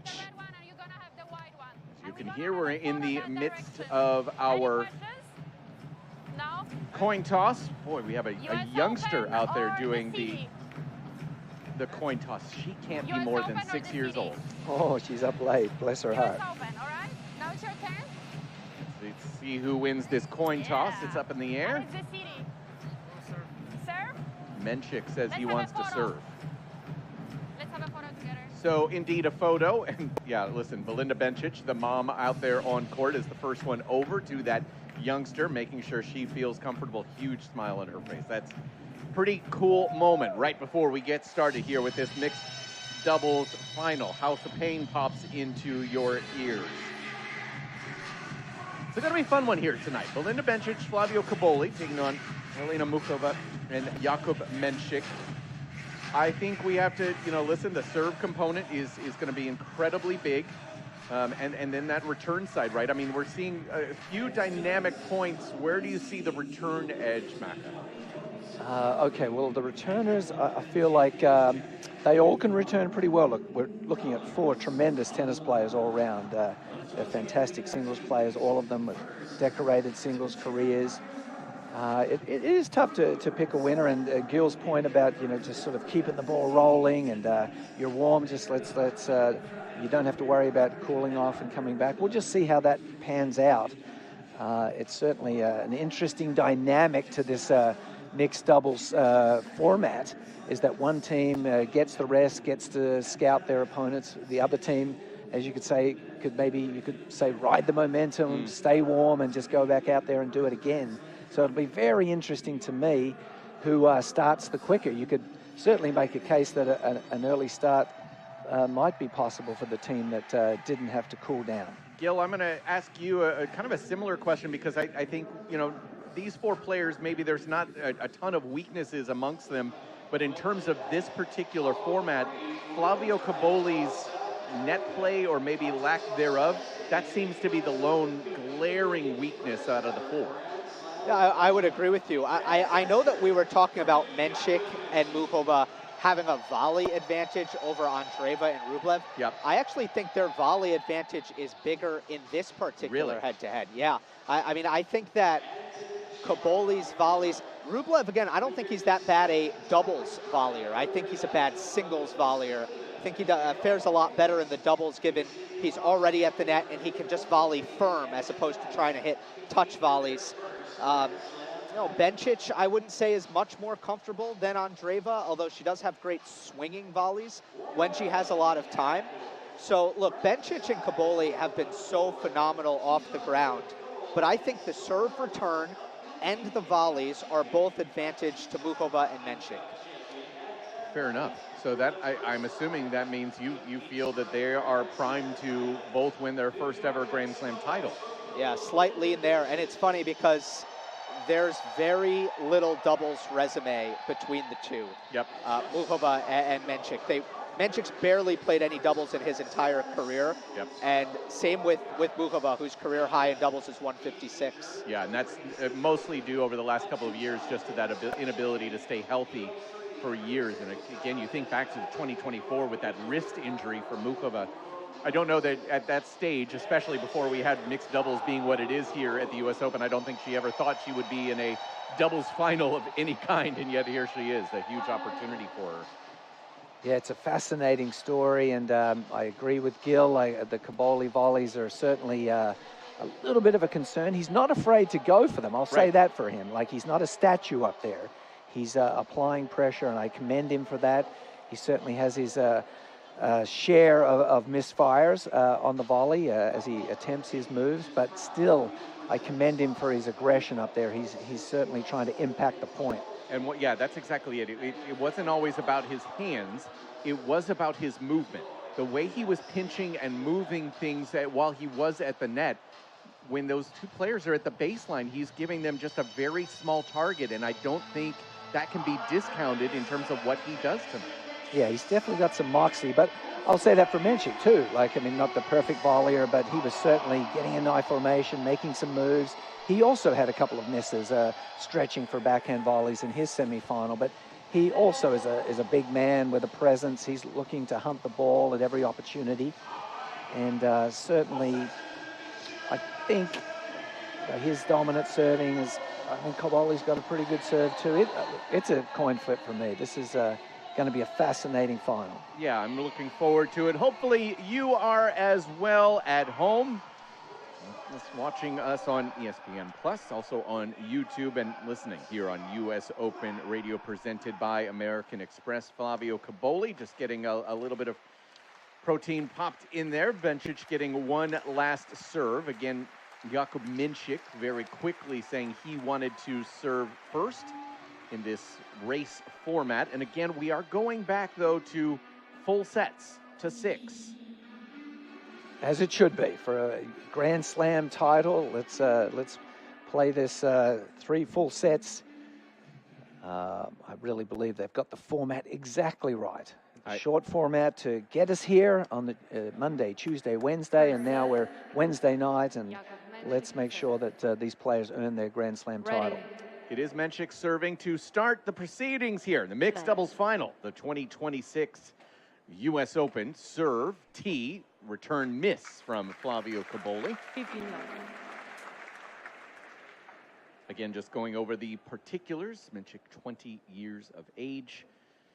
30 and 15 on the year. Really consistent through this 2026 campaign. Very quiet giant, if you will, but just incredibly talented. Serve is good. Bencic with a high return. Muchova gets one volley on it, but Cobolli comes up with a nice reflex there. Put it back at Muchova, gets a volley error, 15-all. Yes, of course, we had that high forehand volley miss from Muchova that we thought at the time would cost them their semi-final, their finals berth, but at that time it was a high backhand volley that Muchova missed. Serve out wide. Cobolli throws up a lob. It's going to miss wide, trying to just poke it back up the line. Yeah, Mensik right now 18 in the world. Career high for him was in March of this year, right before the Miami title points fell off of his ranking. Got to 12 in the world.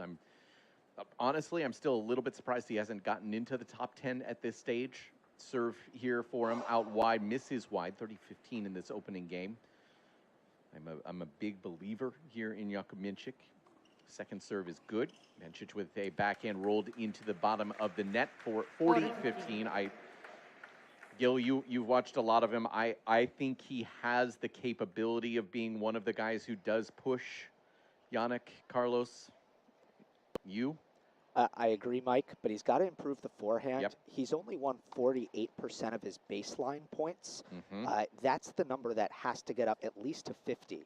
Fully agreed. Second serve for Mensik here, 40-15. It's good out wide. It's not just good, it's great. It's an ace on a second serve from Jakub Mensik, who does take some risk on those seconds from time to time. It's a nice, comfortable hold. I find myself wondering, especially for Muchova and Mensik, did they get reminded that it's to 6? I'm sure they did. And did they hear it? Well, we'll see. But Yeah. Just talking about Menchik's game as it pertains to mixed double strategy, it's fantastic when you've got a lockdown game in mixed. And he serves so overpoweringly, and that was Bob Bryan. Had an amazing lefty serve, and he was a heck of a mixed player, won a ton of mixed doubles titles. Just his game was an absolute lockdown.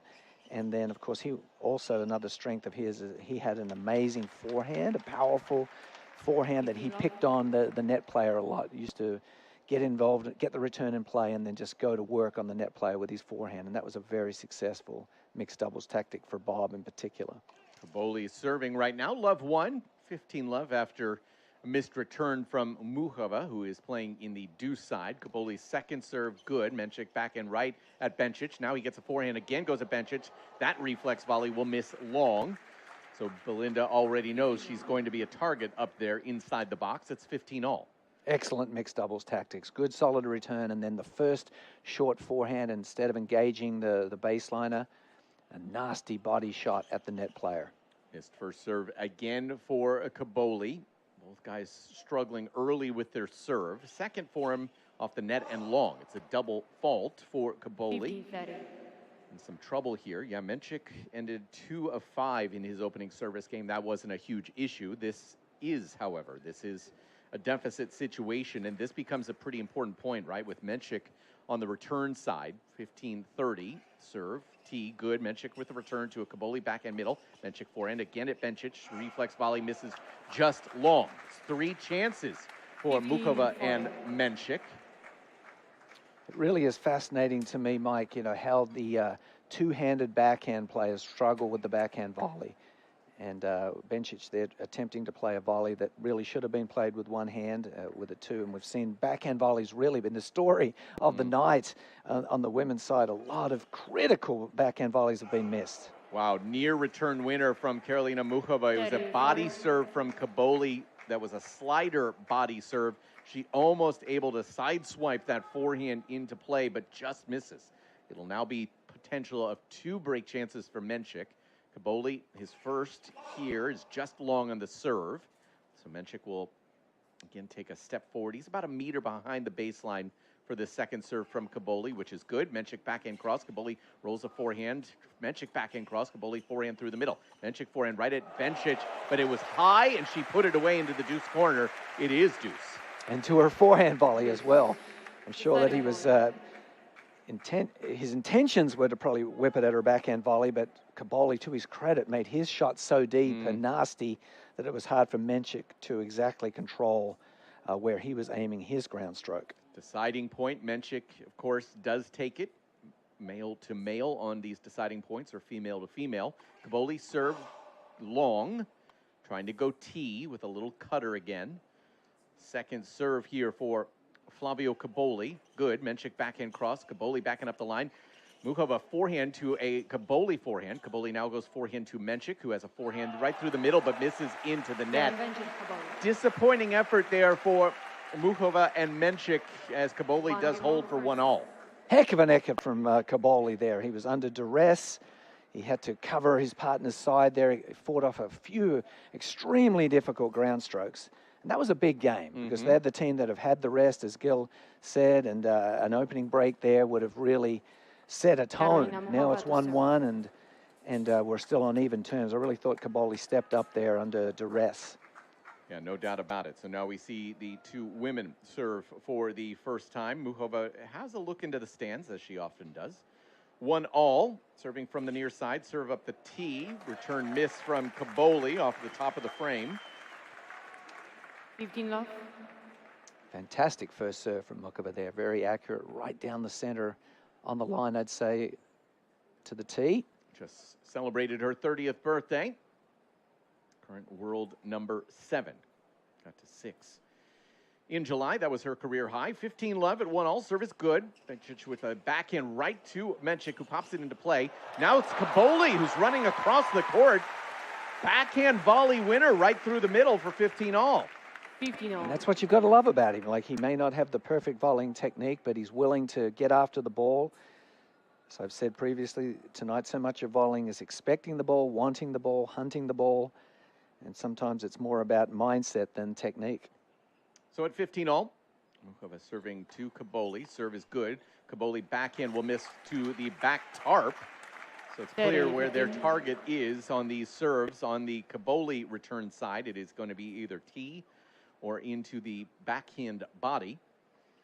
And often in these situations, it's like you get together as a mixed doubles team, and the man says, "Okay, this is what he does, and this is his weaknesses," and the girl says, "Okay, this is her strengths and weaknesses," and you brief each other really quickly.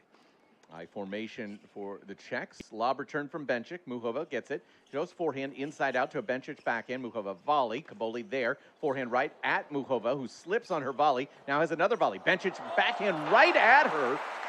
And Muchova can't come up with that one. It's 30-all. Want to make sure that Muchova is fine after that slip. It looks like she's okay. But with her especially, you always are concerned with injuries, considering the sheer amount of them she's had in her career. It was an awkward little semi-stumble there. It looks like she's okay, thankfully. But yes, that was an anxious moment. No doubt about it. So tester here for Muchova in her first service game. 30-all serve is long. Again, trying to go towards that backhand target. Now a second serve, yeah. Cobolli will certainly try to move around and crunch a forehand, I would expect. Second serve good, and that's exactly what he does, but he pushes it wide. Tried to go inside out, up the doubles alley, misses by maybe an inch or so. He has nothing to show for 3 returns in this game. 0 for 3 on returns made. Yes, he'll be ruining that one. He got the shot he wanted, his forehand return, obviously, especially on the second serve. He would feel like he's going to make an impactful shot more often than not. Just barely missed that wide down the line. And a game point for Muchova. Serve out wide, return up the line. Muchova forehand up the line. Bencic backhand to a Muchova forehand up the line. Bencic lob over Mensik. It lands good. Muchova lob herself. Bencic will take it, swinging forehand good. Muchova backhand cross. Cobolli right on top of the net, but can't come up with it. Dumps it into the net. Yeah, a little tension right now for these teams. I think they're stressed because there's a title on the line and a pretty big one. 2-1 early. We stay on serve. But yeah, listen, not only a title on the line, I mean, there's a sizable paycheck as well. Both teams at this stage guaranteed $500,000. But Gil, what do you think is more stressful for these teams? Thinking about their first Grand Slam title or another $500K? I've spoken to a lot of players, or I should say I've asked a lot of players, and 90% of them say that they never think about prize money on court. Now, is that just the answer that they want to give? I actually believe them. I think they get lost in the competition. That said, I think the calculus for an event like this, which obviously is a revamped format, this is the second year of it, the prize money was a major emphasis and a headline because you wanted all the big stars to play, and that's exactly what we've seen, of course, with Cobolli and Bencic being the team that's knocked out the biggest star duo of all this week in Serena Williams and Carlos Alcaraz. Yeah, no doubt. It was great to see them out on that big stage once again, and of course, hearing that Serena and Venus will be playing in women's doubles, getting the wild card earlier today, so that's a very exciting thing, and I know that day is going to be packed, Naka. Whenever they get out on court, that is going to be nuts. They're going to have to put them on, what do you think, Armstrong? It won't be on court 22, that's for sure. And Serena was in fine form, Yeah. I thought. She was very sharp in her mixed double, so I look for Venus and Serena to really make a run. Wouldn't that be a story? It would be unbelievable. Of course, Venus defending some points from last year. Pretty decent run that she had with Leylah Fernandez. Bencic here, 1-2. Serve is good. Muchova gets a backhand, goes right at Cobolli, who throws it back at her. Now it's Bencic getting to a rolling forehand. Muchova picks it up. Cobolli missing a backhand volley into the net. Really good doubles point there. It's love 15. Yes, and they clearly picked on Cobolli's backhand volley. 3 in a row. He fought 2 off in ugly fashion with 2 hands and then missed his one-hander. Could it be the story of the tale of the U.S. Open Mixed Doubles 2026 is the ability to hit a backhand volley? 1-2, love 15. We're in early days here in this mixed doubles final. Serve good, Mensik with a forehand, Cobolli backhand. Now it's Mensik who comes up with another forehand, this time passes him, but again, that target being Cobolli's backhand volley. The return went up the middle, the Cobolli backhand volley. He elected to try and play a 2-handed volley. He made it, but he hit it right back to Mencic's forehand, and Mensik just burned him inside in for the winner on the subsequent shot. So big deficit, and Bencic at love 30, 1-2, serve wide. Muchova forehand is into the net. It feels like maybe, Gil, that maybe they can get Cobolli moving a little bit when he's at the net. Yeah, because when he's hit his best volleys, he's been poaching. He's such an electric athlete. I think he likes hitting those volleys on the move. Doesn't like it as much when he's stationary with the ball coming right at him. That's a great point, Gil. You're 100% right in my opinion. So 15-30, Mencik's going to get a look here. Serve into the net from Bencic. Mensik again. He doesn't really change his return position too much. He just stays right on top of that baseline fairly often on the women's serves. His second is good. Mensik goes backhand cross. It lands on the line. He has a volley now, but he dumps that into the net. Really good dig out from Belinda Bencic, stretched out wide on her backhand side to get it to 30 all. Yeah, it's an interesting decision for Mensik after that second serve return. He's got so much body weight into the return, he's almost obliged to come in to the net as he attacks the second serve return. But when he comes into the net, he gets caught with a low volley. He's missed a few of those this evening. 30 all. On the Bencic serve is good. Muchova forehand. Cobolli puts it right to Mensik, who fights it off. Now it's Bencic with the forehand. Muchova forehand cross. Bencic digs it out. Mensik there with a volley. Now he has another one. Backhand side. Bencic lob. Mensik puts that away into the deuce corner. It's going to be a couple of break chances for Muchova and Mensik. Mensik showing some great dexterity there with the volley, and that, to Gil's point, that could be a difference maker in this final. He had to dig out a couple of tough volleys there, using the one-handed backhand volley to secure the point there. And I think Tony Roach might be getting some calls from people trying to improve their backhand volley. My old coach, certainly in my mind, had the greatest backhand volley of all time. 30-40, serve, good. Mensik with a forehand to a Bencic backhand that she could not keep up with that pace. It goes well wide. Belinda Bencic, broken. First blood goes to Muchova and Mensik. And that goes, Gil, to your point, right? They're the ones who are a little bit fresher. So as a result, they have the hotter start. In fact, having break chances in both of the return games that they had. Yeah, and I want to point out that Cobolli touched the ball about 5 or 6 times at the net in the first, 3 out of the first 4 points. And he didn't make any mistakes, but he also didn't put the volleys away. Mensik serving up the tee. Muchova picks up a short return, puts that into the deuce corner. 15 love. Yeah, he has a thunderbolt of a serve, and it's a clear advantage that their team has that Cobolli can't quite match, even though his serve is not chopped liver by any stretch. Missed return coming here from Bencic off the backhand side is, yeah, this has been, I think, the one thing we all can agree on. This has been his service games. Jakub Mensik, his service games have been near perfect. And that is, yeah, such a luxury to have, no doubt about it. 3-1, 30 love. Still early days, playing to 6 in this particular sense now that we've hit the final. Second serve, Mensik out wide. Cobolli puts it up the line. Volley from Muchova. Bencic right back at her. Right into Muchova to draw that volley error for 30-15.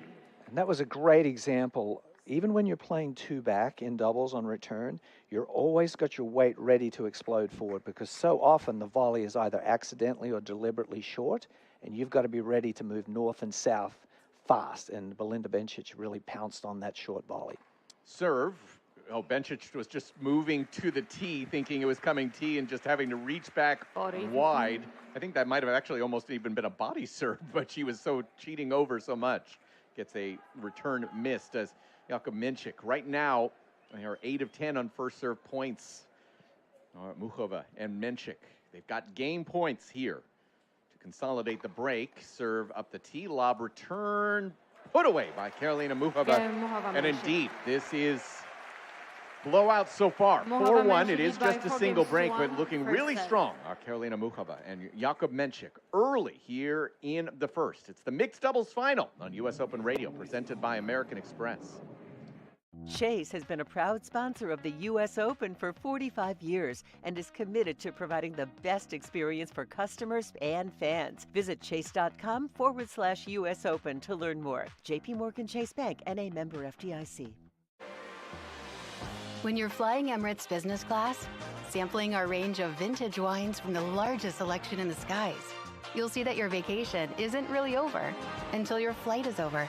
Fly Emirates, fly better. New York has always known how to welcome the world and how to put on a show. New York knows legends and history, rallies and rivalries, and we know spectacular awaits us all. The U.S. Open, spectacular awaits.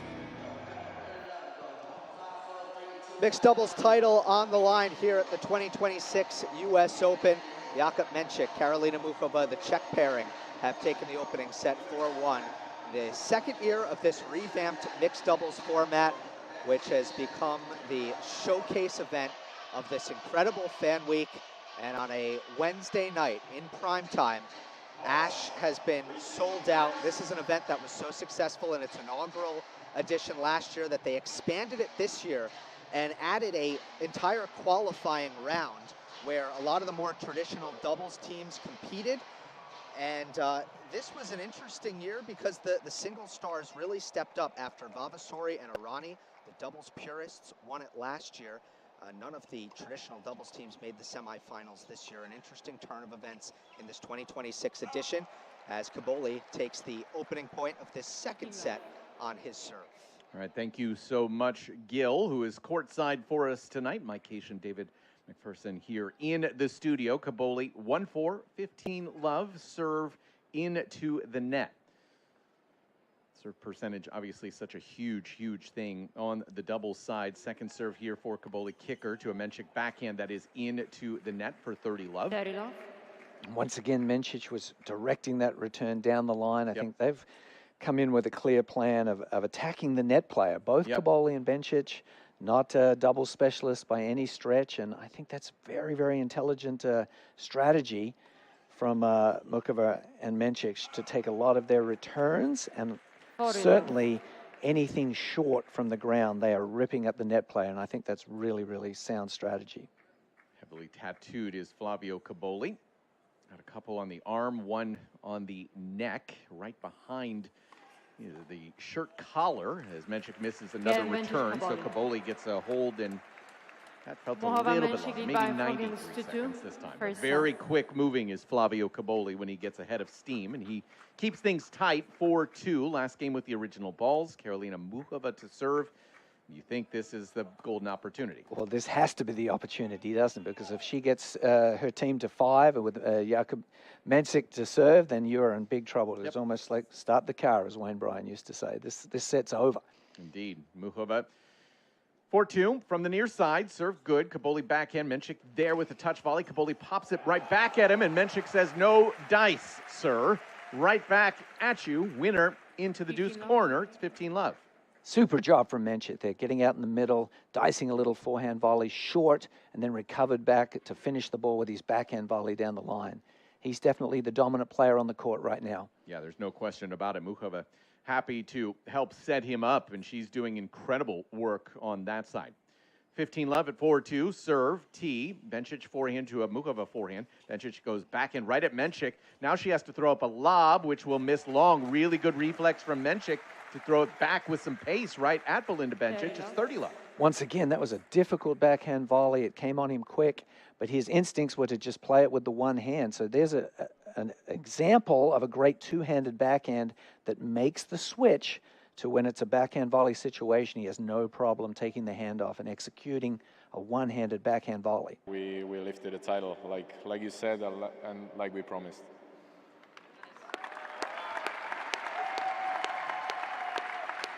Congratulations.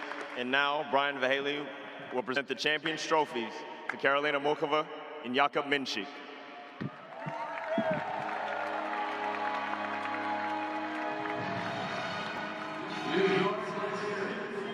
So they have hosted the trophy.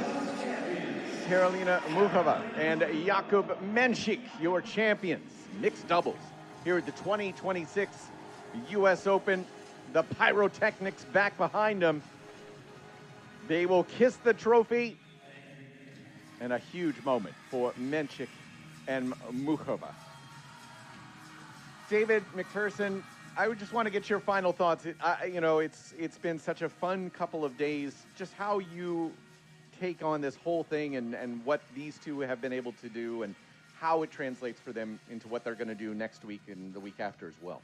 Yes, Mike, I think the event was a resounding success, as we talked about earlier. I think the format's fantastic and a great combination of the game's best singles players against the game's best doubles players. So the format was fantastic. It was the year of the singles players dominating the semi-final action tonight.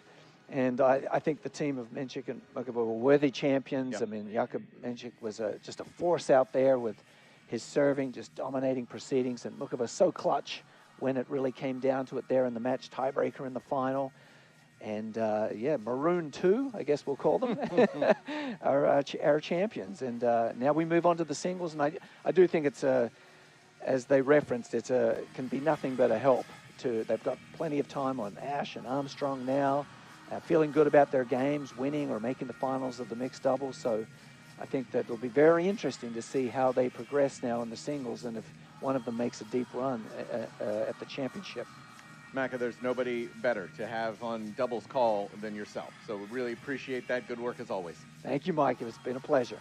That does not conclude, however, Fan Week. Fan Week continues tomorrow. It is, in my opinion, the best day of every Grand Slam. It is final round of qualifying. It's a big, big deal. Starts at 11 o'clock, but U.S. Open Radio will join you at noon. Dave Leno and Zina Garrison will have you on the call with some of the incredible drama of final round qualies, the opportunity to move into next week's main draw of the 2026 U.S. Open. It's the best day. The emotions are so strong. We also do have the chance for some rain tomorrow, so that could cause some issues. Hopefully not, but we've got a great day in store for you here on U.S. Open Radio. Dave Leno, Zina Garrison from 12 to 2:30. Then Brian Clark, yourself, David McPherson, Gil Gross will call things from 2:30 to 5, but make sure you are here with us. For the crew, we've got Mike and Jaime running the board. We've got Braxton, Pat, and Jim in the back as well, and appreciate all of them. For all of them, Mike Cation signing off. You've been listening to U.S. Open Radio, presented by American Express. Fandom takes on a whole new meaning when you're with Amex. Like at the U.S. Open, where you can visit the Amex fan experience to cool off, relax, and find even more ways to have fun at the tournament. Because no one serves up the U.S. Open like Amex. That's membership at its best. Capacity limitations and terms apply. At the U.S. Open, excellence is everything. Savor every moment with Clos de Bois, America's #1 premium Chardonnay and the official wine of the U.S. Open. California Table Wine, copyright 2025, Clos de Bois, Modesto, California, all rights reserved. Total U.S. Mulo, BWS, latest 52 weeks, ending 7/6/25. Chase has been a proud sponsor of the U.S.